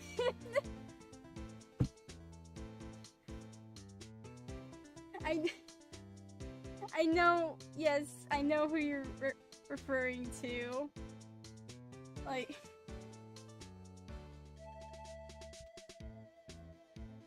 You're talking about Star-Lord, friggin'... Where the heck is he? I'm gonna find the picture, hold on.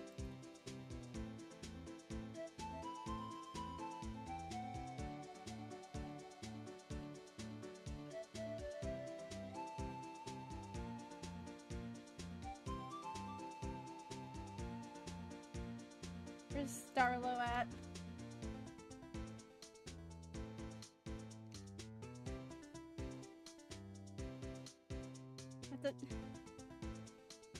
Save as PNG.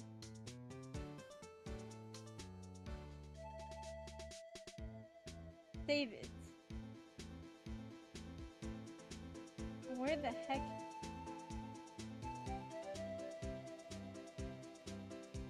Another thing I have to add to this stinking...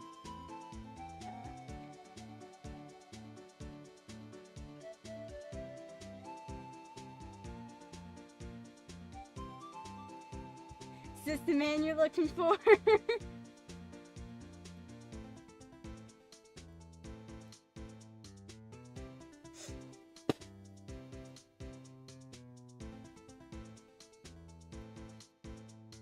Yeah, alright. Anytime this guy's just being brought up, I'm just gonna have him right. I don't know where to put him. I'll just put him beside me.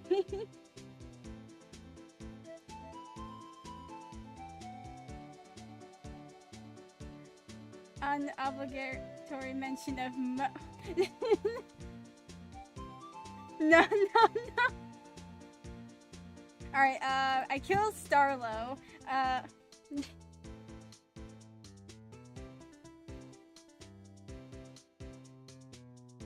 No, wait. Wait a minute.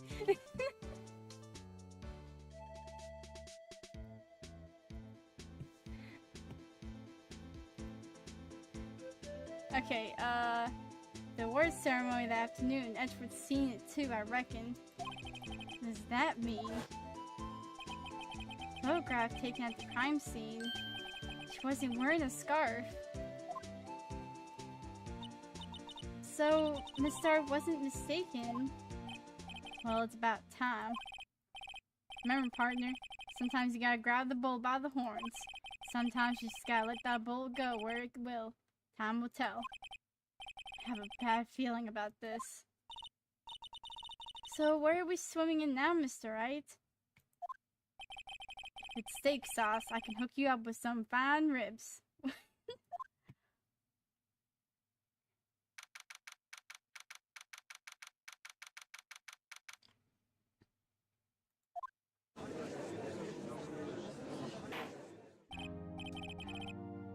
You're still alive? Yes, I'm still alive. I thought I meant... Nah, I think we're just getting started. I'm pretty sure, like, this... We are not done with this case. This case is freaking stupid.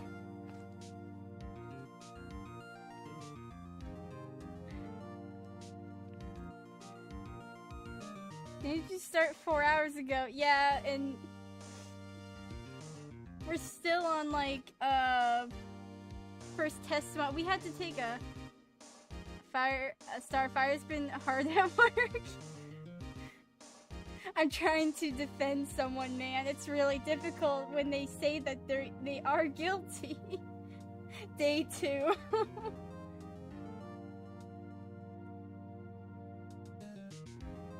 Like,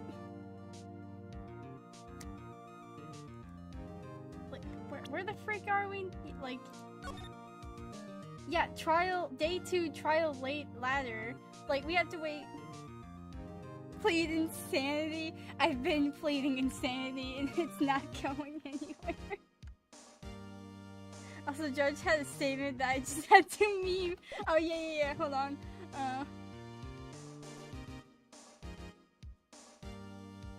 The judge stated that, some people have mistaken his beard as a bib, and then Phantom made this.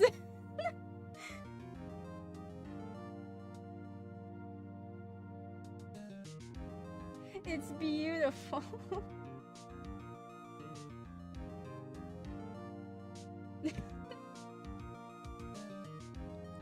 So now that's just gonna be at the starting soon stream.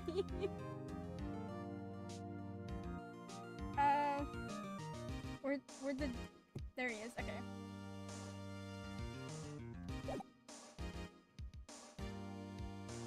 Oh, yeah, this man's just be eating all the freaking bribery bento boxes from someone named Star. I'd like to resume? What's up? The judge keeps looking over at the prosecution. Oh!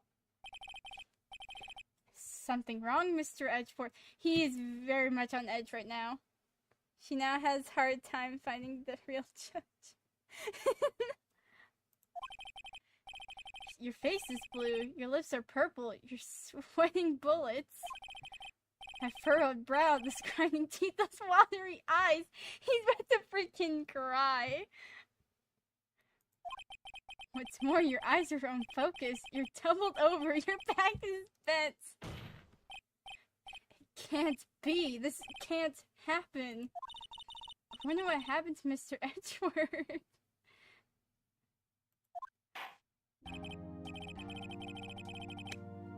What happened? Well then, I believe it's time we continue on with this trial. During her research, I requested that the prosecution conduct an investigation. This is unacceptable.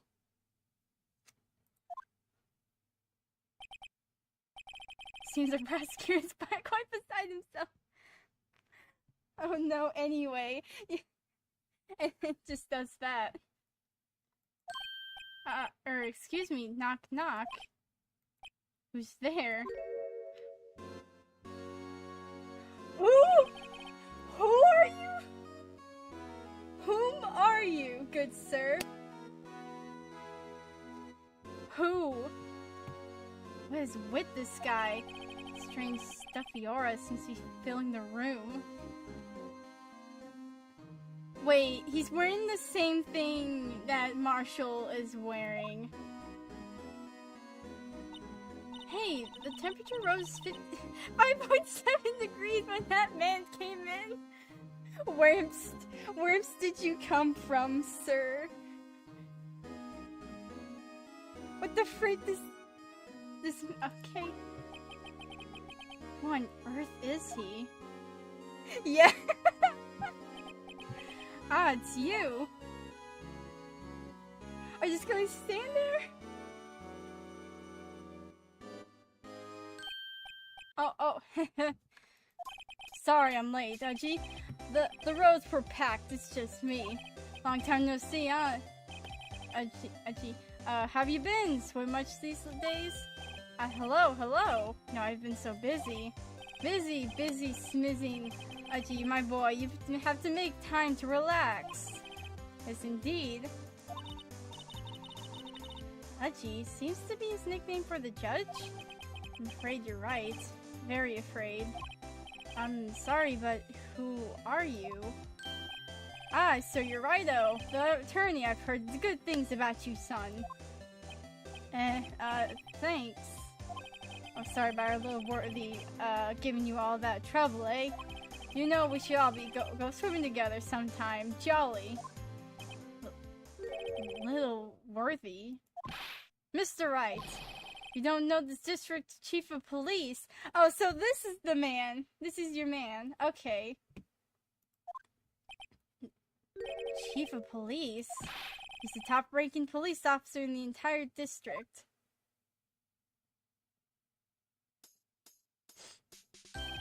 Name's Gant. Dan Gant. Pleased to meet you, everyone. It's like some freaking reunion happening. Like he's like the uncle or something. That we don't freaking hear about. The pause. What a cop.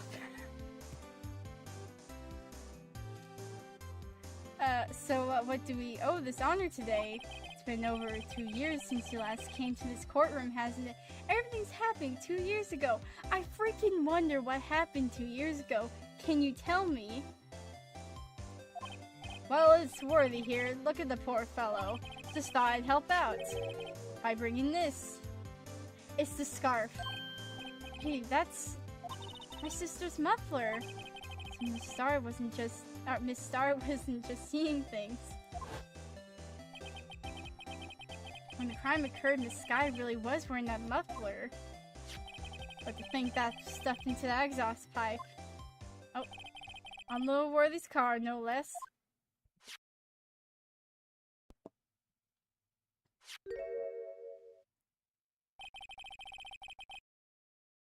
It's really quite embarrassing, even for us. Wait.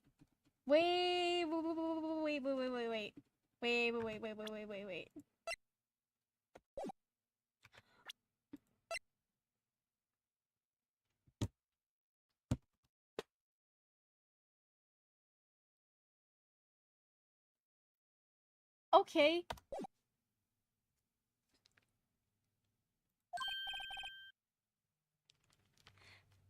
What's this? It's what you call a switchblade knife. Quite perplexing, this. Oh. Chief, what kind of outfit are you running? Mr. Edgeworth, how could they miss such a vile piece of evidence? If your investigators are this lax, how could you expect us to do our job? Now, wait a minute, Worthy. I've no desire to hear your excuses.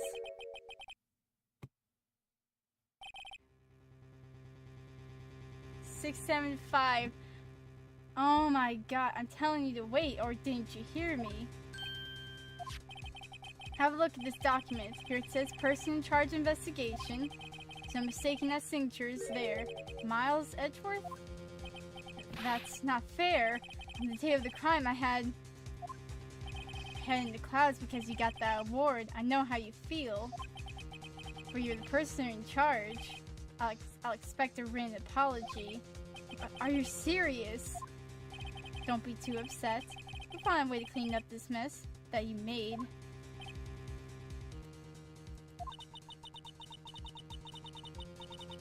First time I've seen Mr. Edgeworth at a loss for words. This kind of major blunder is unlike you, Mr. Edgeworth. The court accepts this new evidence. I'd like to ask the defense a favor first. Yes? Just be sure. I'd like to take a look at the blade of this knife. The blade, Your Honor? Oh, I don't see why not. Could you open it up for me, I wonder? Yes, well, I think all you have to do is push that switch and... If I cut my finger, Mr. Wright, I would be able to pound my gavel anymore. Yeah, but if I cut my finger, I won't be able to point it at people anymore. Come on, just hurry up and open it. Oh yeah, I'm not doing this. Hands off.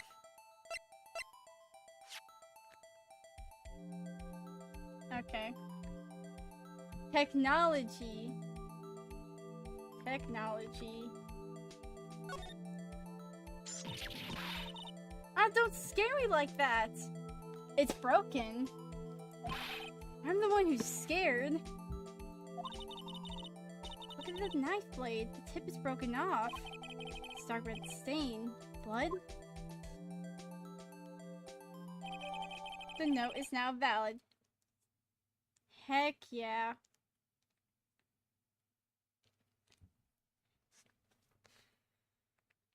I don't understand the two, though. This does not excuse the actions of the police department. I would like to hear an explanation from the chief of police himself. Terribly sorry, but could I ask you to testify for us? About the split between the prosecutors and the police. And this knife. It's the date. Oh, okay.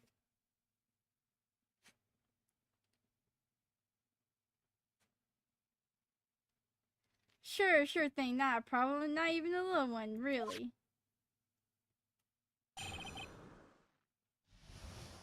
Carbon disorder. This knife is special, but I can't say how here. Unless there's evidence to prove a connection between this knife and Goodman. There is. It was a bad day for the department. We weren't in any shape to do an investigation. The detective was killed at the police department, see? What a mess. Time of the crime? 5:15. Scary coincidence, eh? It's not officially linked to this here case, so I can't talk much about it. There was a murder at the police department, Detective. That's a hush-hush information, Uchi. We haven't exactly announced it yet.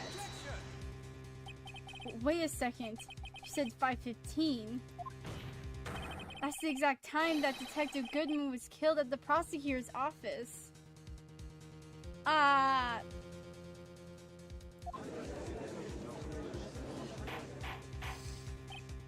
Okay. Order! Anyway, we have the department here. We're all flustered. We're all flustered, as you might as well assume. We're in the middle of a top secret investigation. Don't tell anyone, okay? You understood the police department situation. Well, Mr. Wright, detectives killed at the same time in two different places. Chances that are really slim, scientifically speaking, of course. I'd like to exercise my right to cross-examine the witness. Deeper questions focus on the case at hand. Okay.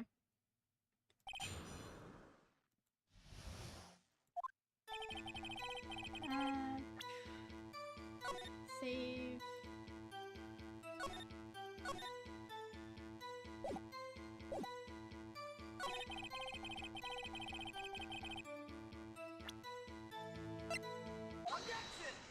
There we go. Wait a second. At last, an honest to goodness objection. This knife has to have something to do with Detective Goodman. What do you mean? Aha! An honest to goodness, what do you mean from Mudgy? This is great. Look at the tag on this knife. It reads SL92. This is important. Why? Over here we also have a memento that was on the body of the victim. What's this? 6 minus S7S. 12 by 2. Your Honor, it's upside down. Upside. The printed name of the memento makes it look like it's right side up. but turn around and what do you get? SL9. Aha! The road to snow is holding the paper upside down. SL9. That's the name, same thing on the written on the knife's tag. Order! Order! Well, Chief. Ah, well. I guess the cat's out of the bag. You win, Righto. I win? What game is this guy playing? Sniper's evidence case is stolen from the department's evidence room. So this knife was stolen. Yes, but on the day of the murder. It was evidence, you say. Was it in fact a murder weapon? Nice, nice, nice. Good show, little worthy. It was a murder weapon, as it happens. There's evidence from a case long since solved. This knife was stolen on the day of the murder. It was found in the exhaust pipe of Edward's car.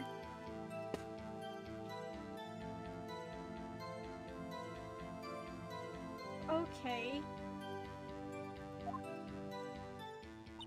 Hard to think there isn't a connection there. Wait.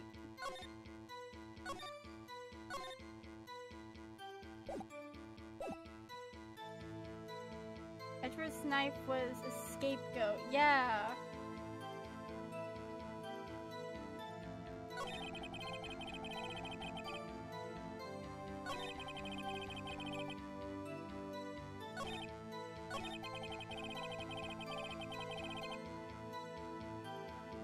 We weren't in any shape to do investigation.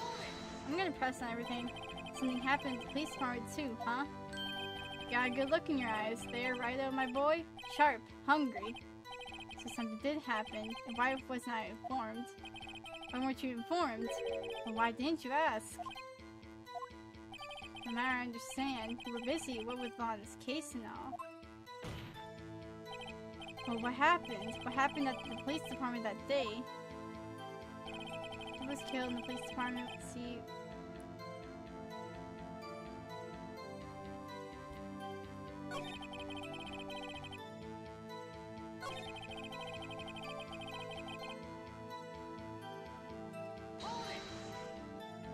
How can you say there's no connection? How? Because I'm the chief of police. Can't just say anything. Please, Ryo, you understand. If you can prove there's a connection, more power to you. Maybe there is something that has ties two murders together. If there is, I better finally get to the bottom of this.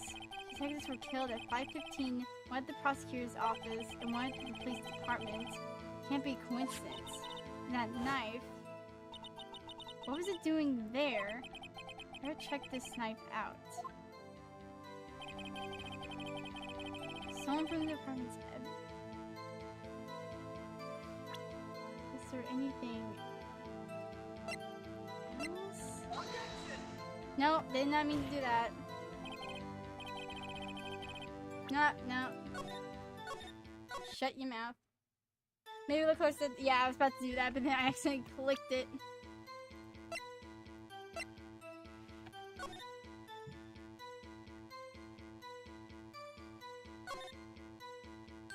There's a small tag on the knife. It says SL9 too. What's that supposed to mean? Not sure. It reminds me of a similar code. DL6, maybe it's a case number. That's weird. What? I don't remember where. I think I've seen something like this before. Something similar to what's around this tag. It wasn't that long ago either. I should check the court records again. Okay, so that's just... I don't know how this works. Wait.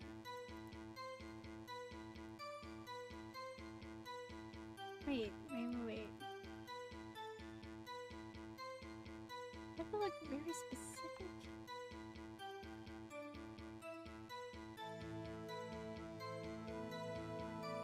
Yeah, there's a stain. Okay, wait. Okay, I can zoom in.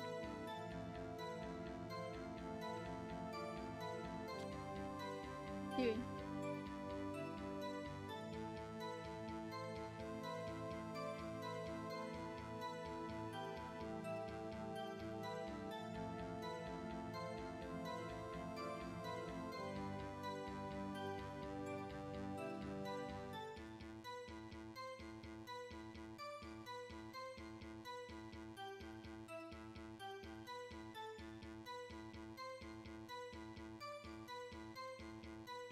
Okay, check that.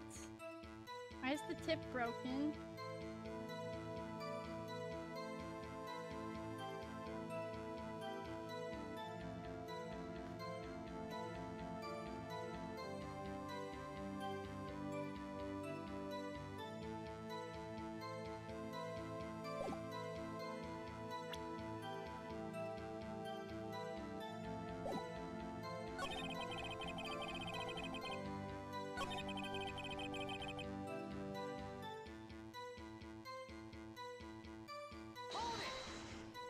Blade me 5:15, but that's when Detective Goodman was killed in the prosecutor's office. What? Funny, isn't it? A murder at the prosecutor's place, and a murder at our place at the very same time. What are the chances? Coincidence? It's just my gut feeling, but I'd say there's 0.001% chance of that happening. Chief Gannon, please tell us more about the incident. It's not officially linked to your case, so I can't talk much about it.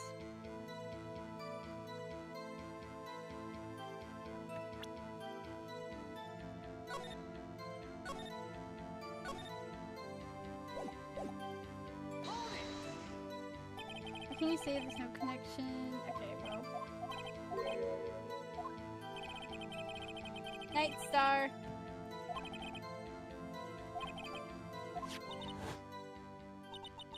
What is it doing there? Okay, I'm gonna...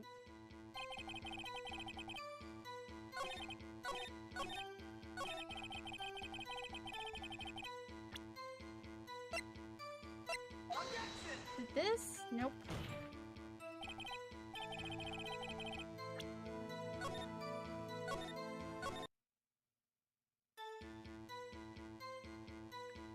It's not officially linked to this here case, so I can't talk much about it.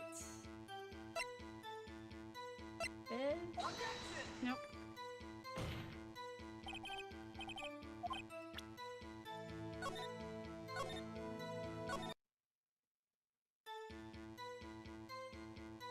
Beep, beep, beep, beep, beep. I'm just losing it.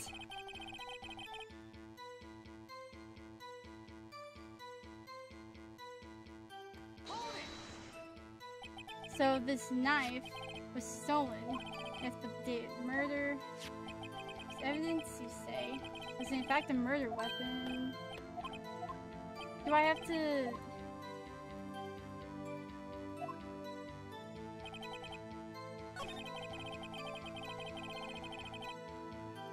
This? No?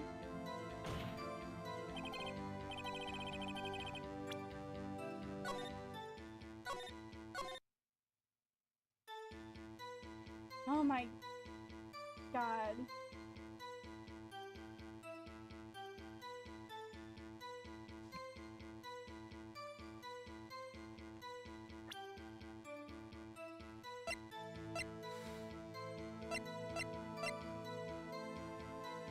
But it is, though, because of the knife here. Why was the knife in the mother freaking muffler?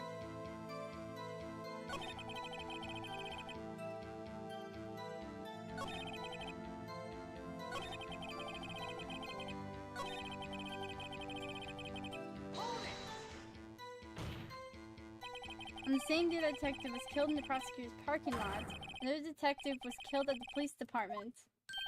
That's a fact. Surprising, isn't it, Uchi? I'm at a loss for words. Perpetrator, do you have a suspect? Well, there was a suspect. Just arrested him, in fact. Just arrested? That was quick. But there's still a lot of unanswered questions. Maybe you could help, Righto. Suppose I could help if you help me by giving me data on your case. Oh, good ones, Kid Sharp. Okay, here's the deal. I'll tell you one thing and one thing only. Okay. Can I save? I can't save. I will save here. Okay. Okay, we know. Okay. How was the. Okay, where was the victim found? How was the victim. Okay. Probably where the victim was found? Like, exactly? I'll, like, roll back. Because we know when, we know how. Or supposedly. Because I have this saved. If I botched it up, I can freaking...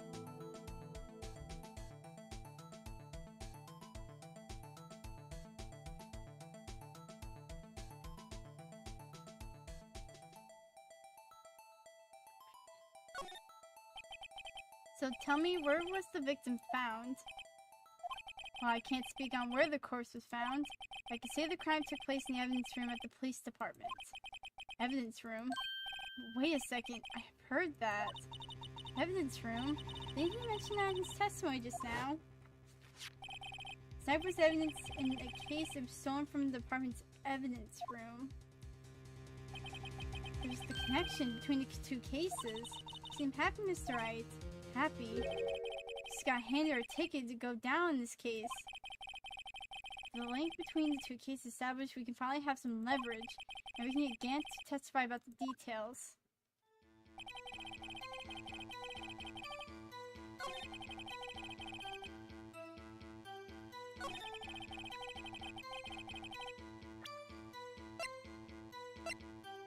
Objection! Not Frick.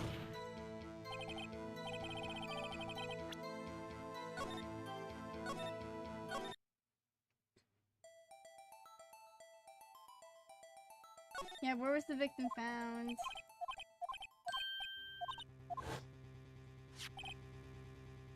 It was stolen from the department's evidence room.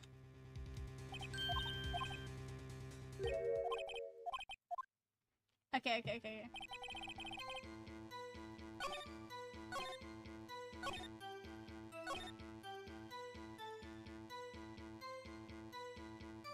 Hold it! So this knife was stolen. Why do I keep...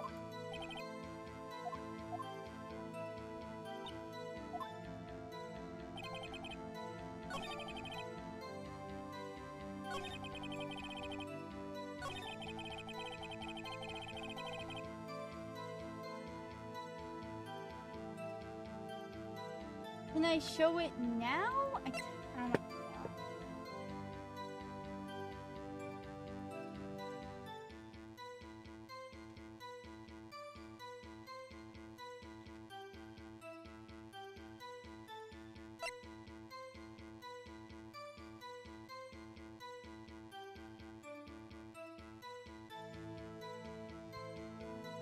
Objection!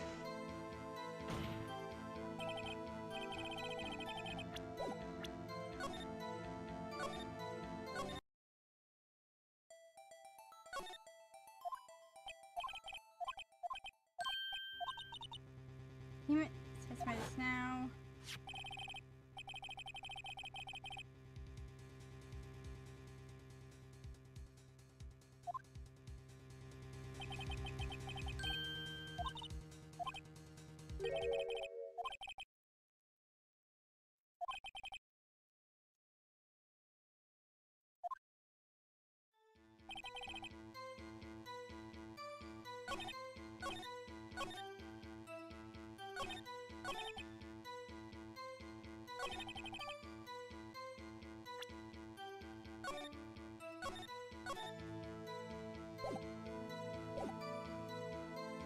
Hold it! So this knife.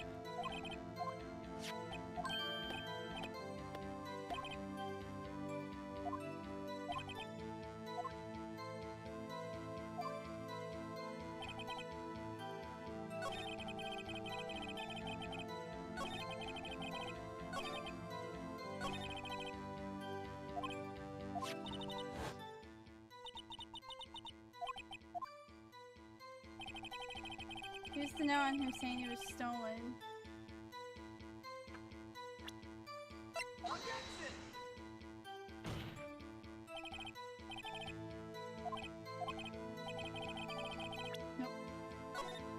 Not save, not save, not save. Load. Separate evidence in the case of someone from the department's evidence room. Game is not game. It really isn't.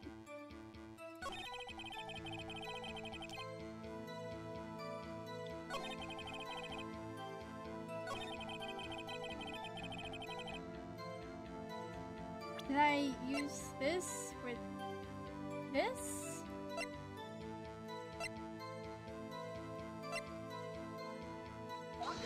No?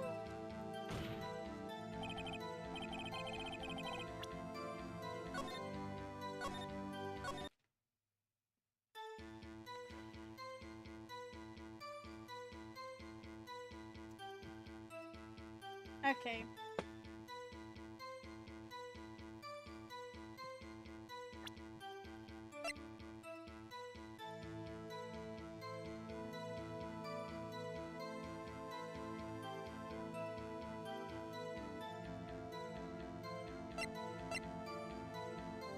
I'm about to look it up.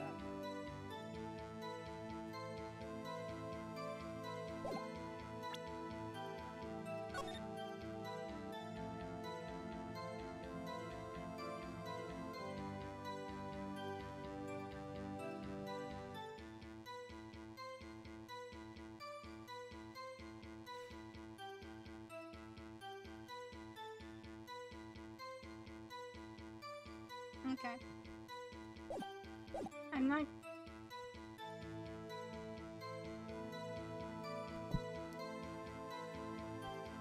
Boy, this whole. I need therapy after this.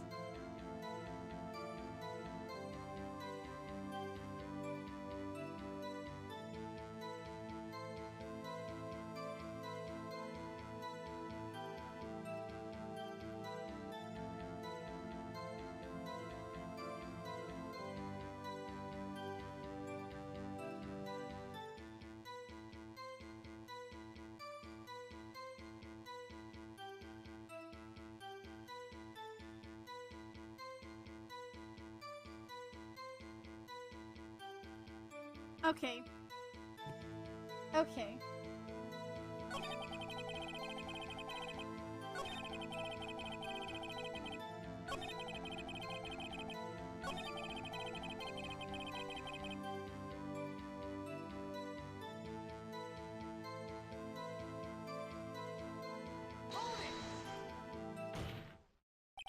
We had to press about the last statement he made.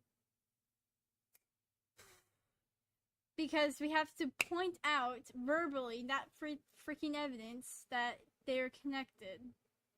Okay. Okay.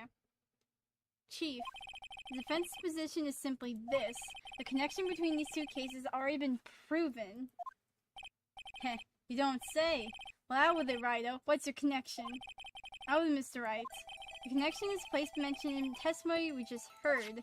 The knife found in the lot was stolen from the police department's evidence room. Not to mention the victim had on him the case number on the knife's evidence tag. Also know that the detective's murdered at the police department was killed in that very same evidence room. Indeed, there seem too many connections for it to be a coincidence. This freaking stare. You two make a good pair.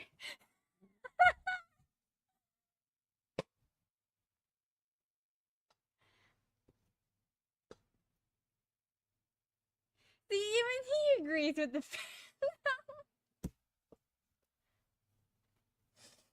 even he agrees.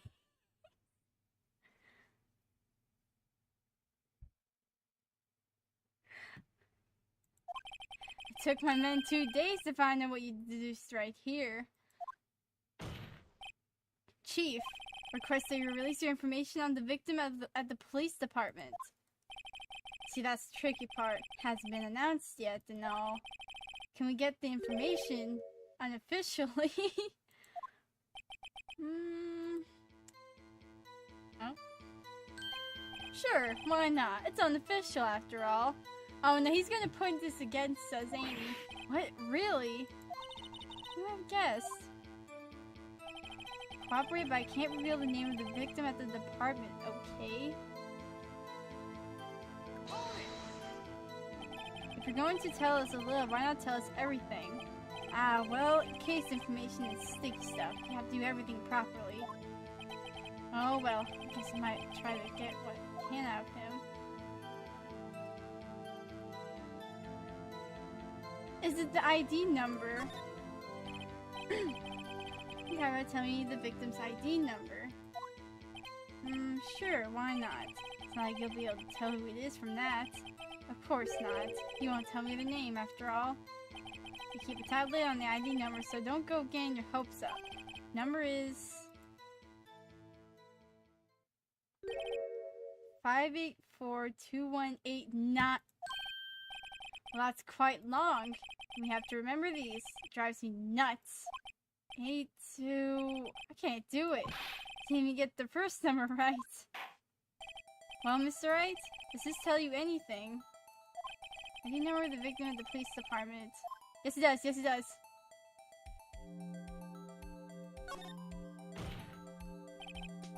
Actually, it does, Your Honor. It does. I think. Meaning? It has to be what I think it is. But what does this mean? Well, let's hear what the defense has to say. Say the ID number of the detective who was murdered at the police department. Tells you something. What does it tell you? 5842189. Right here. Right freaking here. Frick this court, I hate it. Witness. What is it, Mr. Wright? You're grinning like a schoolgirl on prom night.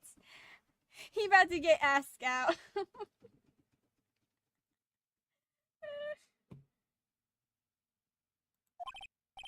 No, it's just, I got confused. This is news. Huh?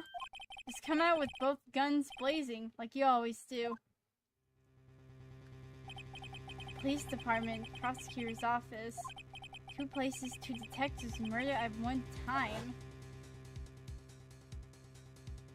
Actually, I had happened to have a police ID number here. Oh, is it yours? No, Your Honor, I'm a defense attorney, remember? This is the ID number of our victim, Detective Goodman. Shame on you, Righto. Personal IDs are top secrets. Detective Goodman's ID number is 5842189. Hello, welcome to the stream.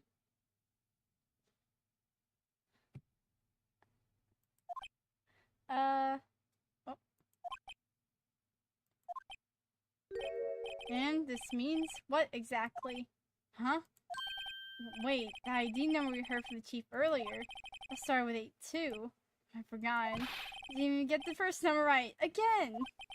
The number the chief of police gave us was 5842189. Wait a second, right. What does this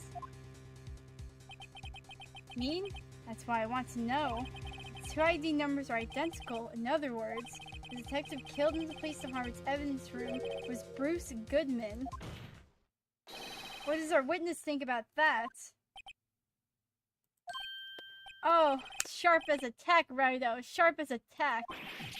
But wait, Detective Goodman is our victim. He was killed at 515 the underground parking lot. Yeah, Detective Bruce Goodman was also killed at the police department. In the evidence room at the exact same time.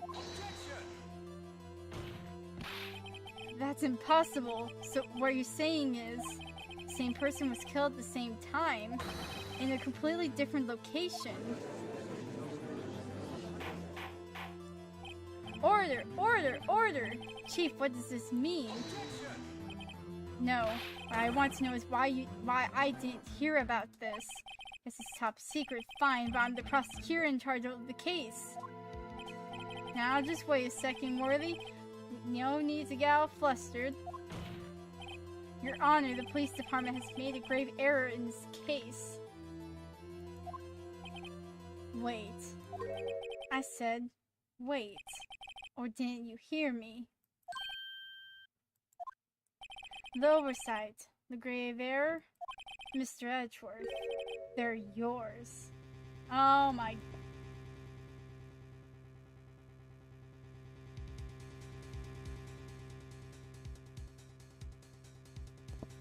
I don't like this man's smile.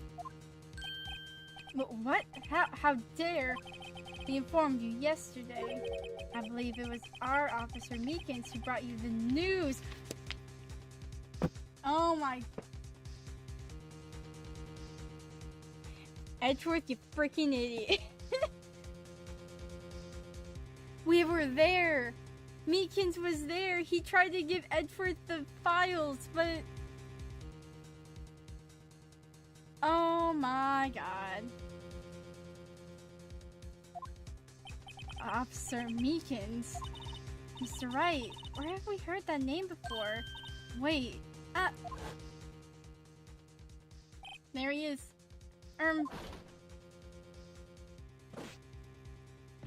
Excuse me, but Mr. Edgeworth, anywhere on the premise? I'm here, sir, at the request of the chief, sir. I've got your report, sir. You don't mean him. According to Meekins, you didn't accept the report. Hard to believe. Your officer, he told me. He said the report had nothing to do with the Lana Sky incident. Detective Bruce Goodman were in the police department evidence room. Mr. Edgeworth, the victim's name is right on the top of the report. Why didn't your officer tell me? Honestly, I'm not sure if that officer was capable of making the connection.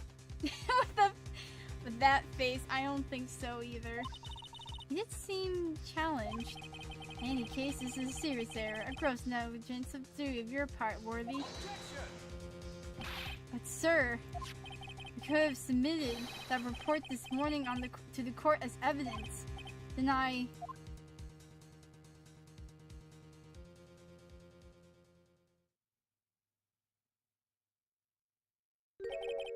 No such luck this time, Worthy. Or should I say unworthy? What? No, what was that? What was the second rule of evidence law? Well, Mr. Wright? Huh? Oh, well, it's, Rule 2. Unregistered evidence presented must be relevant to the case on trial. And how is this rule relevant? Normally submit a list of evidence to be used in court before the trial. This report wasn't on that list. So what does this mean? I couldn't submit this evidence until a connection was proven in court. And since we made that connection, the connection was just proven by Ryder over there. Good job, Ryder, my boy. We're gonna get a promotion. I was just doing my job. No. No!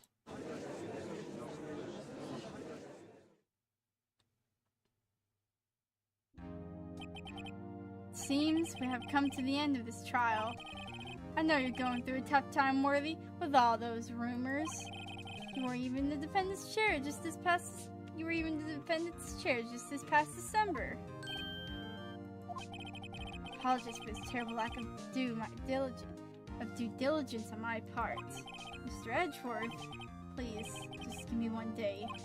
Get to the bottom of what happened. It's the last thing I do. You better get results this time, really. You have my profound apologies, sir. Mr. Edgeworth, poor Mr. Edgeworth. What? Can't speak. I don't think there's ever been an error this serious in the history of this court. I will grant one further day as the prosecution has requested. Will that be sufficient, Mr. Edgeworth? Yes, Your Honor. Thank you. However, your punishment for this, for your sake, I hope it's not decisive. Very well. Court is adjourned.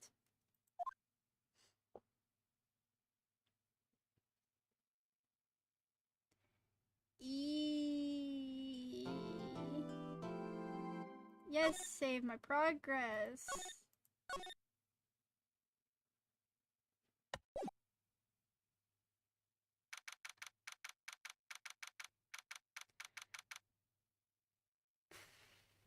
Okay. Mr. Wright, so what's going on with the case anyway? I'm a little confused. Huh? Well, let's see. What is going on? The victim, Detective Bruce Goodman, was stabbed to death after 5 o'clock p.m. on the 21st. He died in the prosecutor's parking lot in the police department's evidence room. What's this in the evidence room part? The prosecutor's office and the police department are 30 minutes apart by car. Well, that's what we're going to find out, or try to at least. Alright, let's do it. She's in good spirits, but I'm not sure she's going to be much help with this. Don't be so sure, Mr. Wright. Huh? Look, we're in this together, right? I'll prove that these thick-rimmed glasses of mine aren't just for show. Let's go! Signs awaits us. Blech.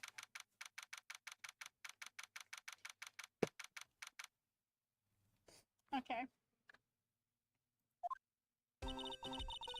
No, I really don't think we should worry about the police department murder. There wasn't even a body found there. Who cares? Yeah, it was only our victim who was killed in their evidence room. No biggie. Besides, my sister would never do such a thing. I know it. That oil drum was empty. Oil drum kicked over by the chief prosecutor was brimming with water. Sister erasing evidence at the crime scene? Never. Even though she says they don't get along, Emma really likes her sister. That's not at all. It's just... we're both professionals at what we do and I trust her. Big words for a high school student. Well, whether there was blood on the floor or not, water in that oil drum washed it all away. Is this where this comes in? You can't clean all the freaking evidence with just freaking water. For God's sake. Ignore the strength of my science at your own peril, Mr. Wright. Huh? What's that grin for? The situation calls for one thing, and that is... luminal testing fluid. Luminal? Blood is sticky stuff, you know. You can't just wash it with a little water. Even if you can't see it, it's still there. Point, the police have already done those tests. Never trust anyone's eyes but your own, Mr. Wright. But just give it a try. Me? Why do I have to do it? I'm a minor. I can't even drink yet. I'm testing blood stain for this stuff, not drinking it. Here, look. I'll lend you these glasses. Huh? Got an extra pair of those things. Oh dear God. Test for blood reaction. Just spray the luminol on it. Like this, see? Present to spray it on. Okay, let's find us some blood stains. Oh.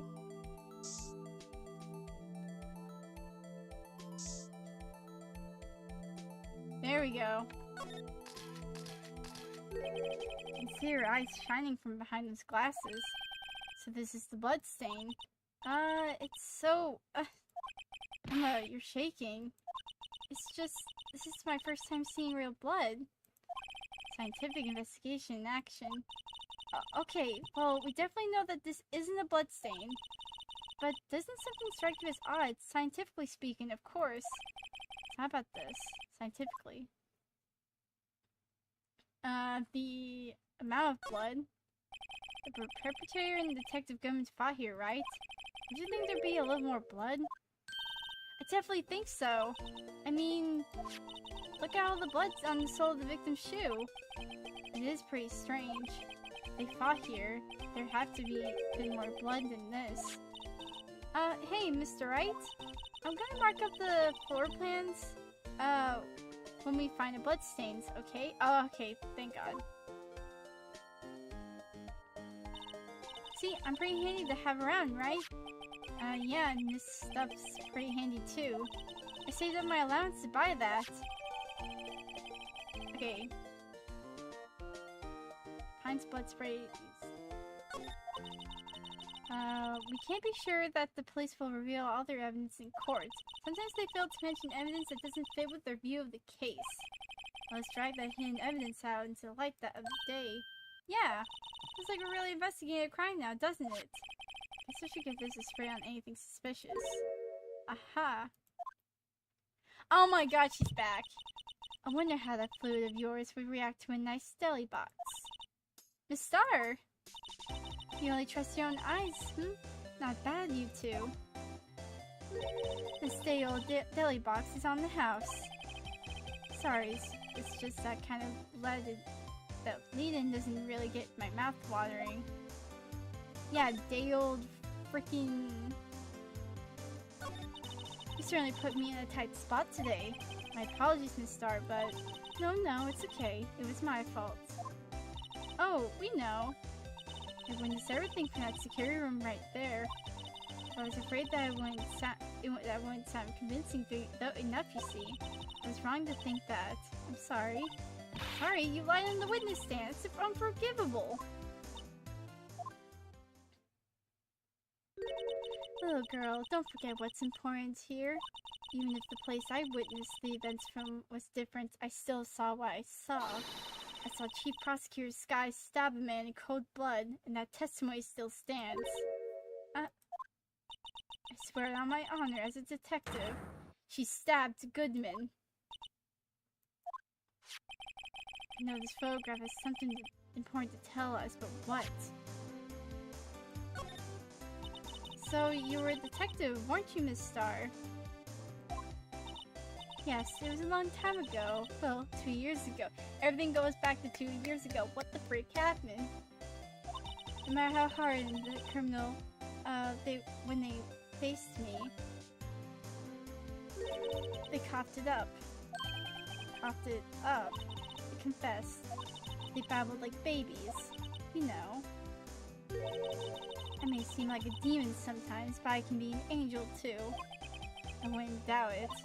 Every day I dragged the dirt out of the mouths of suspects after suspect. And before long they called me the coughed up queen. Oh, and here I thought someone had gotten food poisoning from your lunches. And you were let go, or fired. I felt that I found my dream job when I became an investigator. If these prim and proper prosecutors hadn't let me go, I'd still be one today. It's all because of that case. The SO9 incident. Okay. Okay. The SO9 incident was from 2 years ago. I thought it was this one. SO9? Wait, she doesn't mean...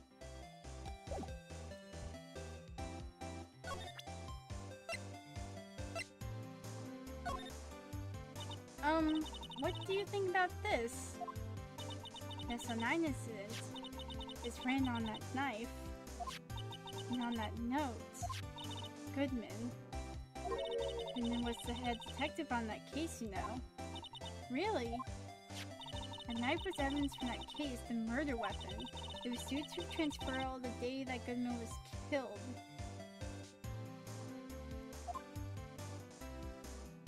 As I suspected, SO9 isn't over, not yet. Do you think you could tell us more about the SO9 incident?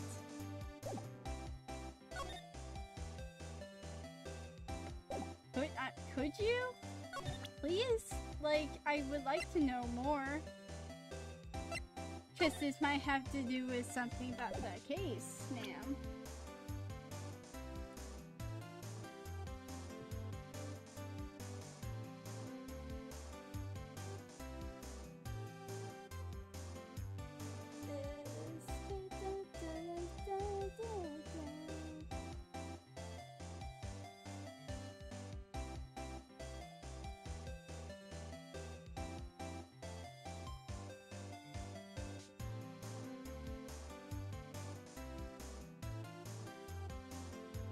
Okay.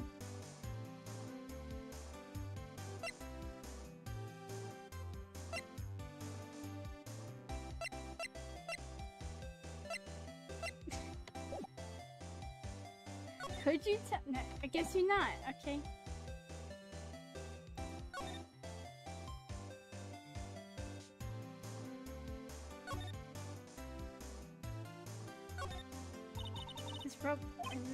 Okay.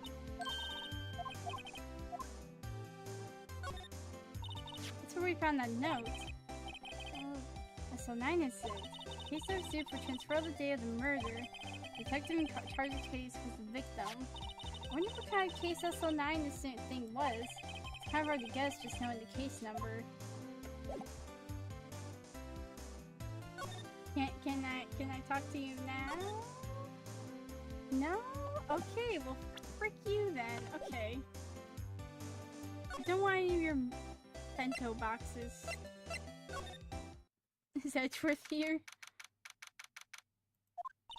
Well, this place is as classy as today as it was yesterday. I'm sure it'd still be just as classy tomorrow, Emma.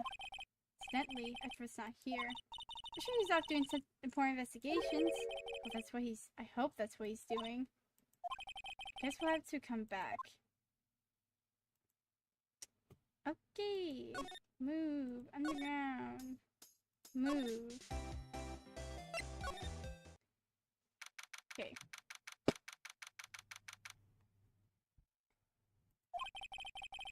It's even busier here today than it was yesterday.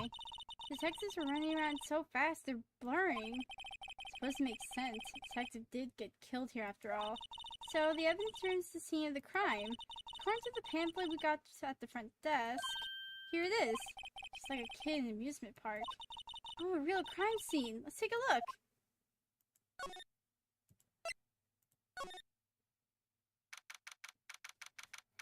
Well, I know whose room this is. Let's put the decor in this place. It's very eccentric. According to the pamphlet, this is the guard station for the evidence room. So beyond that door is the evidence room, the scene of the crime. It sure seems that way. Oh. What's wrong? It's those cacti. They're so prickly. It's so imposing. It's hard to think straight. Can't handle these cacti. Stay out of the desert.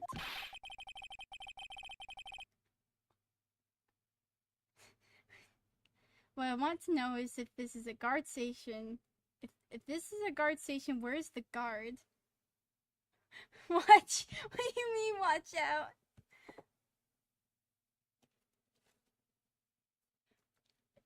What, for Starlo? There's a lasso trap at the door. Oh, whatever will I freaking do? I'm more worried about tripping and falling to the cacti than that lasso, to be honest. I have a feeling I know who he is already. Yo, it's gotta be Gumshoe. I think he's like going through a cowboy phase, like totally.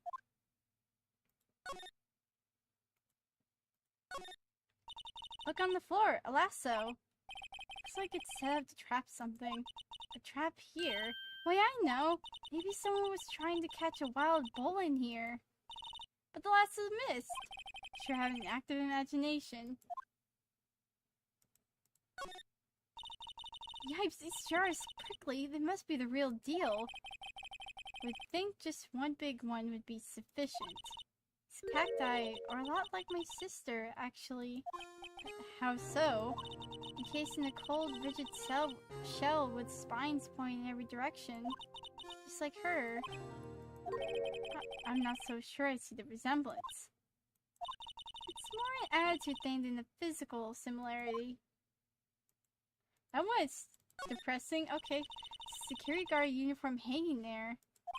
Looks more like a costume than a uniform, honestly.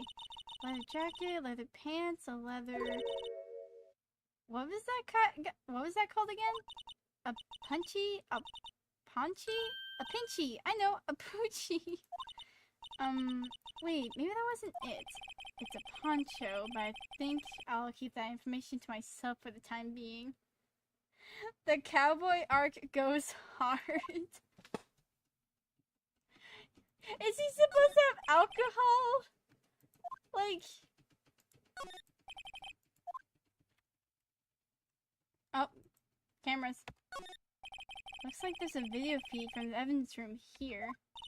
There's a light blinking below the monitor. It says recording. I bet we could use this computer to check on who went in and went out of there. Yeah?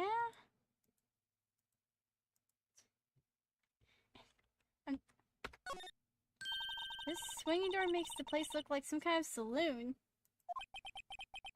But look, it's nailed shut. You can't get in that way. Of course not. If you went through there, and through here, cats would fall over. Ouch. I say it'd be more of a yarg myself. Texas. The evidence room is beyond that door. Let's just walk in. It won't open. You thought it'd be open. I think we need someone's permission to go in there first.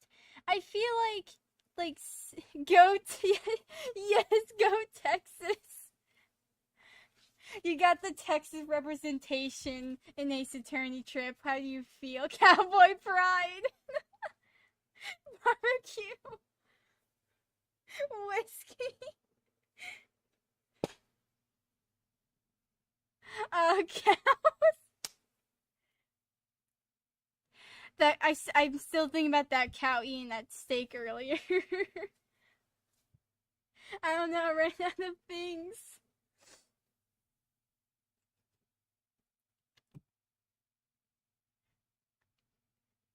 I feel like they had the security thing because of whatever the frick happened in the last case. Because people could just willy-nilly walk into the evidence room. I think we need someone's permission to go in there first. My god. Anything else? I'm going to...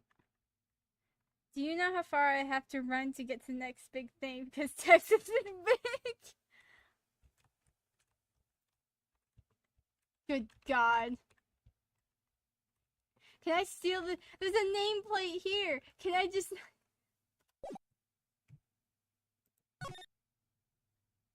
Alright then. Well, who's... Move? Okay, guess we're moving. Can we use the ID card on that scan? I feel like we'd still get in trouble. Wait. Examine. Court record.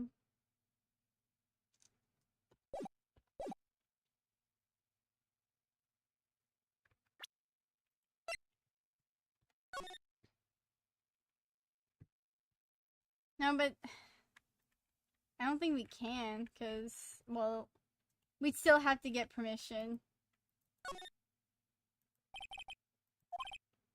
Sergeant Bruce Goodman. Whenever they'll use so much for IDs. I already went through this. Yabba dabba doo. Freaking.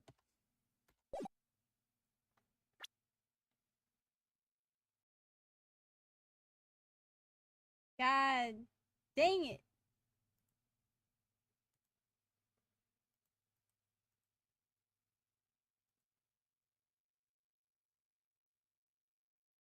Dang it. Okay.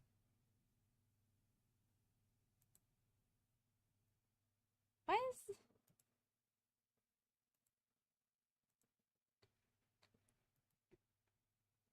That is like the one thing about switching the Wi-Fi router around is that like we have like two for some reason. We have like two like Wi-Fi things and they just keep switching or something. Or like one of them just disconnects while the other doesn't at times. I don't understand why. God dang it. Okay. Do I still have the VOD from the... Yes, I do. I'm going to delete those. Same with this one. Because I already have them uploaded to YouTube. Okay.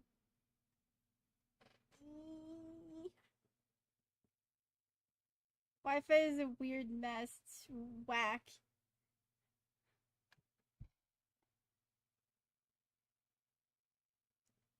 And it seems to always happen at night. Like, never in the morning. I never had this problem. It's always at night.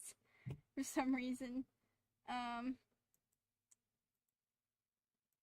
going to download the last VOD while we are playing.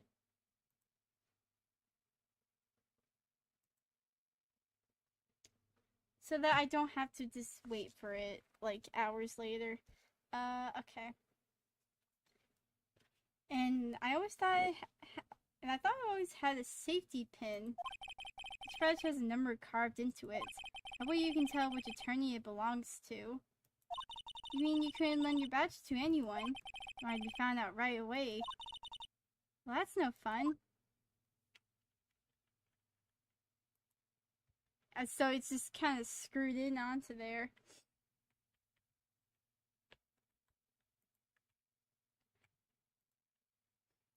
Like, we got his ID. We got his social security number, guys. We got him. Okay. Let's move. We haven't seen Gumshoe in a bit. Actually, y'all wanna look at this thing? Still writhing around today. Look at him go! Let's give him the benefit of the doubt and say he's dancing. Speaking of dancing, the whole police department has been dancing around like crazy since yesterday. Can I take out his batteries? I just can't help but feel he's going to do something naughty. He's going to murder someone. Are they... Stay there. Look at that patrolman saluting the other guy. He must be a detective. Good day, what are you thinking? Where's your head? Sir, right here, sir. Oh, I guess he wasn't saluting. He was showing the detective where his head was. Make a good pair. Had the issue before, I believe cable internet is just dying as a whole. Yeah.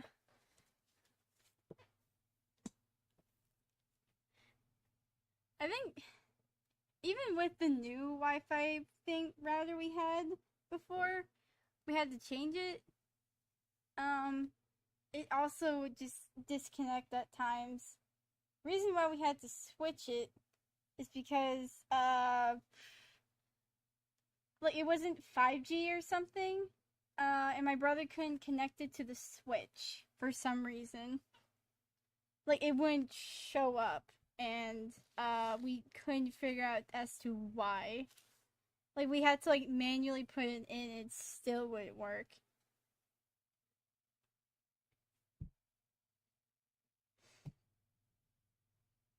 We tried like everything trying to get that whole thing connected, so we had to hook the other router back up to the old one to see if that worked. To make a good pair. There's just a lot of loaded sentences happening in this game. Oh, I forgot to go. We can go here. Look, there's the freaking plush. I really want to get it. Because they actually have one. I don't have a problem. You do. Like, I do not have a problem with buying plushies, I swear to God. Everyone looks deadly serious here. Well, there was a vicious murder of a detective down at the police department. Erna used to cut around 1:30 a.m. every other day while I had cable internet. Not many issues since changing to fiber. I don't know what we changed to.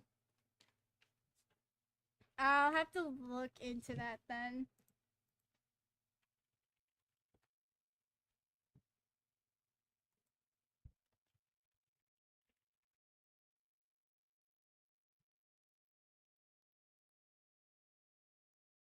It's like,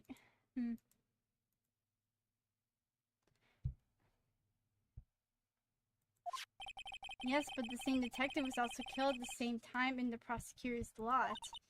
It makes my head hurt. Same. Well, first things first, let's go check out the police department crime scene. Yes, you sound dead set on investigating. But don't mess up, or we could wind up dead. I don't even want some more mysteries or dead bodies around here right now. It does look like anyone's going to help. Doesn't look like anyone's going to help us much either.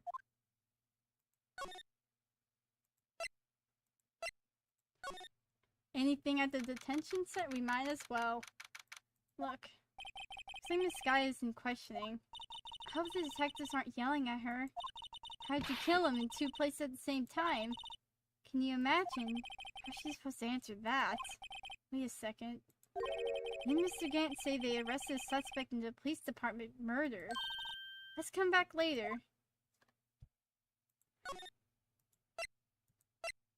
Holes, there's like so much. I can't talk to you anymore? Well, frick you. Can I go here? No. Back. Okay, down here. Move. Police department entrance. Move.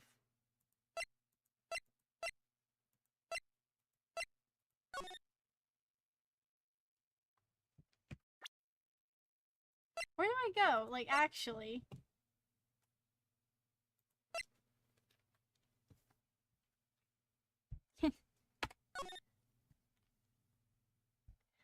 Why do I need to look at this?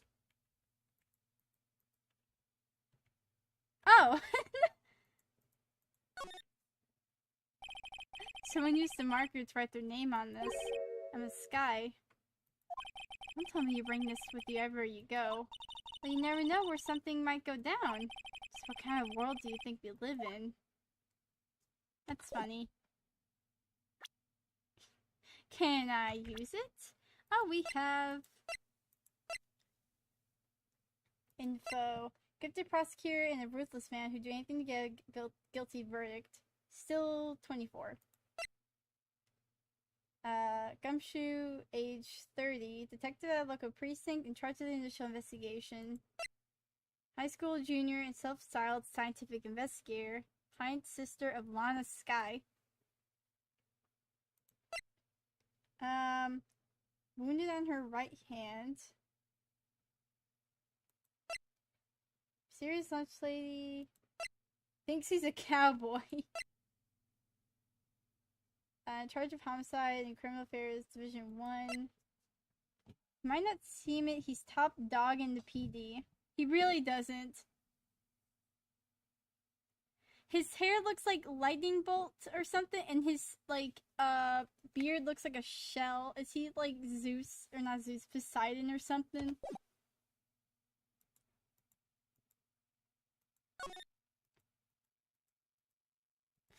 Anything else? Do I... Move.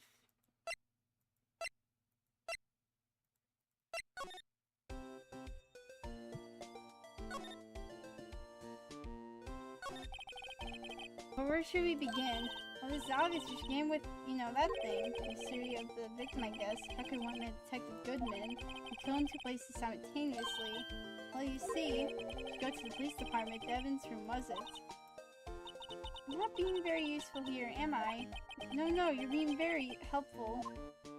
Oh, Mr. Edgeworth? You know, you're going through a tough time, Worthy, with all those rumors. You were even in the defendant's chair this past December.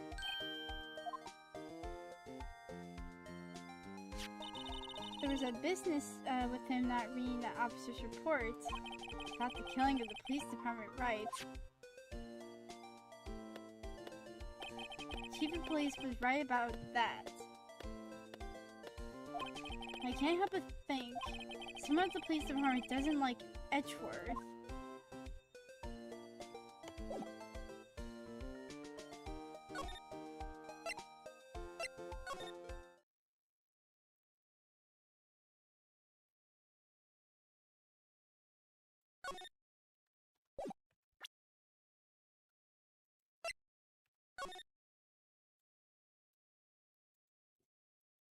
I can't check anything? I can just look at the man? Nope, frick.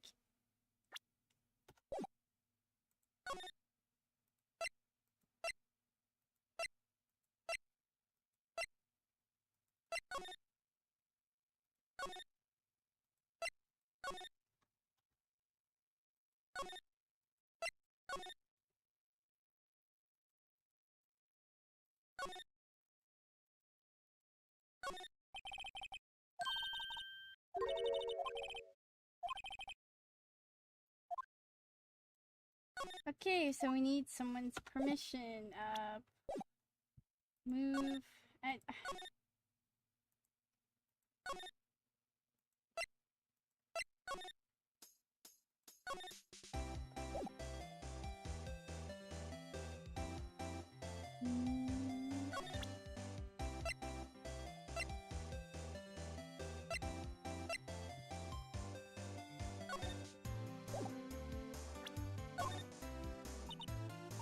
What do you think about this? Mine's this. A knife.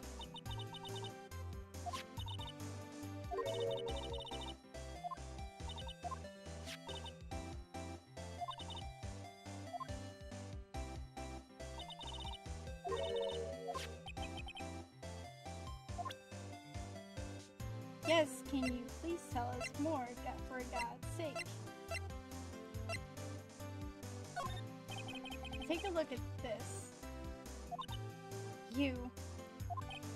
Yes? You said you wanted some hot tea, right? I know, but thanks, you didn't even look at it. You must have to brew leaves a long time to get rich flavor like this. We pre-infused leaves with steam before brewing. I knew it, so that's the secret to their aroma. Exquisite. Everything I'm smelling here is a waste of time. So, a long time ago, we coughed it up. Anything else am I missing?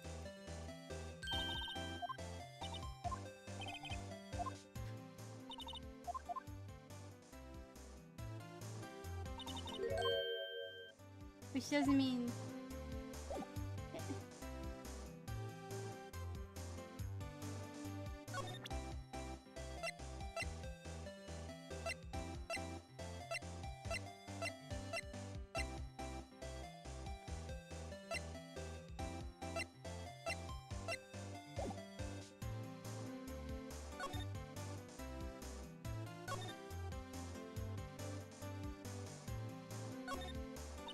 That's about as red as a sports car can get. Yep, it's pretty red. Alright. Body was found in this car trunk.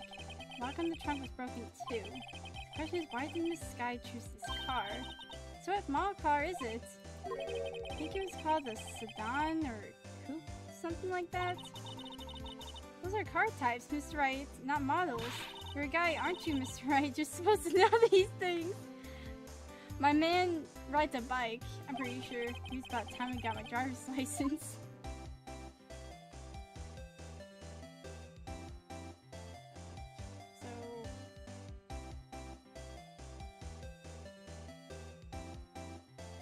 Can I look in the car, please?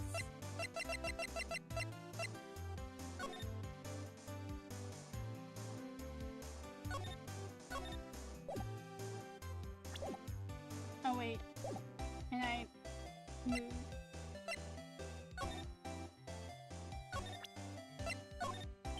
Did you take a look at this? Oh, nope.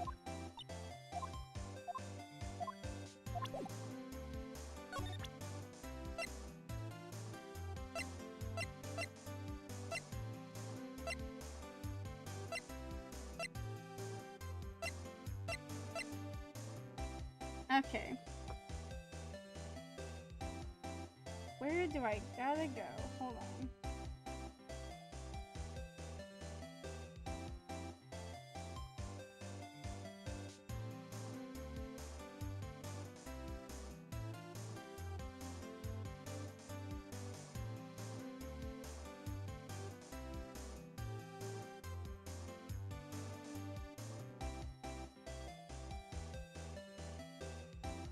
Present good. Why do I need to show her Goodman? Oh wait. Had one of those up until 2 years ago. Back when you were the cough-up queen, right? We found this ID card here in this parking lot. Well, there's no mistaking that. It's definitely Goodman's. But it's the same ID as the man who's killed the police department. That's impossible. Because you could be so sure. And then... Present.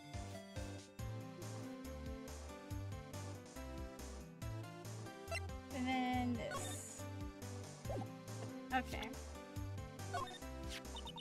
Think about it, I could have taken that picture from the guard room. Even I get flustered sometimes, so I went straight to the scene of the crime, rushed towards the chain-link fence in an effort to stop the murder. That's why I took this photo, yes. In other words, 5 minutes after the crime. These 5 minutes are the whole problem. Whole my testimony, as it were. 5 minutes weren't the problem, Miss Star. You lying was the problem. Listen, little girl. Had my testimony disregarded before. I wasn't going to have it disregarded again.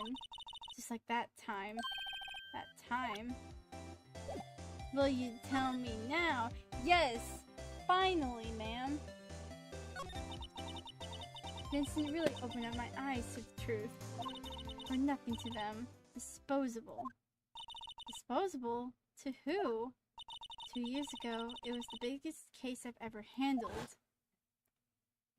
Oh. The police and the prosecutors were desperate for decisive evidence. But there's someone else here. So they didn't solve it. On the contrary, it was solved quite cleanly. The criminal was caught and executed. Executed? Yes, the criminal got what was coming to him. Doesn't get any cleaner than that. The only problem was, we never did find decisive evidence. Not a shred. What? But the criminal was executed, right? On the basis of evidence of sorts. Made up evidence. What? You mean they executed someone with fabricated evidence? The best part came several months after the trial. Every detective involved with the case was dealt with. Some were demoted to patrolmen, others found themselves out of a job. And you were one of those.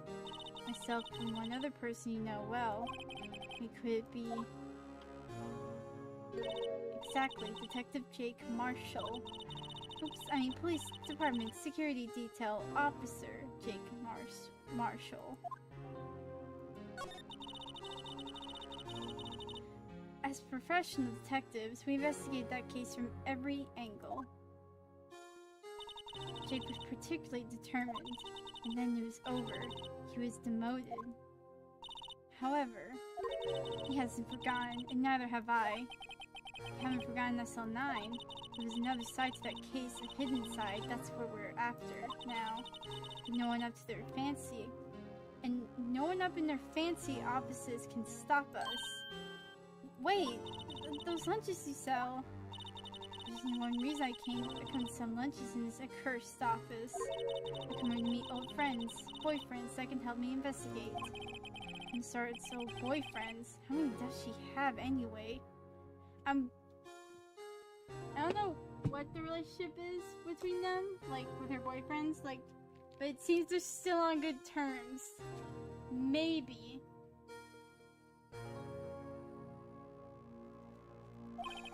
Just when all the detectives on this whole night have disappeared, we find new evidence.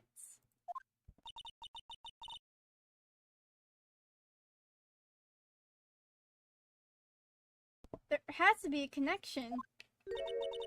So, Rookie, what? It seems like you're serious about investigating this case. Yes. You should take this. A Salisbury steaks lunch. Cow. I know a certain guy who might help you if you tempt him with this treat. Text a steak lunch received from Miss Star. Yeah, if you weren't so... If you were dense, like received from Miss Star, excellent for putting Officer Marshall in a good mood. Miss Star, Officer Marshall, is he your... Are you his... Are you going out? What do you want to know? I was just wondering what happened to him. A long time ago, when he was helping my sister do cases, he was so nice. He got along so well with my sister. It made me jealous. And he was nice to me too back then. This would be when Officer Marshall was detective. But now he's so cold. Jake and I are merely cooperating on this investigation. We're putting the past to rest, as it were. Nothing more than that. I see. Thank you. Mr. Jake Marshall. Okay, that's all we have. All those lunches have to be cold by now. She did try to give us a day-old lunch, like, box, so...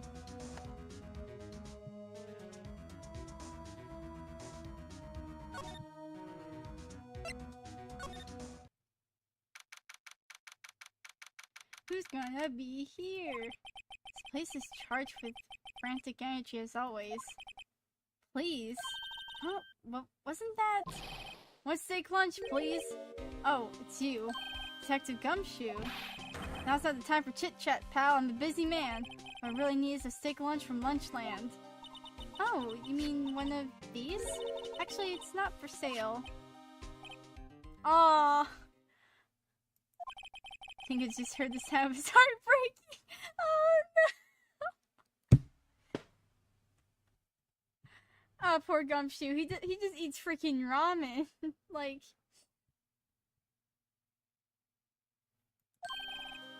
Now's no time for despair. We caught a criminal. Now we just need evidence. Who would this guy be then? Criminal, you mean? Heard about the stabbing of in the police department evidence room, right, pal? The same day that detective was killed in the prosecutor's parking lot, another detective was killed at the police department. And the perpetrator, you have a suspect. Well, there was a suspect. Just arrest him, in fact. It's the biggest scandal in hit the station in ages. Everything's gone topsy-turvy. Detective Gumshoe, who was it? Listen, pal, all I know is I need me a steak lunch. Pronto. Sitting around here talking isn't going to fill my belly. And he's gone. Wait, don't leave! If you want to know more, hound down to the detention center, pal. Questioning should be over, so I figure he's there having a good cry. Later. He ran off to the evidence room. This investigation's off to a running start. I'm gonna...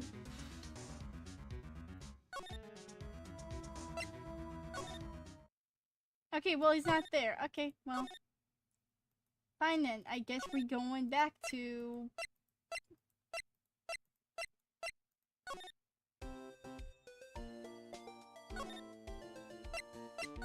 to the detention center. Who did they get now? Still, I do feel better about things a little.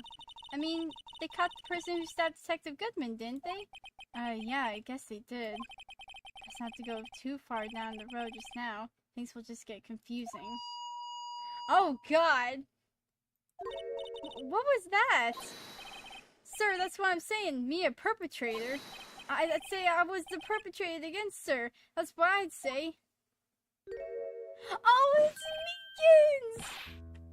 Oh, hi. Greetings, sir. Wait, I know who you are. Excuse me, but Mr. Edgeworth, anywhere on the premise? I'm here, sir, at the request of the chief, sir. I've got your report, sir.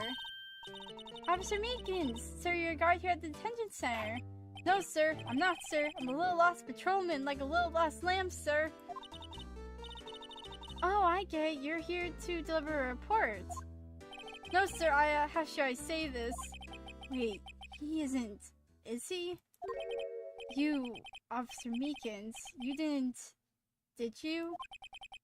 Perpetrator Officer Meekins reporting, sir! What? What? Now, this is an unexpected turn of events.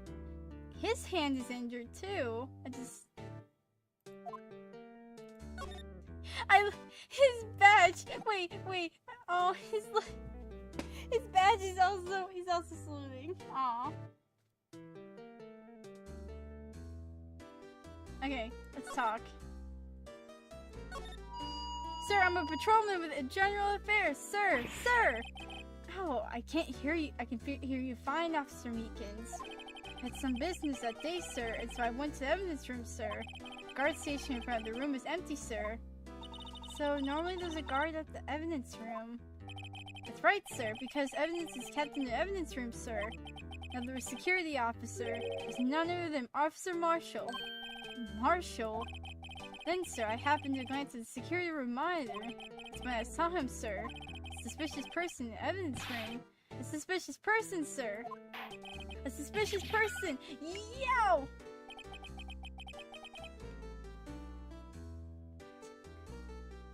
Hey, Trip.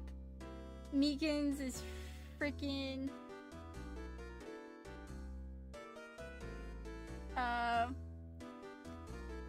He apparently is the suspect of murdering Goodman. What the heck is this guy doing? So what happened then?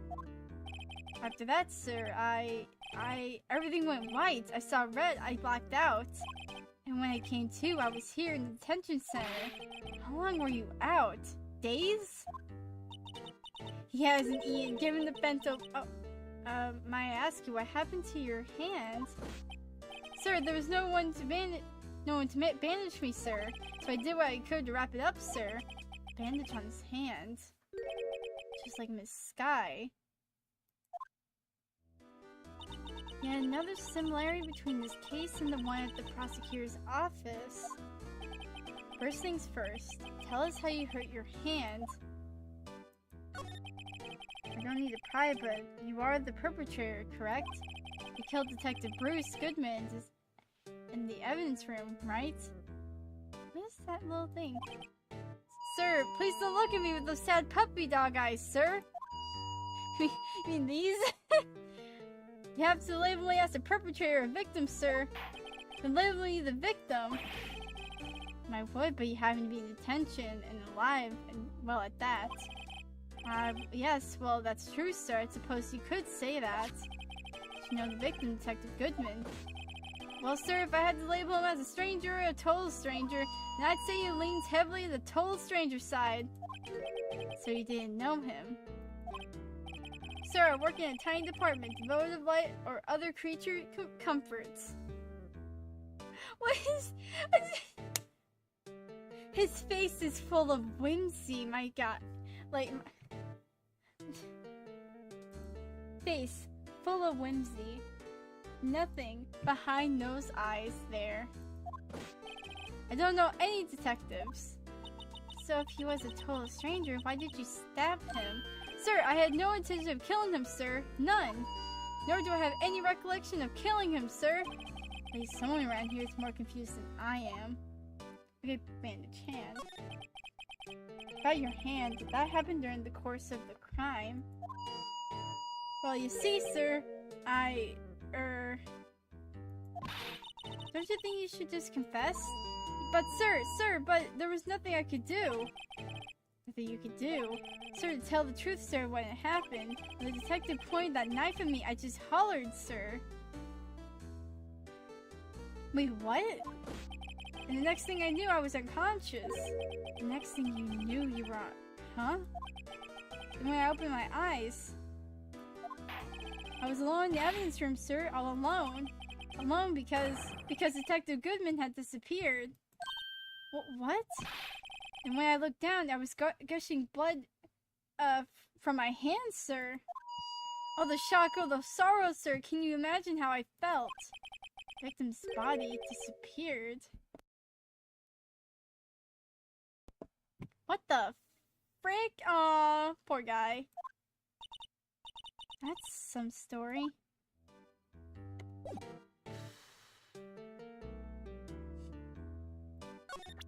Can I ask you about this? Do you think you could take a look at this? Hey! That's it, sir, that's it, that's it! That's what? My head was blank until this very moment. But sir, now I remember, sir. You mean you remember what happened? Correct, that was the cause of it all. His ID card. Exactly, sir, that's exactly it. Nothing could be more exact, sir, nothing. Better pry into this one little deeper. Okay. Crime details. Can you tell me what it is you do remember? Well, sir, you might say I'm a little patrolman, a lost little lamb, if you will. Oh.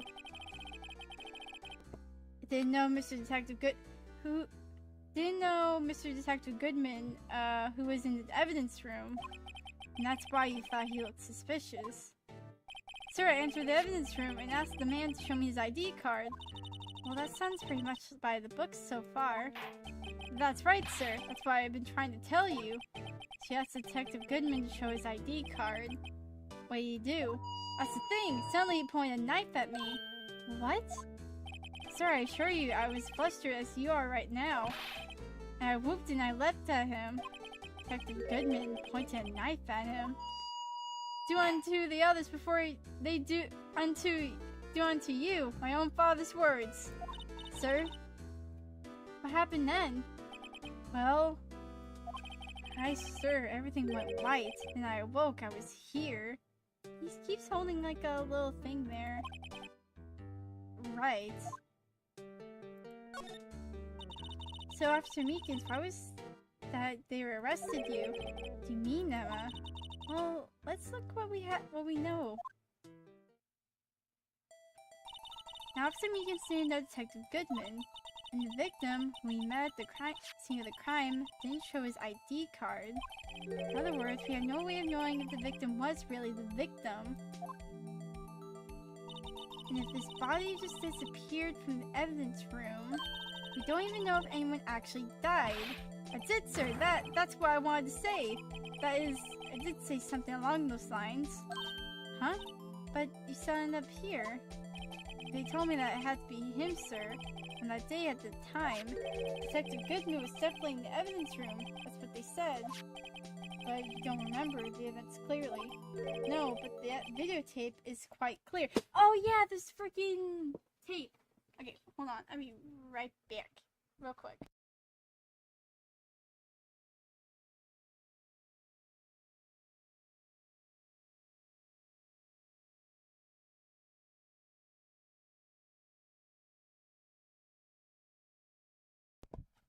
Okay, I am back. Okay. We have tape. We have evidence. Videotape?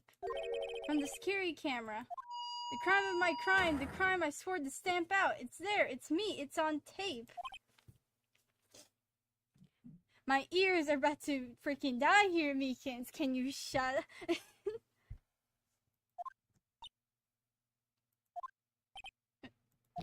You wait until now to tell us this? I'm sorry, real sorry, sir. I'll hand over my badge. I don't deserve it. No thanks, I have my own. Well, I guess we better go check out the crime scene. Now we have reason to go, but we have to go talk to freaking... let's go talk to Gumshoe first, because Marshall might not be there. Hey, Mr. Wright, look who's standing at the Chief Detective's desk. It's Police Chief Gant. Oh, Gant's here. Great. And you're sure this is all, You know what it means if there's anything missing. Sir, I'm sure it's most likely totally perfect. We checked all of his drawers, lockers, garbage cans, bags, coat pockets, hats. Under his seat cushions, behind his computer monitor, inside his personal coffee machine. I see. Well, if anything does turn up, call me right away. Deal? Yes, sir. We'll scour the place again, sir. Chief Detective looks a little flustered. Alright, oh my boy. How have you been? Swim much? Oh, Chief Gant, reporting for duty, sir. Are you saluting him, Mr. Wright? Oh, his music's cool.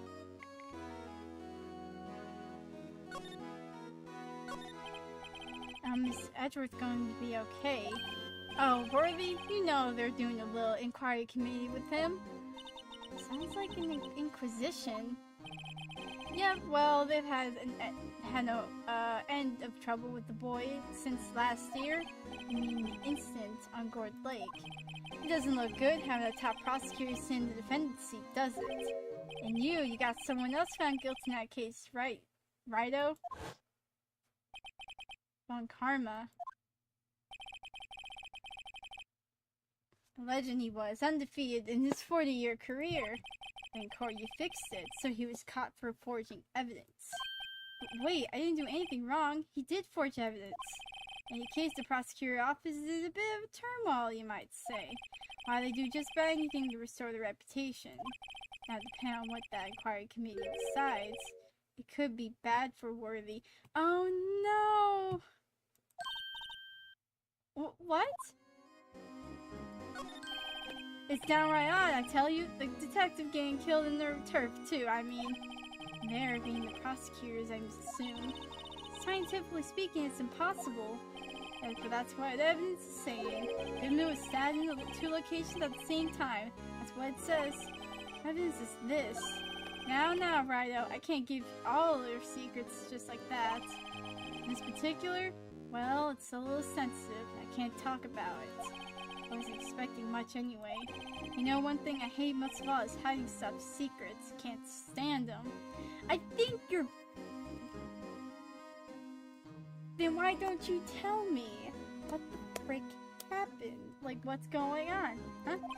But you know, it's a full-time job just keeping the chief of detectives trapped shut. Ah, he was the one you were picking on earlier. Huh? Saw that. Whoops. Wonder what it was that he wanted the chief of detectives to do. Let's see if we can find a kind of discreetly ask him. Present anything? Would you like this steak lunch? Yeah. I was wondering, could you take a look at this? Sorry, Rido. I'm through with that stuff. Through, I say. Go find that guy who can't seem to sit still out there, the busy one. The guy who can't sit still, to see me, Detective Gumshoe. Either him or the Dancing Blue Badger.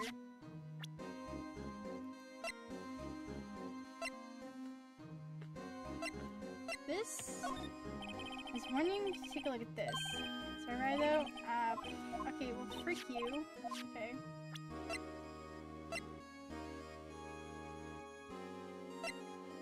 What's up? Nope. How would Gumshoe know more about... Okay.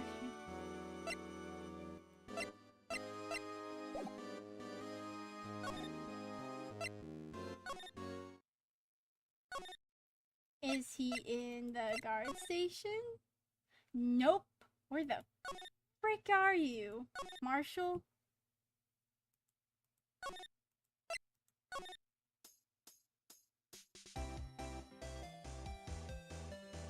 I have to talk to Gant.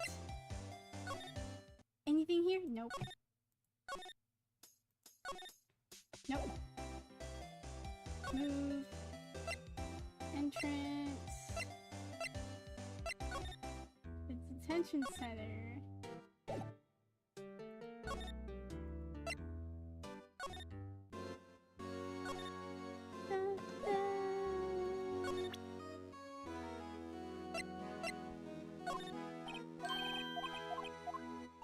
Then where is Gumshoe?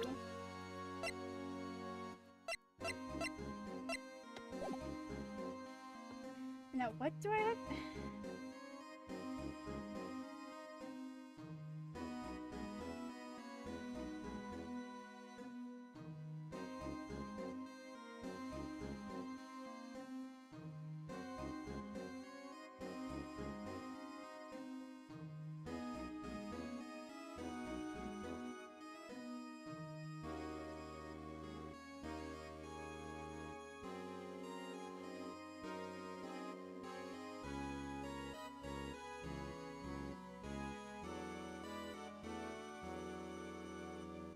Oh wait. This guy? I'm sorry you had to see that. What exactly did Chief Police want you to do? We'll see over there. That's Goodman's desk. He wanted me to check it for anything that might be a clue. He took away every last piece of garbage in the trash can. Nothing belongs to Detective Goodman is still here. Of course not. Well, except for this. What? You kept something? Sure, why not? It's not important. He didn't even finish writing it. It's a lost item report, but it's only half complete. Lost item? Detective Goodman lose something. Damn it, it's February 21st. Better make a note of that, just in case.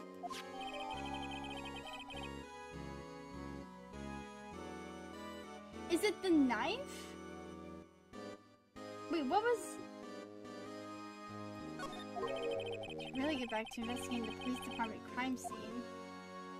Well, we can't because of this stinking guy here. Let's check. Okay. Why is that crossed out?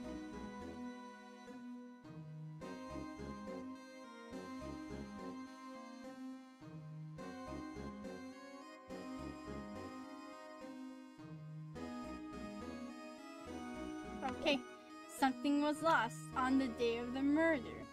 Yippee, I guess.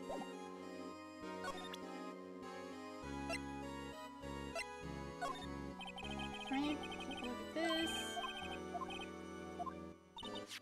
Check this. Okay.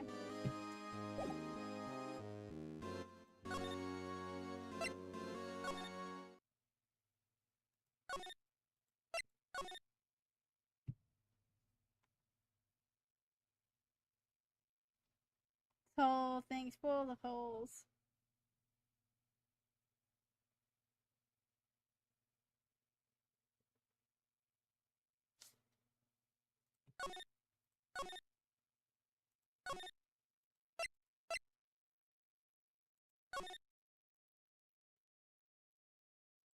Nope, not here. Nope.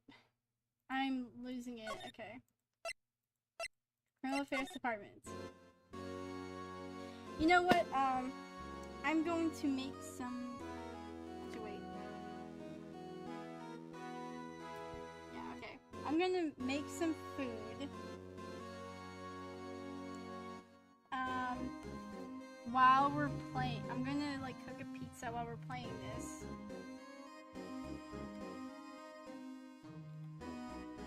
So I'll be right back.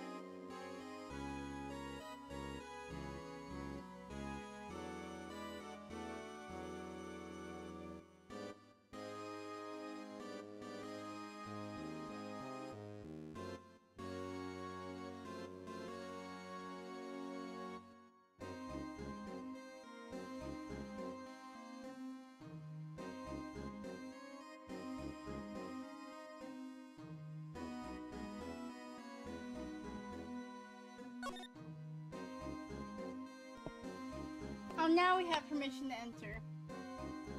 Great, okay, cool. Cool, man. I'm gonna set a timer.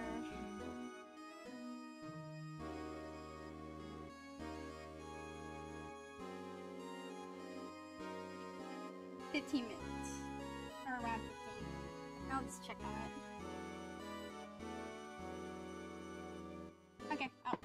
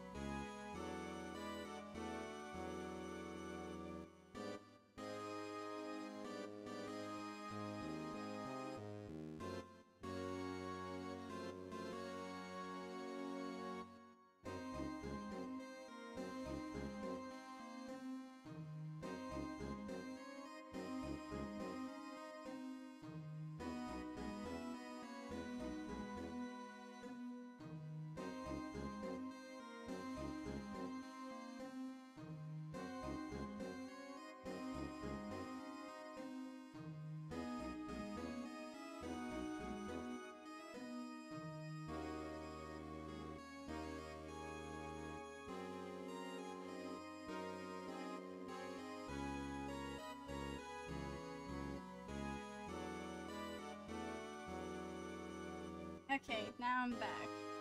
Like, for real, okay. My god. Okay, permission to enter, please. Actually, I was wondering if I could ask you a favor. Well, I never thought the day would come when Wright asked me for help. Because I didn't know about you, man. I wonder if we can investigate the evidence room. I don't like that. Now, Rido. Actually, I'm sorry, I don't need to investigate after all. Rido, please, do I look like a selfish man? Huh? Heck, if anyone asks me, sir, can I borrow $50? I'd give them $50, no problem. Go ahead, investigate that room to your heart's content. Knock yourself out. It just goes to show you never know until you ask. And for you, here, you can borrow this. Hey, this is a detective's ID card, isn't it? That's a special card, but yes, don't lose it. Yes, sir, it's an honor. Just run along, and do your best now. Later, folks. I don't like that man. He's too cheery. It looks pretty cool on my lapel, doesn't it? It's just like, just think, a real ID. You seem happy. Yes, sir, because, sir, we get to go into the evidence room now, sir. I think this place is a bad influence on this girl. Okay, now we can move to the police department entrance. Move and then go to the guard station. And then we can move and go... Can we go in here? Salmon? Okay. Evan's room is just around that door. We have the ID card from the Chief Gant. Just walk in. Won't open. The card reader is turned off. The card reader is turned off, see?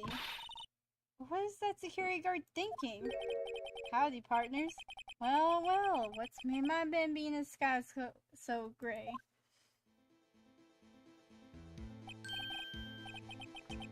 The Texan's here. Officer Marshall. Why does it have to be him? What's that? Why does it have to be him look for? As we have summarized, this here is my saloon. We're here to investigate the crime scene. Yeehaw, that card you got there on your chest? That's better than a sheriff's badge in these parts. Yeehaw. Well, what are you standing there for? Get along, little doggies. The crime scene's awaiting. Looks like the car reader's gone again. While we're here, I was wondering if we could ask you some questions. Sorry, cowboy, but I got no mind to tangle with your hombres. You're busy then. Did I say that? I only said I didn't wish to speak with you. Actually, you said you had no mind to tangle with us, hombres.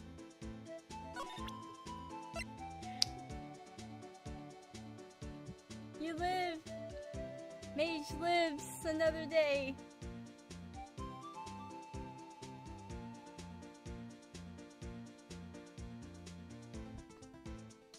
And I'm barely living. Mr. Marshall, would you like this steak lunch bento box? That smell reminds me of Texas. So, Officer Marshall, you're from Texas. Oh, I just saw a special on television the other day. This is from my baby. Yeah, Miss Star. What's this? What's wrong? Philly steak lunch. I see. I don't see. I wonder what it means. Take lunch gives up to Marshall. Alright, Bambina. You win. Ask much anything to smack. Probably seems like he's willing to talk. Cool. Okay, what's up?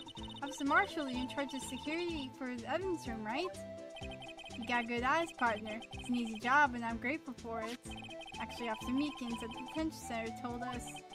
That poor little doggy. Poor guy keeps getting his name wrong and calling him Meekly. He told us something. He said that when the stabbing occurred, you weren't at your station. Well, maybe I shouldn't be telling you this. Since I got demoted from detective 2 years ago, well, I might not look it, but I lost my fire for the job, you know. So, what were you doing around 5:15 when the murder had took place? Well, I reckon I was galloping down the highway on the back of my steed, Zippy. No, he was riding down the highway on his horse named Zippy. There's no need for people to hear anyhow. These newfangled machines do a bang-up job of keeping an eye on the place. I mean, the security camera system. It don't take two machines much. Kind of like that stewed broccoli is sneaking next to your steak, you know? You know? Okay, Marshall. I'm sorry to tell us something. She said that you were a detective until 2 years ago. It's always my dream to be a rawhide wrangler on the scene of the crime. It's all gone now, like a drinking hole in the prairie fire. Still investigating that SL9 incident with Miss Star, aren't you? That's my case. It's all solved in the record books, but it smells like a bad game of poker. Can't let it go. That's all there is to it.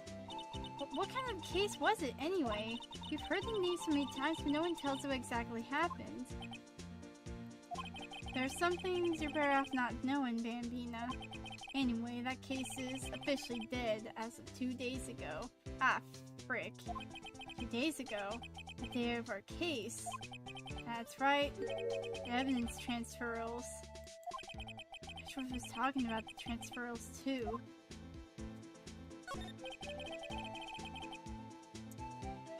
You know that maybe 2 of the machines in here. I know what maybe 2 of the machines in here do. Only 2 of them? There must be a dozen. Like I said, Bambina, I mean the machines, well, I like them about as much as I like stewed cauliflower with my steaks. The easiest one to understand are these here security cameras. Those are the ones that Officer Meekins mentioned. If nothing happens, the tapes are automatically erased every few hours. And Officer Meekins, Detective Goodman, are they on one of those tapes? I reckon they might be. And the security guard, and you reckon? One more thing. When you go into the evidence room, you need an ID card. That's the card reader by the door. The card reader leaves a record of every ID card that passes through. Okay.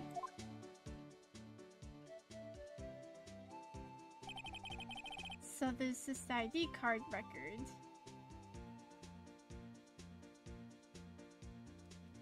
Good God. So this is the ID card record. Hey, I've seen that somewhere before. Sorry, Bambina, can't show you more than that. Huh? Haven't heard whether this is related to the case yet. Mr. Wright, I saw a number on that record just now. I've seen that number before. Maybe there's some way I can prove that record is tied to this stabbing. I can. Sorry, but could you explain what this whole transferal thing is about? We keep only evidence from solved cases in this room. We keep here under the presiding detective's supervision for 2 years, so we can reinvestigate them if it turns out there was a mistake, see? That's what happened to the evidence after 2 years ago. It goes to sleep forever in the underground vault at the county sheriff's department. That's what we call a transferal. We do it every February. See now? Transferal is like a funeral for old cases. 2 years after a case is solved, it's closed, forever, dead, never to be reopened again, never to be reinvestigated. That happened to us all 98 days ago.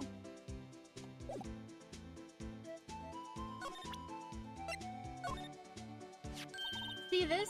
This is the victim's ID card. The one that was on the ground in the parking lot. The number on this is 5842189. Officer Marshall shows the ID card record again.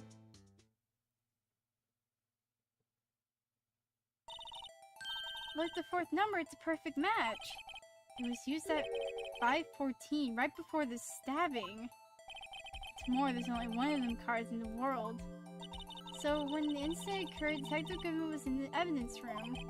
Wait, what did Officer Meekins say? Sir, I entered the evidence room and asked the man to display his ID card. So I asked Detective Goodman to show his ID card. What did he do? It's the thing, he suddenly pointed a knife at me. He had his ID card then. Why would he have pointed a knife at Officer Meekins? Alright, compadre, you win. Guess I can give you this ID card record. Okay, cool. I got an idea. Maybe I should show this list to other people with IDs here. Ooh, okay. And ask, like, for their IDs. Okay. Let's examine. Let's go in. Oh. Go yourself a ball, partners. I have an ID card, a real ID card. Let's get this investigation started already. Nope, nope, don't present. Nope, nope, nope. Okay.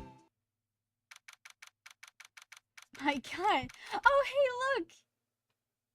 I think that's Detective Gumshoe's fishing pole. Quiet.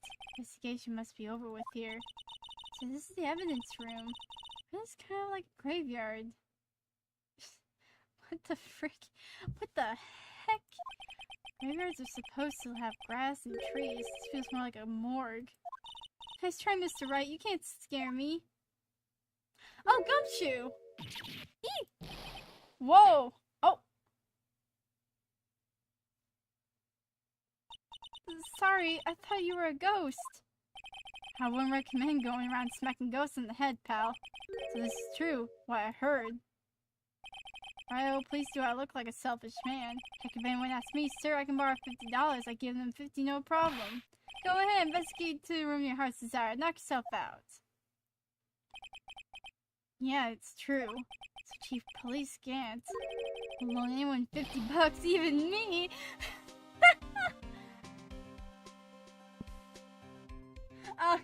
He needs that. Gumshoe, I'll give you my $50. my god. This poor man. Oh, that's what you were talking about.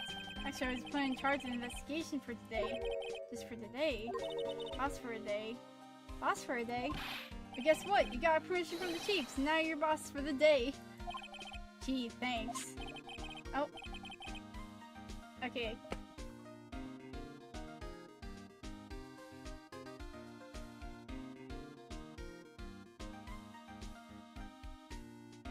Time to check on pizza.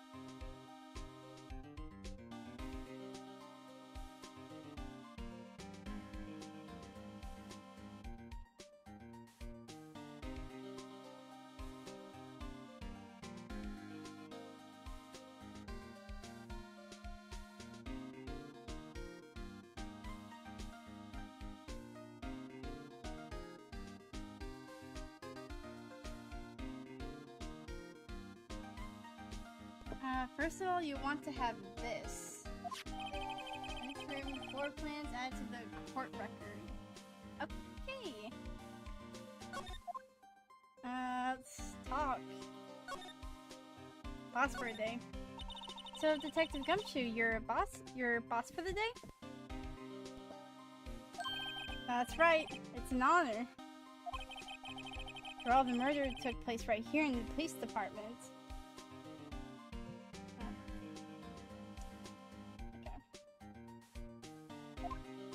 But if you're boss, why are you all alone? Where are your underlings? Oh. They're using yesterday's findings to prepare for tomorrow's trial. In other words, you got kicked out of the investigation. Again.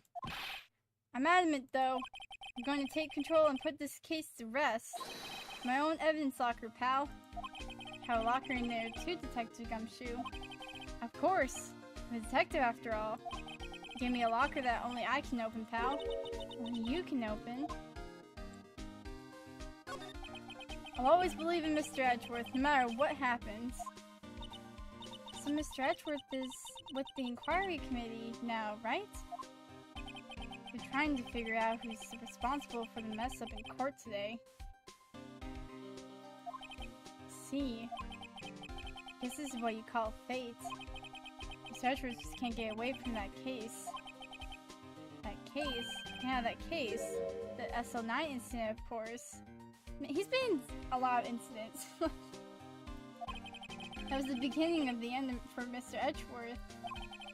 Maybe we can get him to tell us more about the case. This place is more high-tech than you might think. Your locker is fixed so that only one detective can open it. Using their ID card. Well, that's the thing, pal. ID cards can be lost. I'm on my third card since entering the force already. That sounds like a lot. Yeah, but even I can't lose my own right hand. Right hand? Oh, you mean your fingerprint. Oh, okay. Exactly, pal. The locker for each locker is coded with a fingerprint. So the only locker we can open is our own. funny. They look like normal lockers. These are the latest model. It's a trick to the handles, see? The handles? On the other side of the handles is a sensor. And if the wrong person touches it, zap, you get shocked. If that's what happened, my hand would be black and smoking every day. In any case, the locks aren't that obvious. There are even some people on the force who don't know about the fingerprint locks. Okay. Present.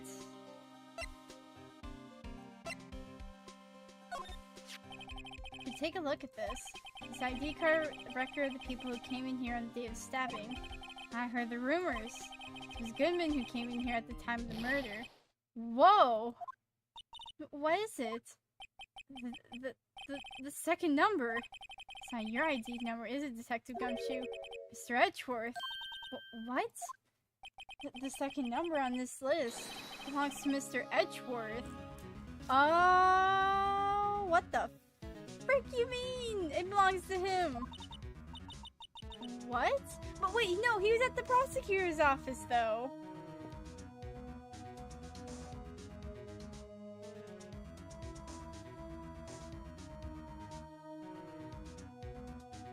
Or is he talking about the second number? Like, wait. Probably Edgeworth had to come to the evidence room. Wait, okay, so... Oh, okay, that one. I was like, wait, the one below? So, okay, so... What the frick? Okay, so... Edgeworth was there, and then... Oh, wait. We need to, ask, No, wait, he wouldn't have one. He's not a detective.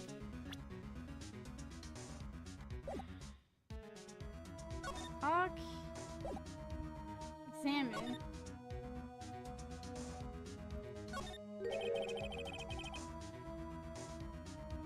Something's sticking out of here.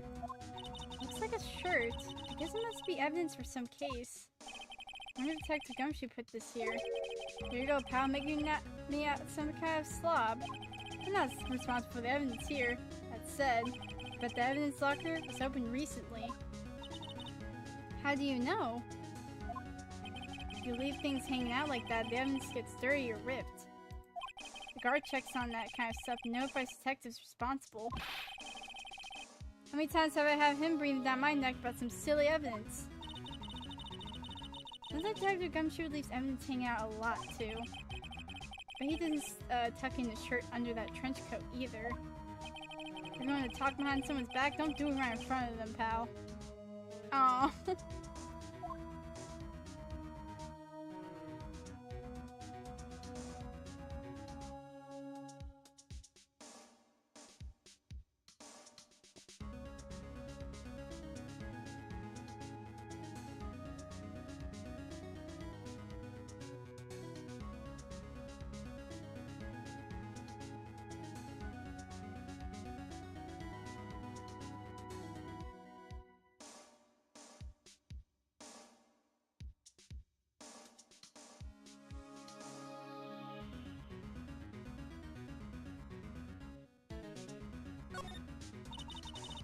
This place is stuffed with evidence, stuffed with dreams.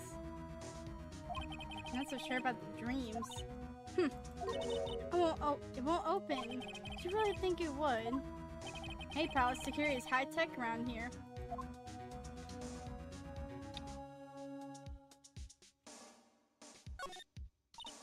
Wow, look at this big pile of junk in the corner.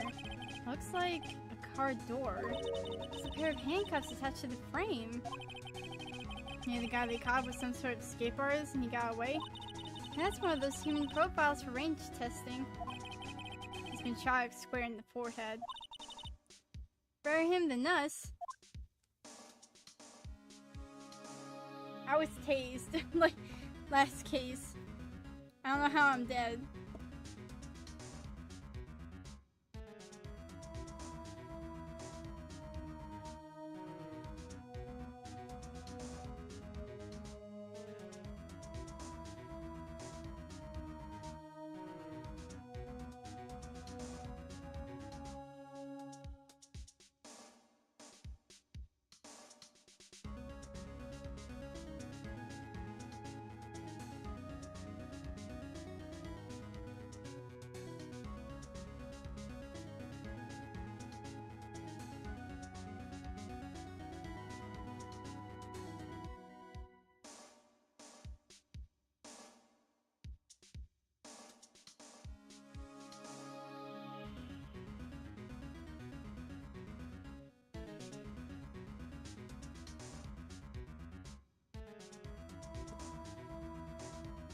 Oh, I just noticed the metal detector too. God dang it.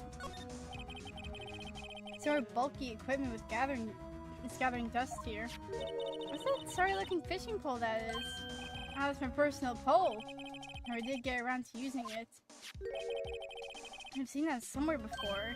Right, pal, that's the metal detector. The one that led to solving that case on Gourd Lake, remember? Oh, right. Now, wow, that feels like it was ages ago.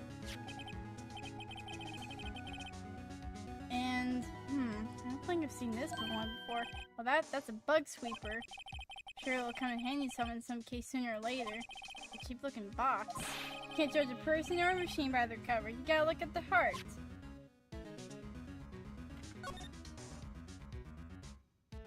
Wasn't this just open before? Or...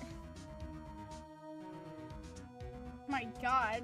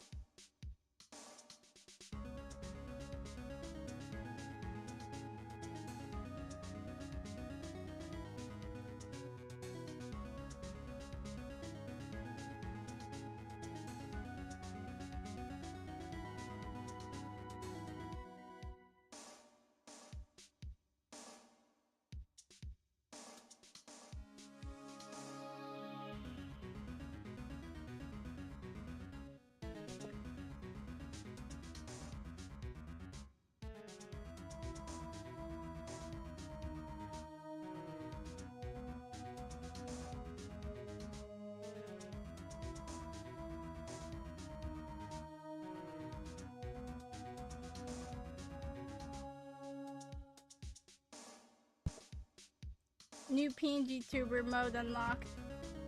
I am now the freaking judge.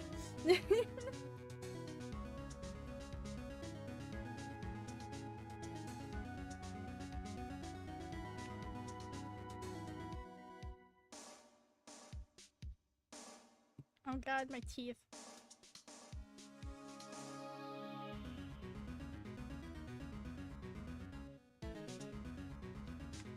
Okay. So, blood stain there. What the frick? What's this? Blood? It's a little worn, but there's definitely a handprint here.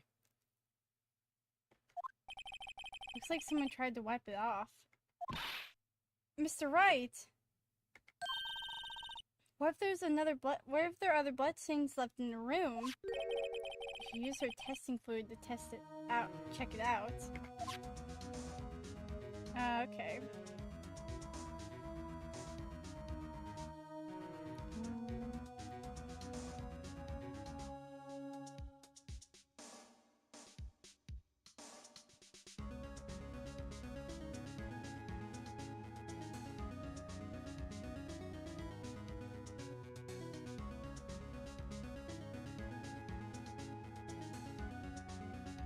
Okay.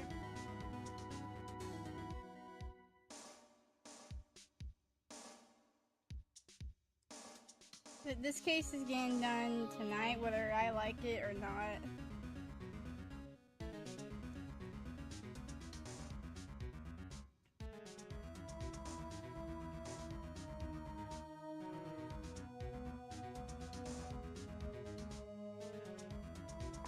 Okay. Look, this one's open, and the red indicator light above the door is lit.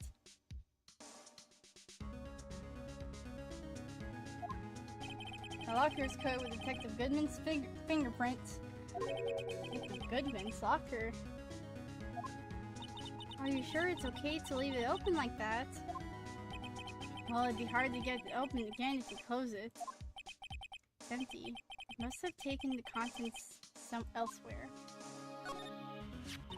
Oh, someone must have broken something big to make, all these pieces. Dr. Gumshoe, perhaps. There you go, pal, making me out to be some kind of hooligan. That's apparently from the case. The case? That's a 9 cent, pal. Just stick around one of the pieces there. Another piece of SL9 evidence.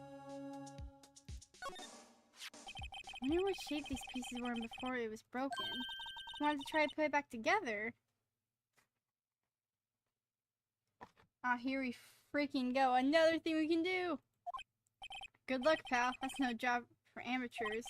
I spent a good 3 hours on that before I had to give up. That's why I always carry around a tube of glue. Well, this piece looks like the bottom. Let's try putting the rest in place.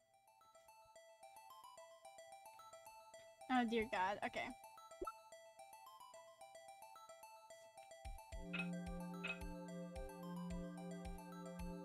Oh my God. Okay.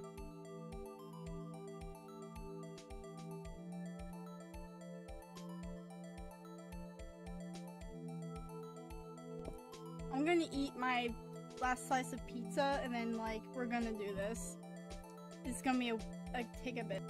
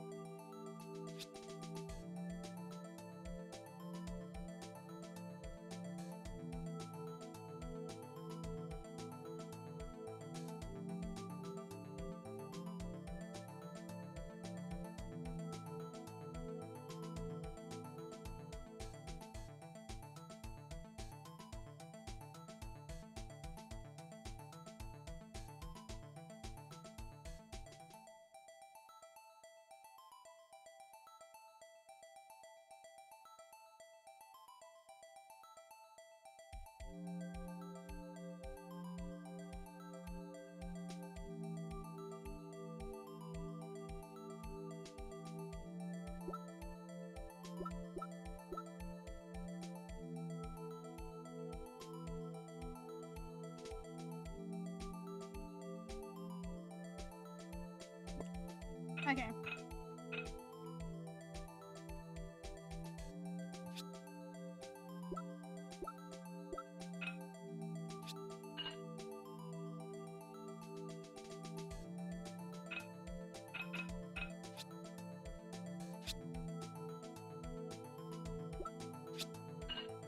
Okay. This here. This here.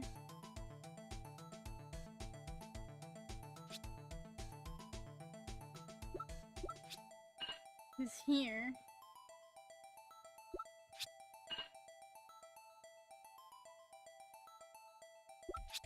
Nope.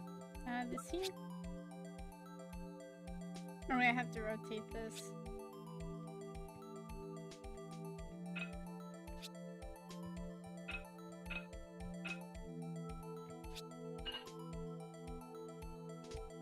And last bit here. There's a missing piece.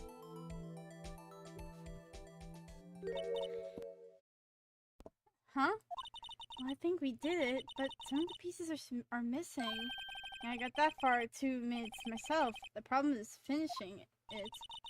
There's some pieces stolen, but they're missing to begin with. Still, doesn't look like the most stable kind of jar. Can't understand how it got broken. How is this important to a freaking...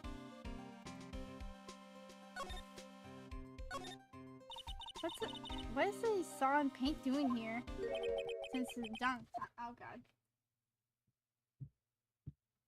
Oh, since I didn't get that because my freaking plate just slipped. I clicked. Okay. Isn't that there? Terror has always been a war against depression.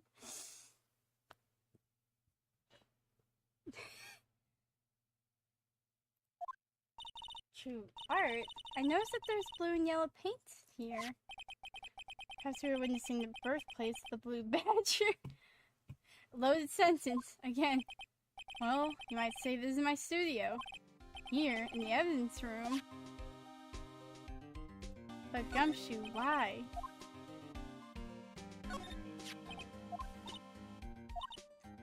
One, why are some of the pieces missing? Two, doesn't it seem a little unstable? No wonder it broke. Make sure you remember that next time I make a jar. Oh, glove. I left a glove here, but only one. Another SL9 incident thing. 11. There's a gumshoe, maybe.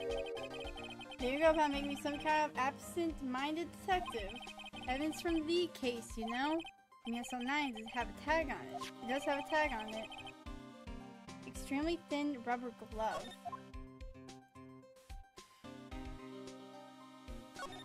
Oh my god, okay.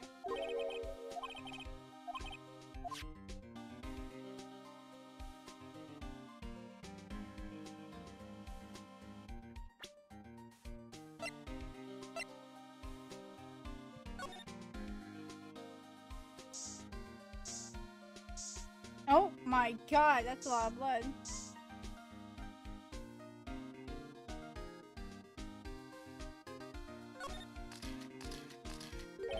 It must have been one massive pool of blood. Never seen anything like it.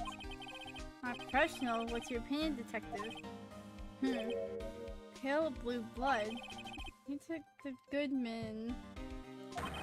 It's actually an alien? This proves that something really happened in front of this locker. Make a note there on the floor plans. Hey, if you don't want my opinion, you shouldn't have asked.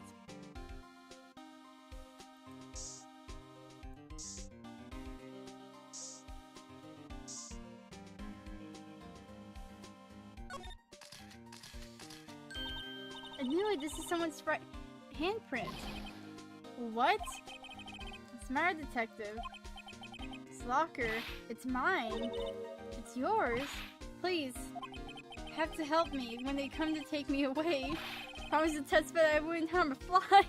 Oh no, Gumshoe. You do that for me, won't you, pals? Important clue. Jot down the floor plans. I'm counting on you guys. Believe me, you can't trust the police. What? But you're a detective.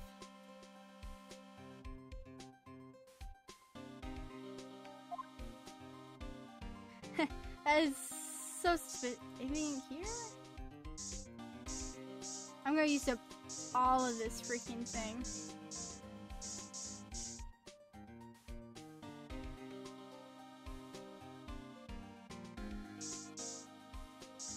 Nope.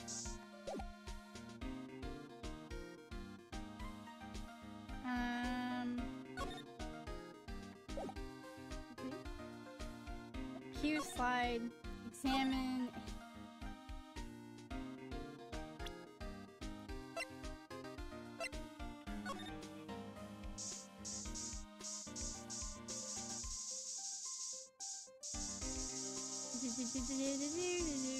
Using up all the spray.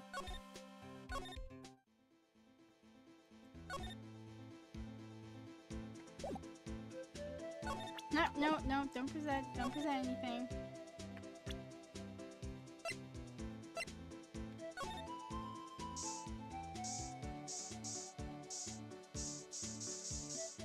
don't know. There could be something here. Why would you put a hat on? Oh!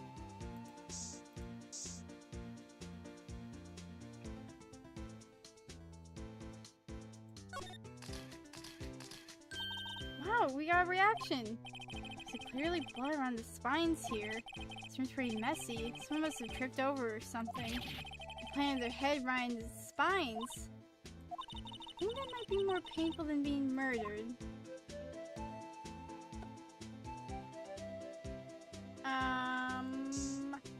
Okay then. What? What, is there something else here? Back. Go back. Am I stuck? No, help! I'm stuck.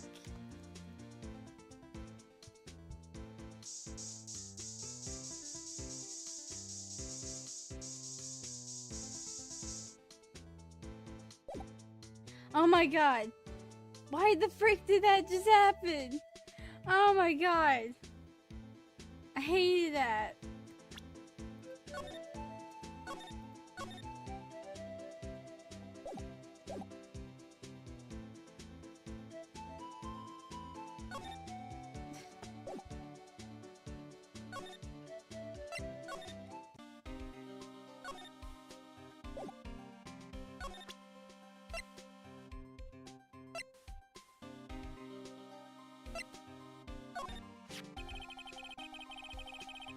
Look at the other cacti. No, like, can't open the locker so your fingerprint doesn't match.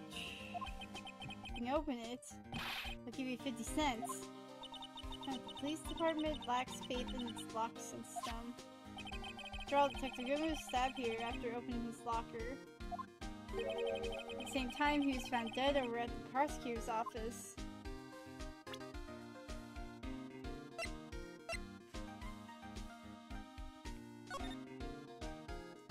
Okay, pull the blood there and just... Okay, well, since this guy knows of the SL9 incident, I'm going to ask him about this. Shares back in the Wild West didn't place much faith in evidence. The only thing they trust was their shooting hand. This is neither Wild nor West here. Aha, but the thing is two different things entirely. I guess so, huh? I'm lost. Looks like we need some evidence to get anywhere with this guy. Shares back. Oh my god. What do we need evidence for? Shares back. I don't know what this means. Can I get security footage? I sure have a lot of monitors in here. There's 8 cameras in the evidence room and all. One for each section. Which monitor shows the section where the crime took place? Why do cows sit before the rain comes? It's not for a man to know. Unless you're the security guard responsible. God dang it, okay. This cactus here sure is prickly. Must be real. Just keep your distance from Billy there. You're liable to get hurt. Billy, the cactus has a name? Billy, you're wearing your cowboy hat on your hand. I'm a rawhide cowskin 10-gallon hat. Just picked that up, but Billy took a fancy to it. So he's got stuck on the spine so he couldn't get it off. Sir, there is blood on top of the cacti. Do you have anything to say about it? A leather jacket, leather pants, and a leather... Those aren't pants. Those are chaps. And that's a poncho up there. Aha! A poncho! Sure looks cool, but the name is still a little silly. You have a lasso. Look on the floor, it's a lasso. Looks like it's set to trap something. He's roped me in his steer with his here lasso. What? It's blowing. Moo pow moo. It's a gumshoe, I presume. Freak. No. Look at this swinging door, just like a Wild West saloon. Sorry partner, but we're closed for the day. Huh? I'll get along home now. I think Officer Marshall really wanted to be a Wild West bartender. I just wanted to say that.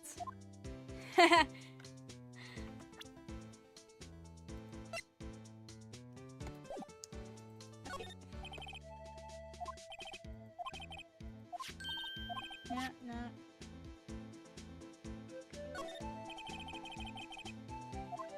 No, why am I... No, no.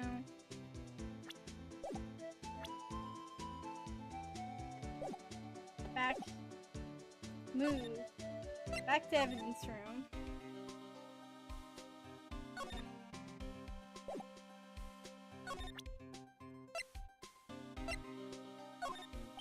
Let me say one thing speaking as a detective. If I see a piece of evidence I know nothing about, I say nothing. Nothing. That's fine. Good, it's fine, pal. Okay, so you have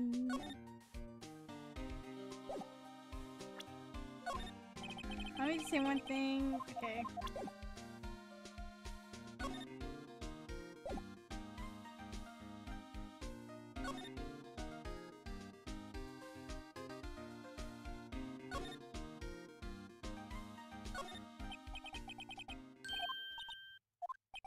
I think someone tried to wipe it off. That's right. What if there's no blessing left in the room? Okay, well...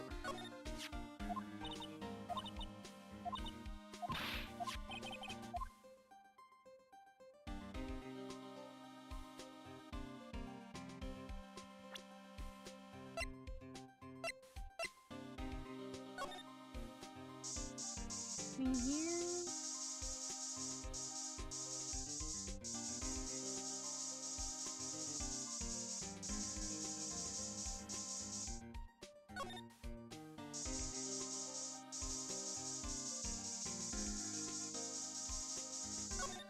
Oh, wait. Another bloody handprint! God. Why am I getting a reaction here? There's no reason for the murder to touch the spot he fly out the door. This might just be something significant. Hey, that's some pretty amazing stuff you got there, pal. What, this? It's called luminal testing fluid. Where'd you get your hands on that? Huh? I'd like to get some too. I'll just borrow 50 bucks from the chief. Where do you get this, Emma? I was by mail order. I'd better jot this down in the floor plans. Anything else?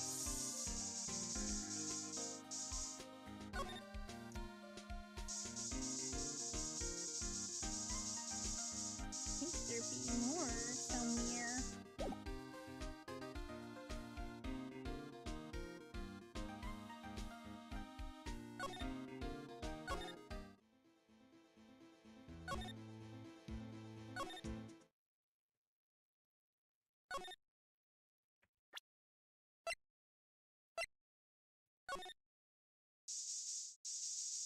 You got something, Blue Badger?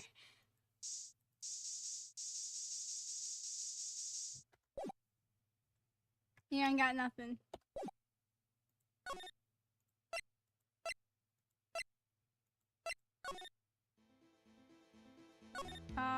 Nope. Move.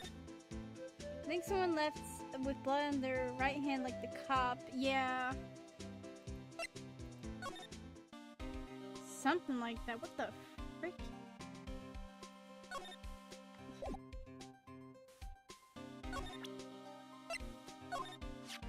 This is my crowning achievement, my masterpiece, you might say. But art is always misunderstood, pal. Alright.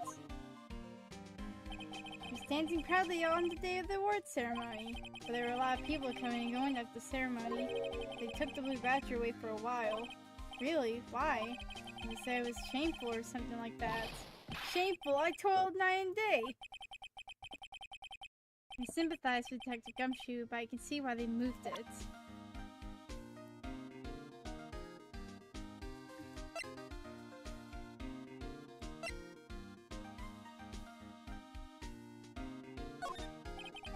say one thing. Oh my god. So something was missing. Wait. Can I look on the back? Nope.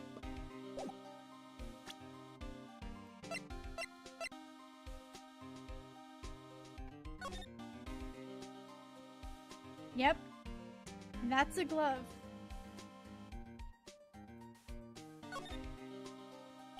Texas SL911. This is another piece of evidence from that case. You know, I never did care for the word tag. It's confusing. Huh? What's so confusing about that?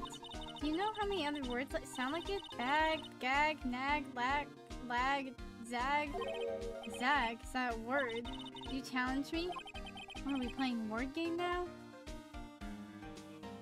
Check.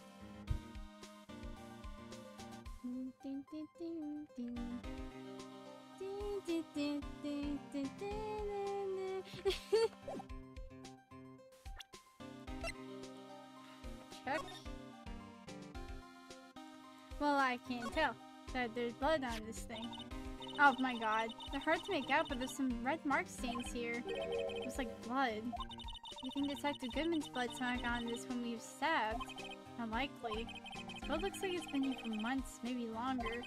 Start evidence SL9 incident. Maybe when the blood gone, it's...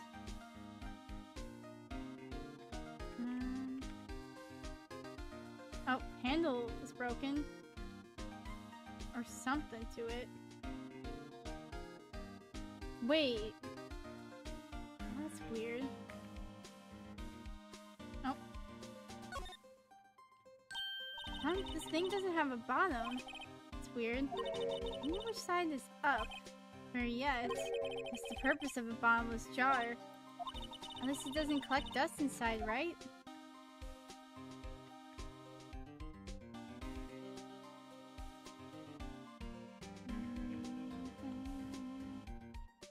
I'm suspicious on like why this piece is broken, but that's probably just because of the whole jar just being broken in general.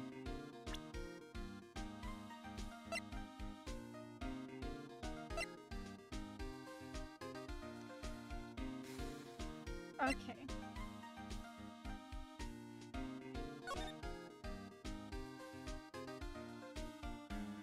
Why am I just staring blankly at this freaking thing?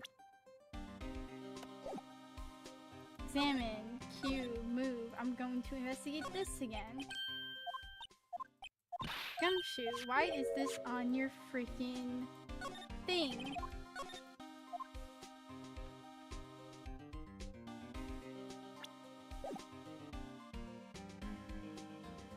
I have to go back somewhere? Meekins? I don't know. Alright, Wiki, help me out here. 'Cause I'm too brain dead for this. Strategy Wiki, let's go. Okay.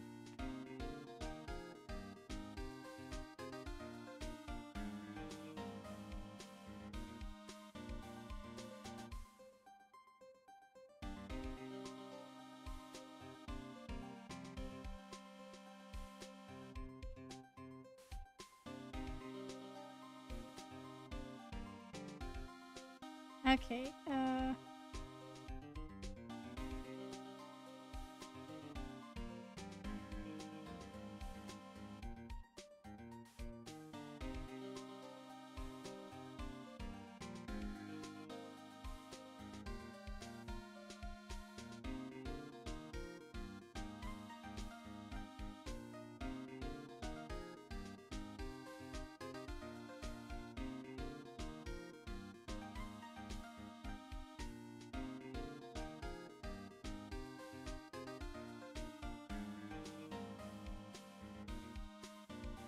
okay, there's another spot of blood somewhere that we're missing.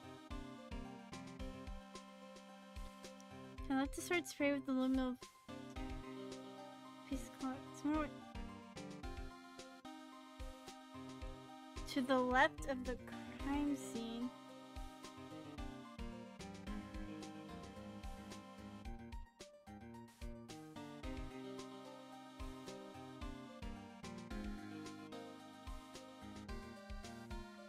Okay, so all the spots are now should be here.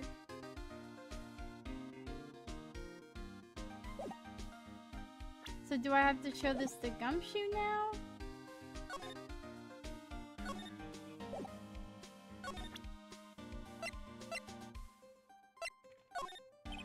Can you say one? What? Okay.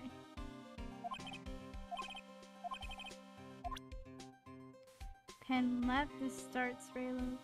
On the upper left blocker with a piece of cloth sticking out of it. I did that. Okay.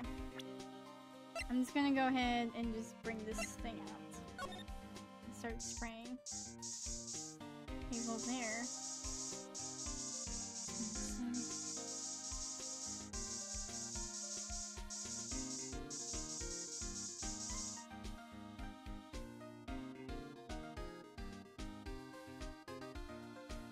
Pen left.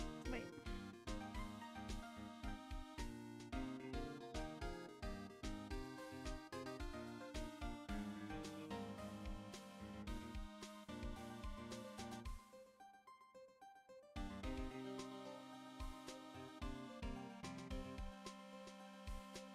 Okay, pen right. Where you find this. And that's just covered in... Well, you can't do anything over here, apparently.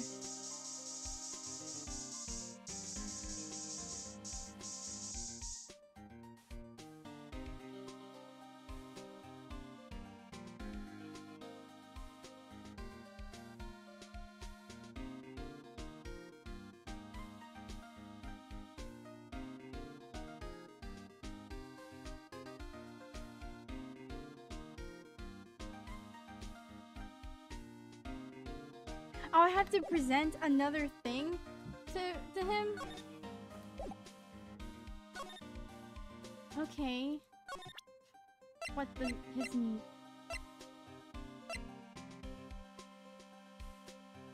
Goodman's note. Okay. Wait.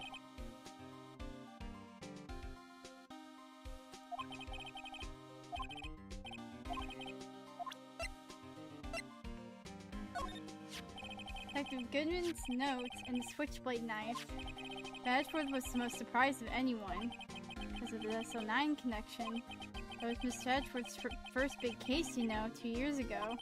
That's the first time the world knew Edgeworth was a man to be feared.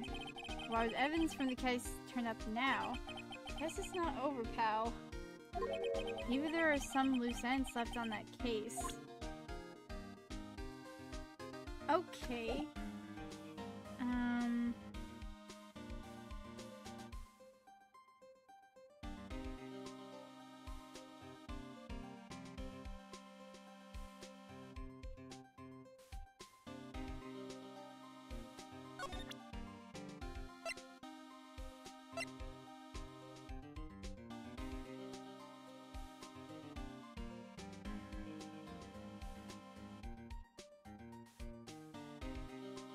Oh, talk to Gumshoe further. Okay. Now that was a bloody violent case. Violent? So it was a murder. Serial killing. Serial killing. Maybe I don't want to get involved in this after all. The killer made a mistake and Mr. Edgeworth built his case around that to nab him. And this was 2 years ago? That put Mr. Edgeworth right in the spotlight. Started the rumor mill. Rumors about forged evidence. It's supposed to be all cleaned up, but with the transferal the other day. Last job he ever did. Dr. Goodman, that is. Huh? What do you mean? Dr. Goodman was detective in charge of the SO9 incident, see? So, that switchblade knife. The victim took the knife out of the evidence locker himself. Hey, look, pal, look at the time. There's something you need to be going to. She said Mr. Edgeworth's inquiry committee should be letting out soon. I'm going to give them my report for the day. Who is this? What the frick? I don't trust this man. I help you, you know. Report? You mean the note written on the back of that flyer? The one that says nothing but no problems? Hey, it's Mr. Edgeforth we're talking about. I'm sure he can use a report like this. I don't think he does. Believe in him. Need to enemies when you've got friends like Detective Gumshoe.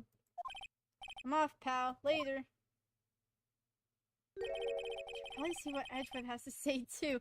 Alright, then we move. Guard station. Move.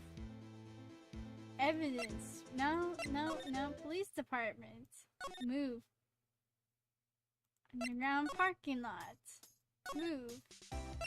Go to prosecutor's office and talk to Edgeworth. I'm going to lose it. I'm gonna take off my headphones for a minute. Okay.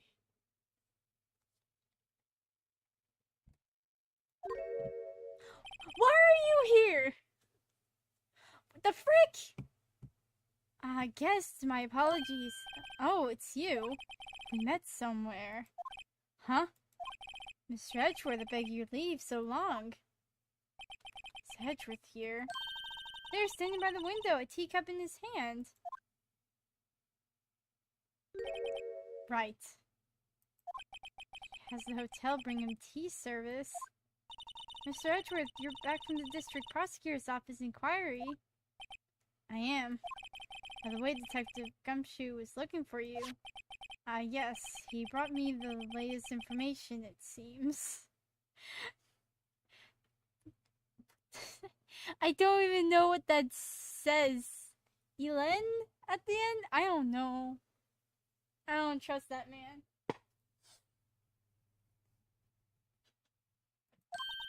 Really? Was it helpful? Apparently a new French restaurant is opening near here. I think he was trying to console me somehow. Back with this face. What is up with this face? And the real info is on the other side, Edgeworth. Poor Mr. Edgeworth, I think this whole thing is really taking a toll on him. So how did the inquiry committee go? Actually, they decided to treat this not as a case of concealing evidence, as a communications error during the investigation. Concealing evidence? Yes, apparently there are some who believe that I concealed evidence. They gave me a warning. You were lucky this time. Again. I don't get this face. What? New face. Like, well, this has been a new face for a while, but new face unlocked. For Edgeworth.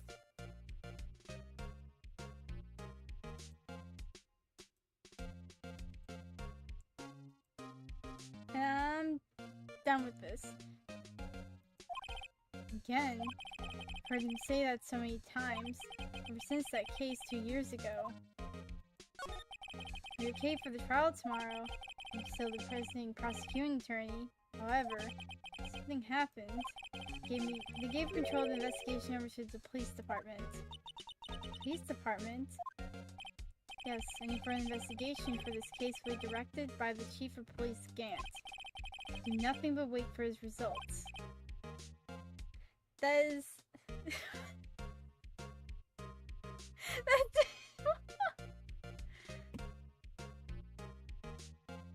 What?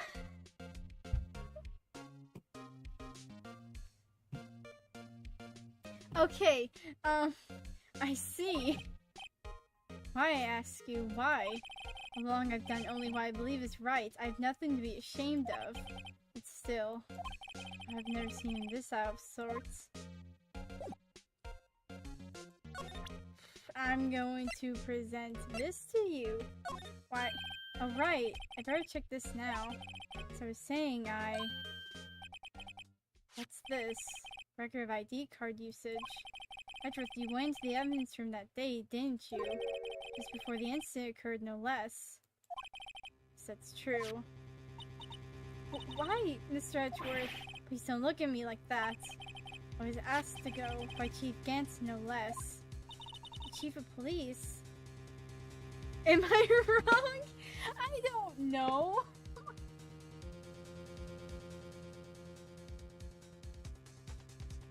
I don't freaking know.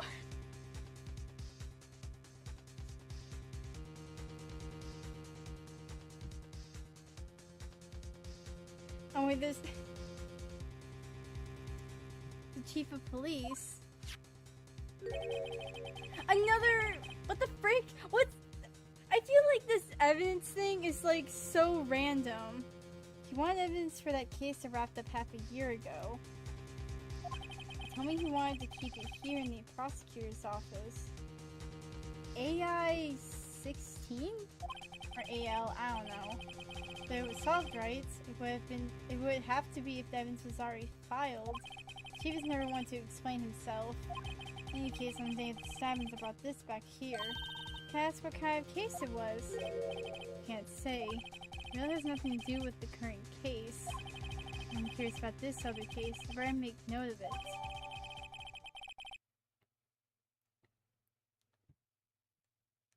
Gantz is up to something. Like, when we know it. We don't know what. Oh. Stubborn as always. I told you this has nothing to do with the current case. But we don't know. Apparently there was a case 2 years ago that has something to do with what's happening now. So maybe whatever the frick Gantz had you take from the evidence, is that what?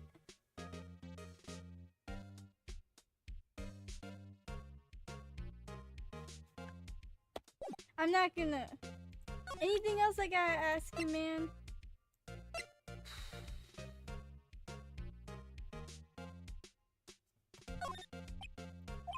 Right, please. I'm the prosecutor on this case. You don't expect me to sit here and discuss the case with you over a cup of tea. I'll pass on the tea. Just tell me about the case.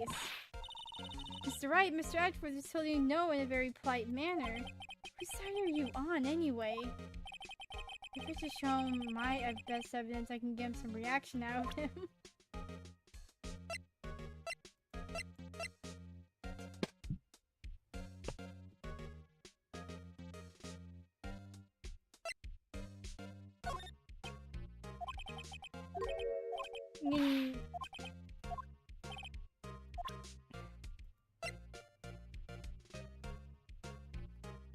Check the screwdriver and gloves. Oh wait, yeah. Well, I've already checked the gloves. I'll check the screwdriver.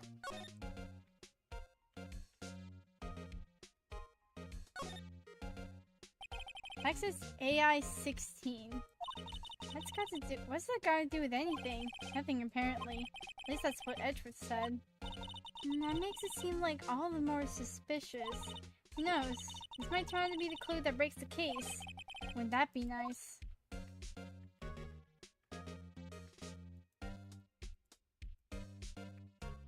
Bottom, anything at the top? Nope. What does this have to do with anything? I don't know. It's something though. And what's up with the gloves?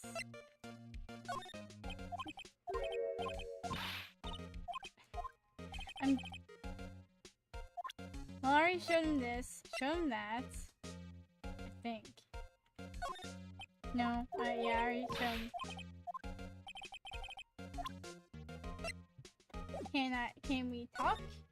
Nope. Okay. Do I have to talk to Gantz about this screwdriver here that you have, sir?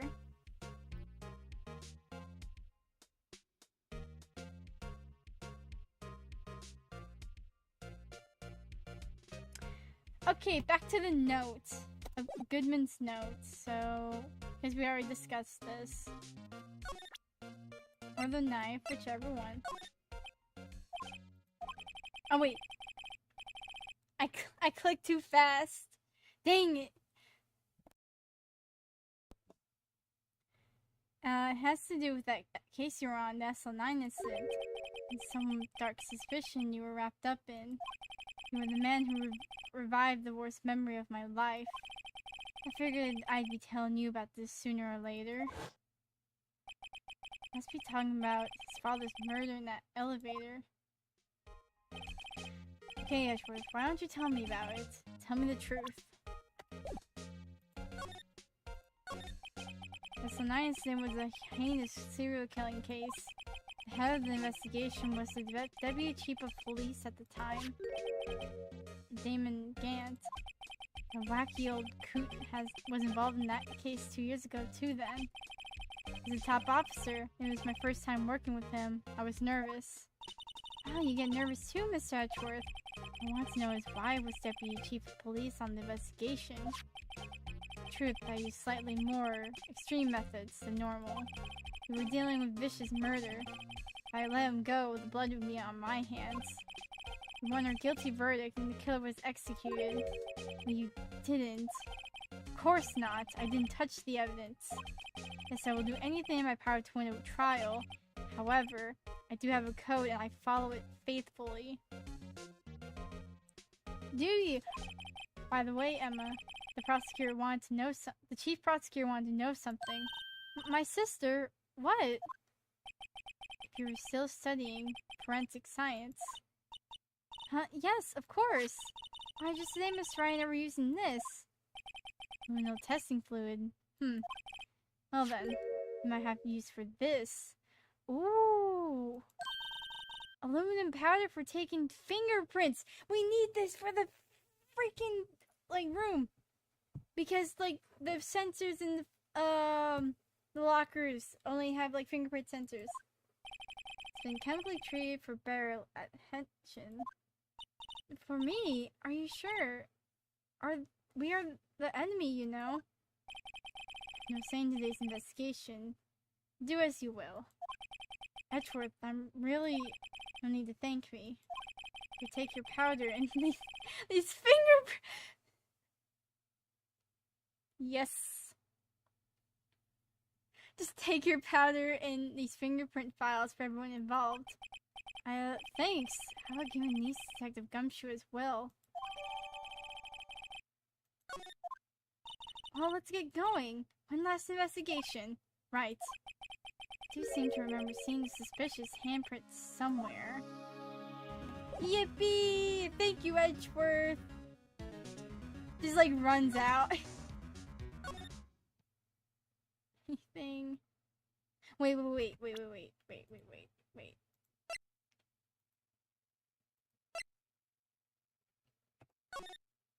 No, not that. Oh, look at this. It's like handprint right there, but I don't know if that's because of Gumshoe or what's up. Move. Department entrance. Earth station. Evidence room. Yippee! Okay.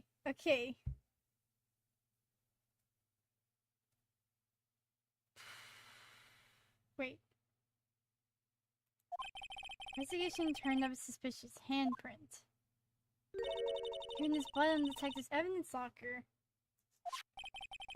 This is a secret weapon we just borrowed. Right, let's get started. First, choose a finger. Each finger leaves behind a slightly different imprint. So let's choose the finger that will have left behind the clearest print. So they can't tell the difference at a glance. Quit procrastinating and choose a finger. Thumb. Okay, now it's time to check for prints. Let me show you how it's done. I'm starting to get that sparkle in her eyes. Why not get the prints on the hedgehog? Well, like, no clue if it was here, like, during the crime. It probably was. But it's probably Gumshoes. I'm just starting to get that sparkle in her eyes. First we sprinkle the aluminum powder around. Huh? How do you know that? Enter, see? Ah, looks like that did the trick. The aluminum powder adheres completely to the print. Once the powder is well spread, just blow away the excess. Huh? How do I do that? With E. Exciting, I know. Imagine you're blowing out candles on a birthday cake. See? That looks like fun. Might take some getting used to though. It's fine. It won't go up your nose or anything. Just pour the powder on thick and blow away the extra. These are the basics of fingerprinting, Mr. Wright. Guess I better give it a try.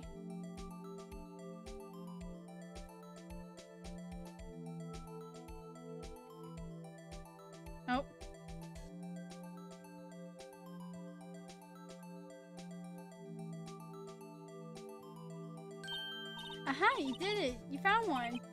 But this looks nothing like a fingerprint.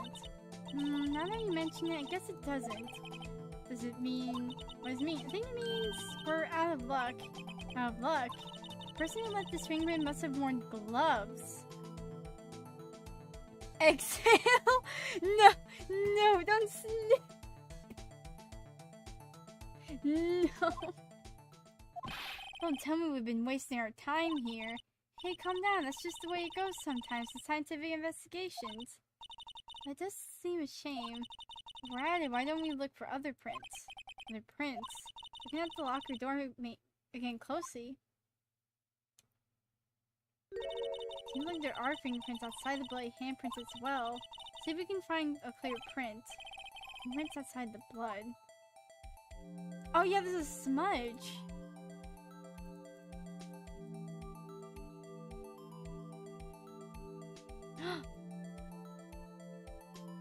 Oh, frick. Oh, come on.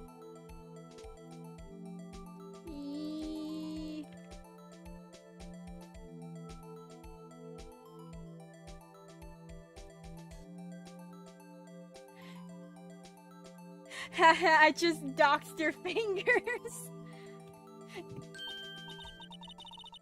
Yeah, your print's so clear it's dazzling. Dazzling? Anyway, this print took a lot of effort to find. Let's match it up right away.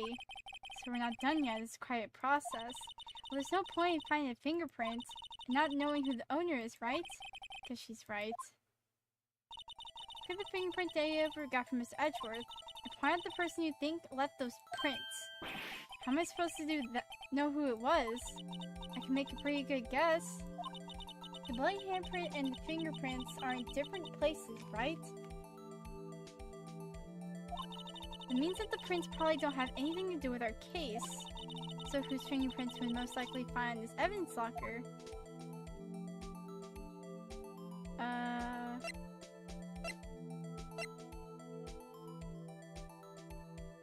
Wait. Oh my god, it's gumshoes.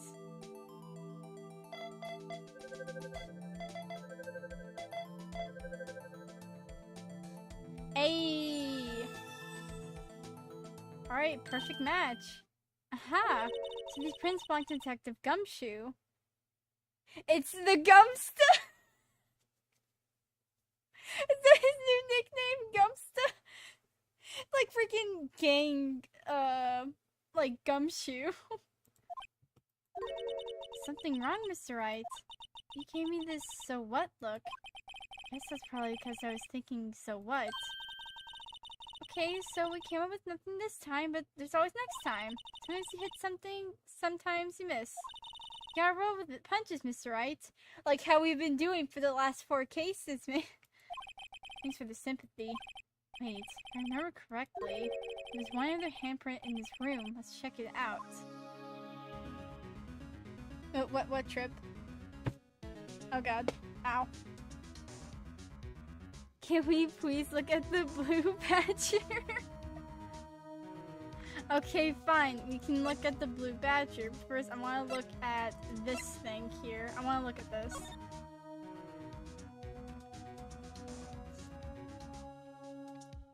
Does this say anything? Does this have any secret messages on it at all?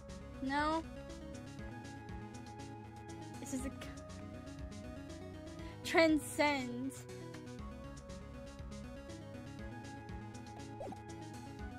Okay, we can look at the badger.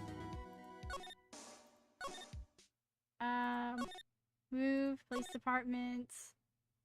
Examine. I can't. Examine. They're still arriving around today.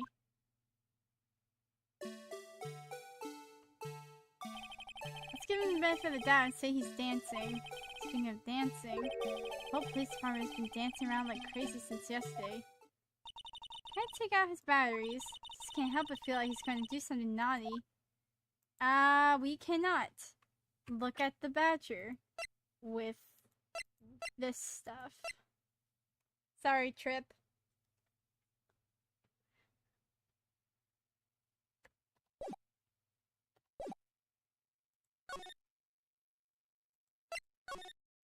Oh, man.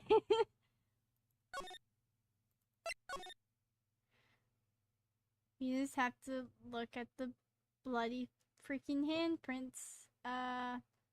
Salmon. This is where we got a fluid reaction, right?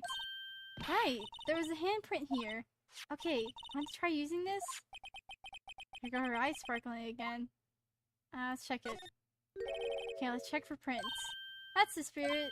Oh, but I have to warn you about something first. What? The area with the blood was wiped away, right?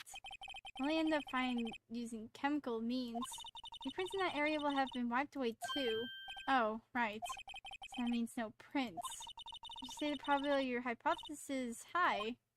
Don't ask me. Anyway, we must try to find prints that weren't wiped away. Prints other than the ones left by the bloody hand. Oh my god, it's badly smeared. Okay, let's check here then? Oh wait. Wait.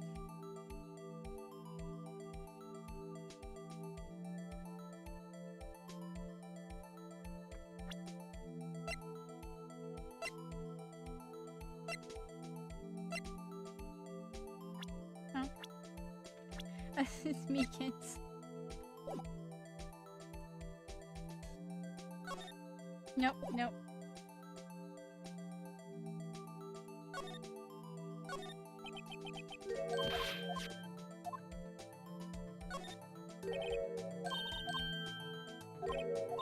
Like, go 1.5 squares over and square down from the top finger.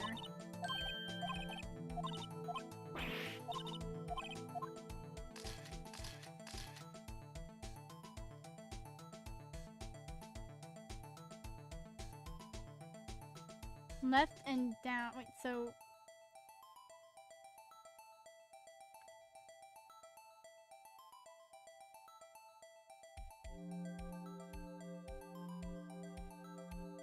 Oh, wait. Oh.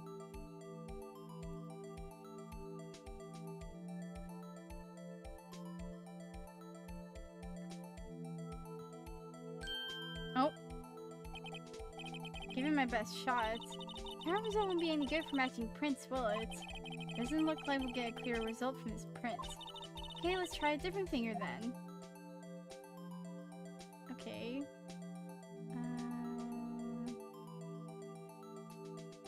Here? Top finger.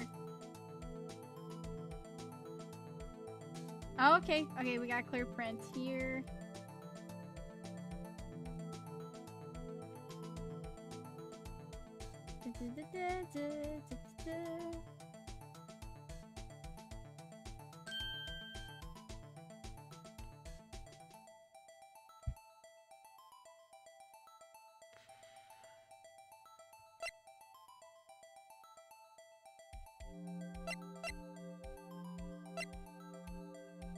That looks more like Gant's fingerprints there.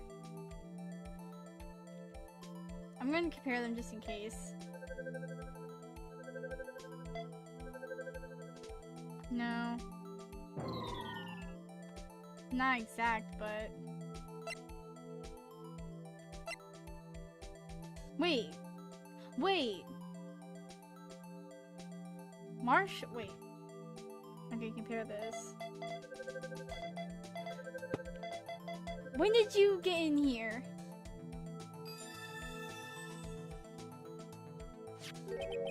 Hey, these fingerprints, whose are they? Who is it? Is it someone I know? It's Officer Marshall. Huh? Officer Jake Marshall? That's gotta be a coincidence. He's not involved in the case. Emma. Decidedly different from Detective Gumshoe's prints. No reaction. The blood and fingerprints are the same place. Oh! So we have Jake Marshall's fingerprints. And a wiped blood stain. But why would Officer Marshall... Looks like our investigations finally turned up some results. Guess this is what you'd call decisive evidence. I don't believe it. Mage, why are you still up?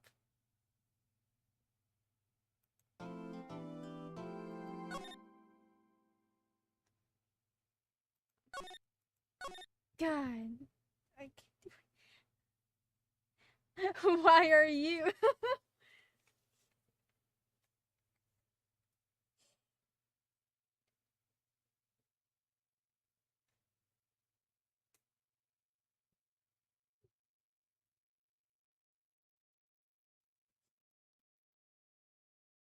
I can't. Wait. I'm adulting badly, but still.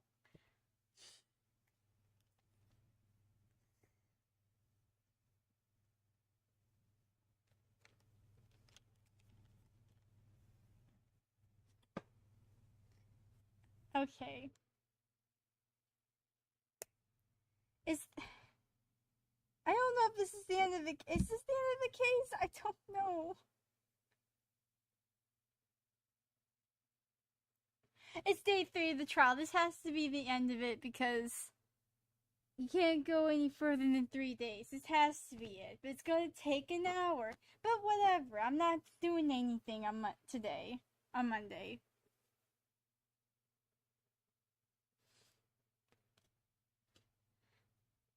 What trip? Fire think.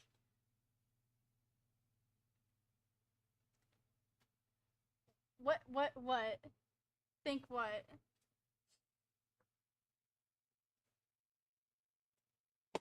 Look right below the first...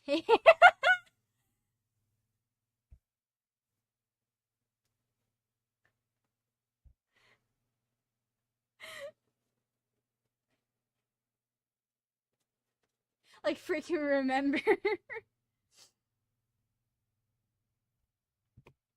Yeah, I'm never getting rid of this one.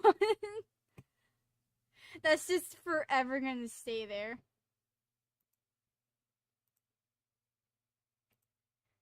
That's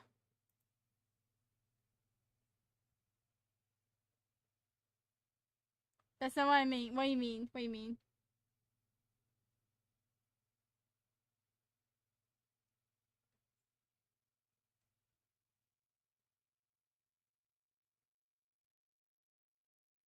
Wait.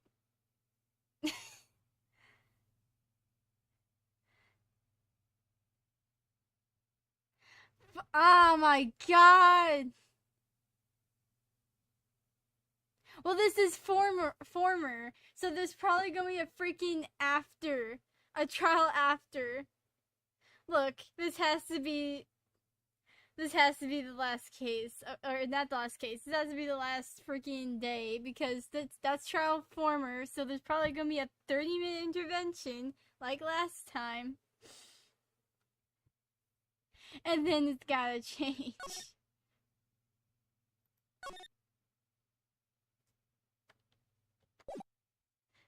It's gotta change.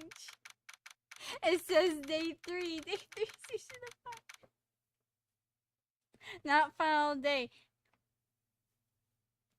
I don't know, man. It cannot go for another 4th day, though.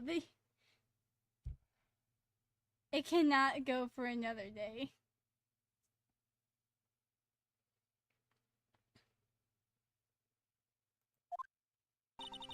I'm gonna keep going. Look, I'm hoping it absolutely will. I don't have 8 in the bed.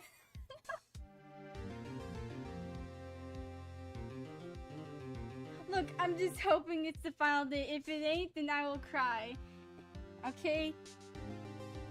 In fact, I'll put you up in liquid emerald.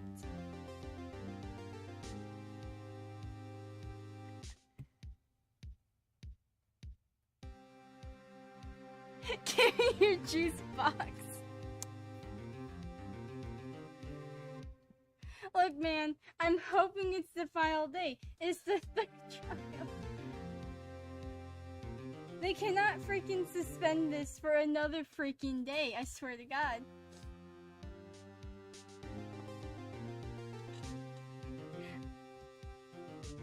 So what do you think, Mr. Wright? I think the prosecution is confused as we are.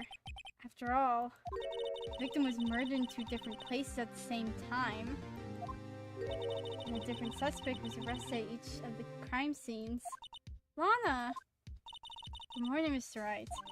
Apologies for yesterday. I was indisposed. Hope they didn't hold you too long for questioning. You was finished, actually. I'm used to all-nighters, though. So how'd it go? As Mr. Wright suspects, the police are clueless. Figured as much, so I struck a plea bargain. A plea bargain? What do you mean by that? Figured that if I told them the truth behind this, simultaneous murder, they wouldn't see capital punishment. That's what I mean, Emma. But Lana, don't tell me you... Much to my regret. I'm as much in the dark about this as they are. The sky. Found trace evidence of a concerning person in the police department's evidence room. Belonged to Officer Jake Marshall. What kind of trace evidence? Well, it's stained fingerprints, to be exact. That's the trump card I have up my sleeve today. You don't understand what this means, don't you? In order to defend my sister, you're going to accuse Mr. Marshall. Have to play the cards we're dealt with. Isn't that right, Miss Sky? A nice card pipe around your neck! What do you have to do, Mr. Wright? Fire, please, I beg. What? You need sleep. I don't need sleep, I need answers. Mage needs sleep.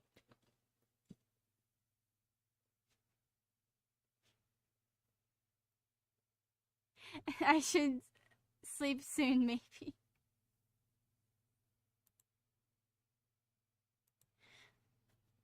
I'm not gonna be able to freaking do this, like, later. I'm not gonna be, the thing is, I'm not gonna be able to do this later today, or, like, whatever the rest, I don't know what the rest of the week's gonna be, because, like, Wednesday is my brother's graduation, and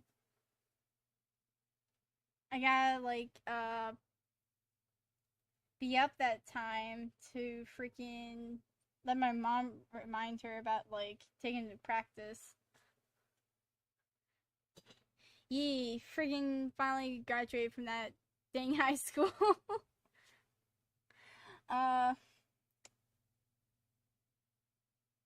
Surprise someone who doesn't exist to be able to graduate.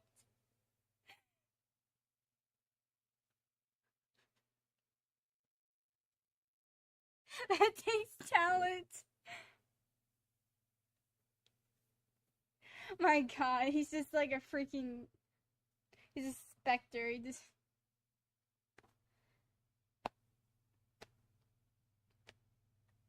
Because I don't know, like... I don't want to prolong this, freaking case and just, like, have it at the back of my mind.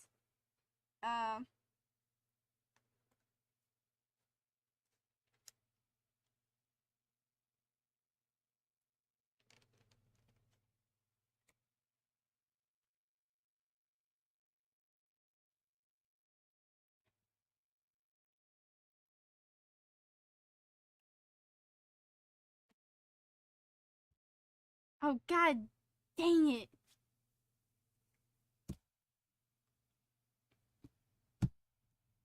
This isn't... Okay, I accidentally looked at the freaking strategy wiki. I still have it up. There's a freaking day 4. You do know I'll just get more autistic the later I stay up. Why is there a day 4?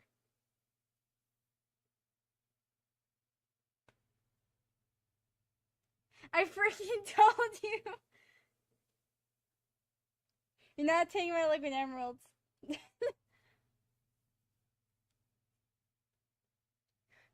What?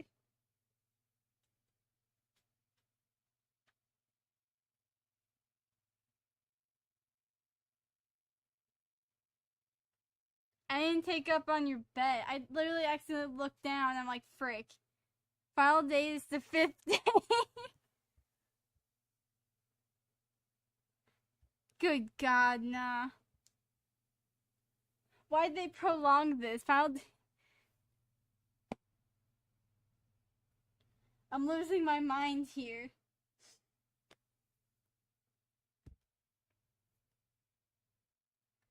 Oh my God, I might have to close the guide. Okay. You cheater. Look, I'm stupid, okay? And I ain't got no brains to, like, be doing this.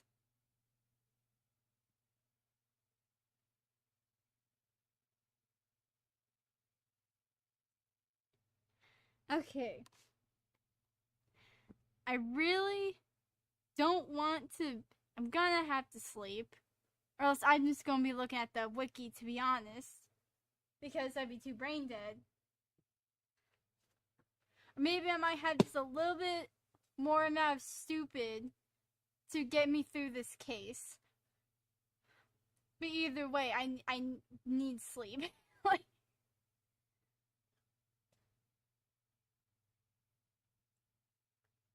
so we already saved.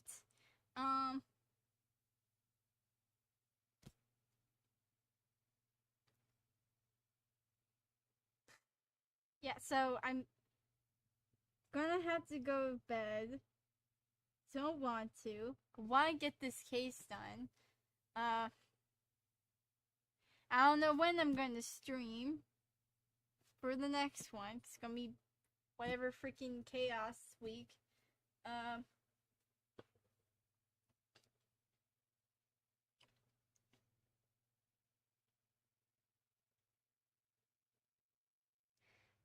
Why is there more? This is stupid. Okay.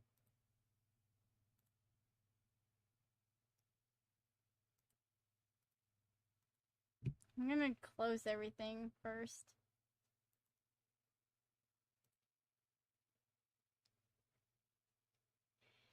Okay, yeah, I'm gonna end the stream here because I'm not. It's already 2:06. I want to continue, but I'm not gonna lose sleep. I'm gonna lose sleep either way, but just like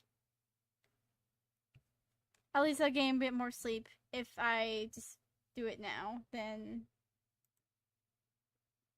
if I just wait till this later.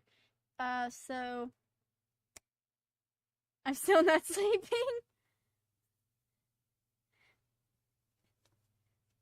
I mean, yeah, I'm probably gonna stay up for like another hour just watching YouTube, to be honest. Trying to calm my brain and get my headphones off my head. Like, it's been really hot, like, lately. It rained the other day and it just freaking,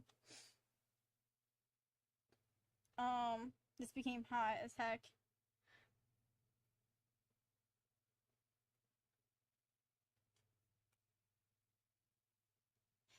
So, I will see y'all later. I don't know when. Hope y'all have a good night. Oh. Oh,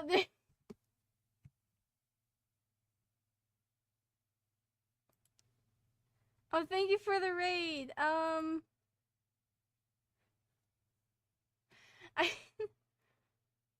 unlucky time. Yeah. I was just about to end stream here because even though it says here that.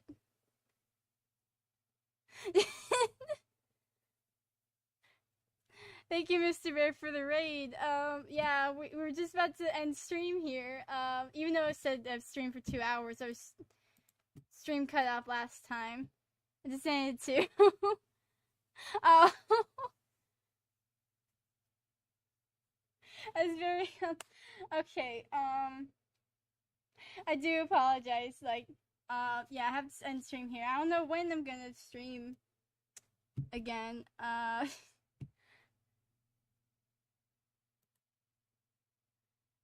You can just raid Sharpa 4-shot if you can, because he just hit affiliate. Okay. How do you even? I've never done this before. I've never done raid. Oh god. Okay. Oh, why is that? Oh. Uh.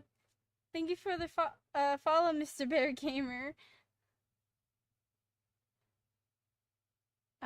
Okay.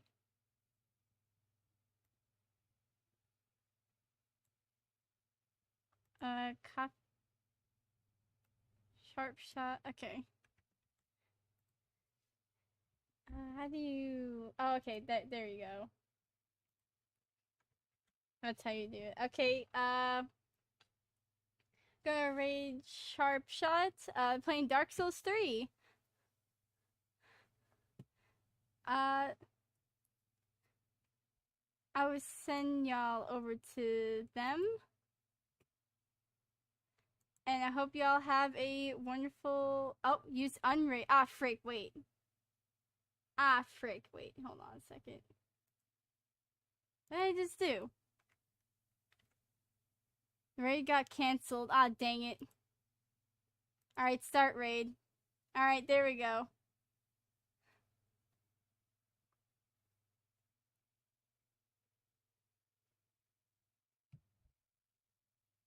Okay. Well, I'll see y'all later.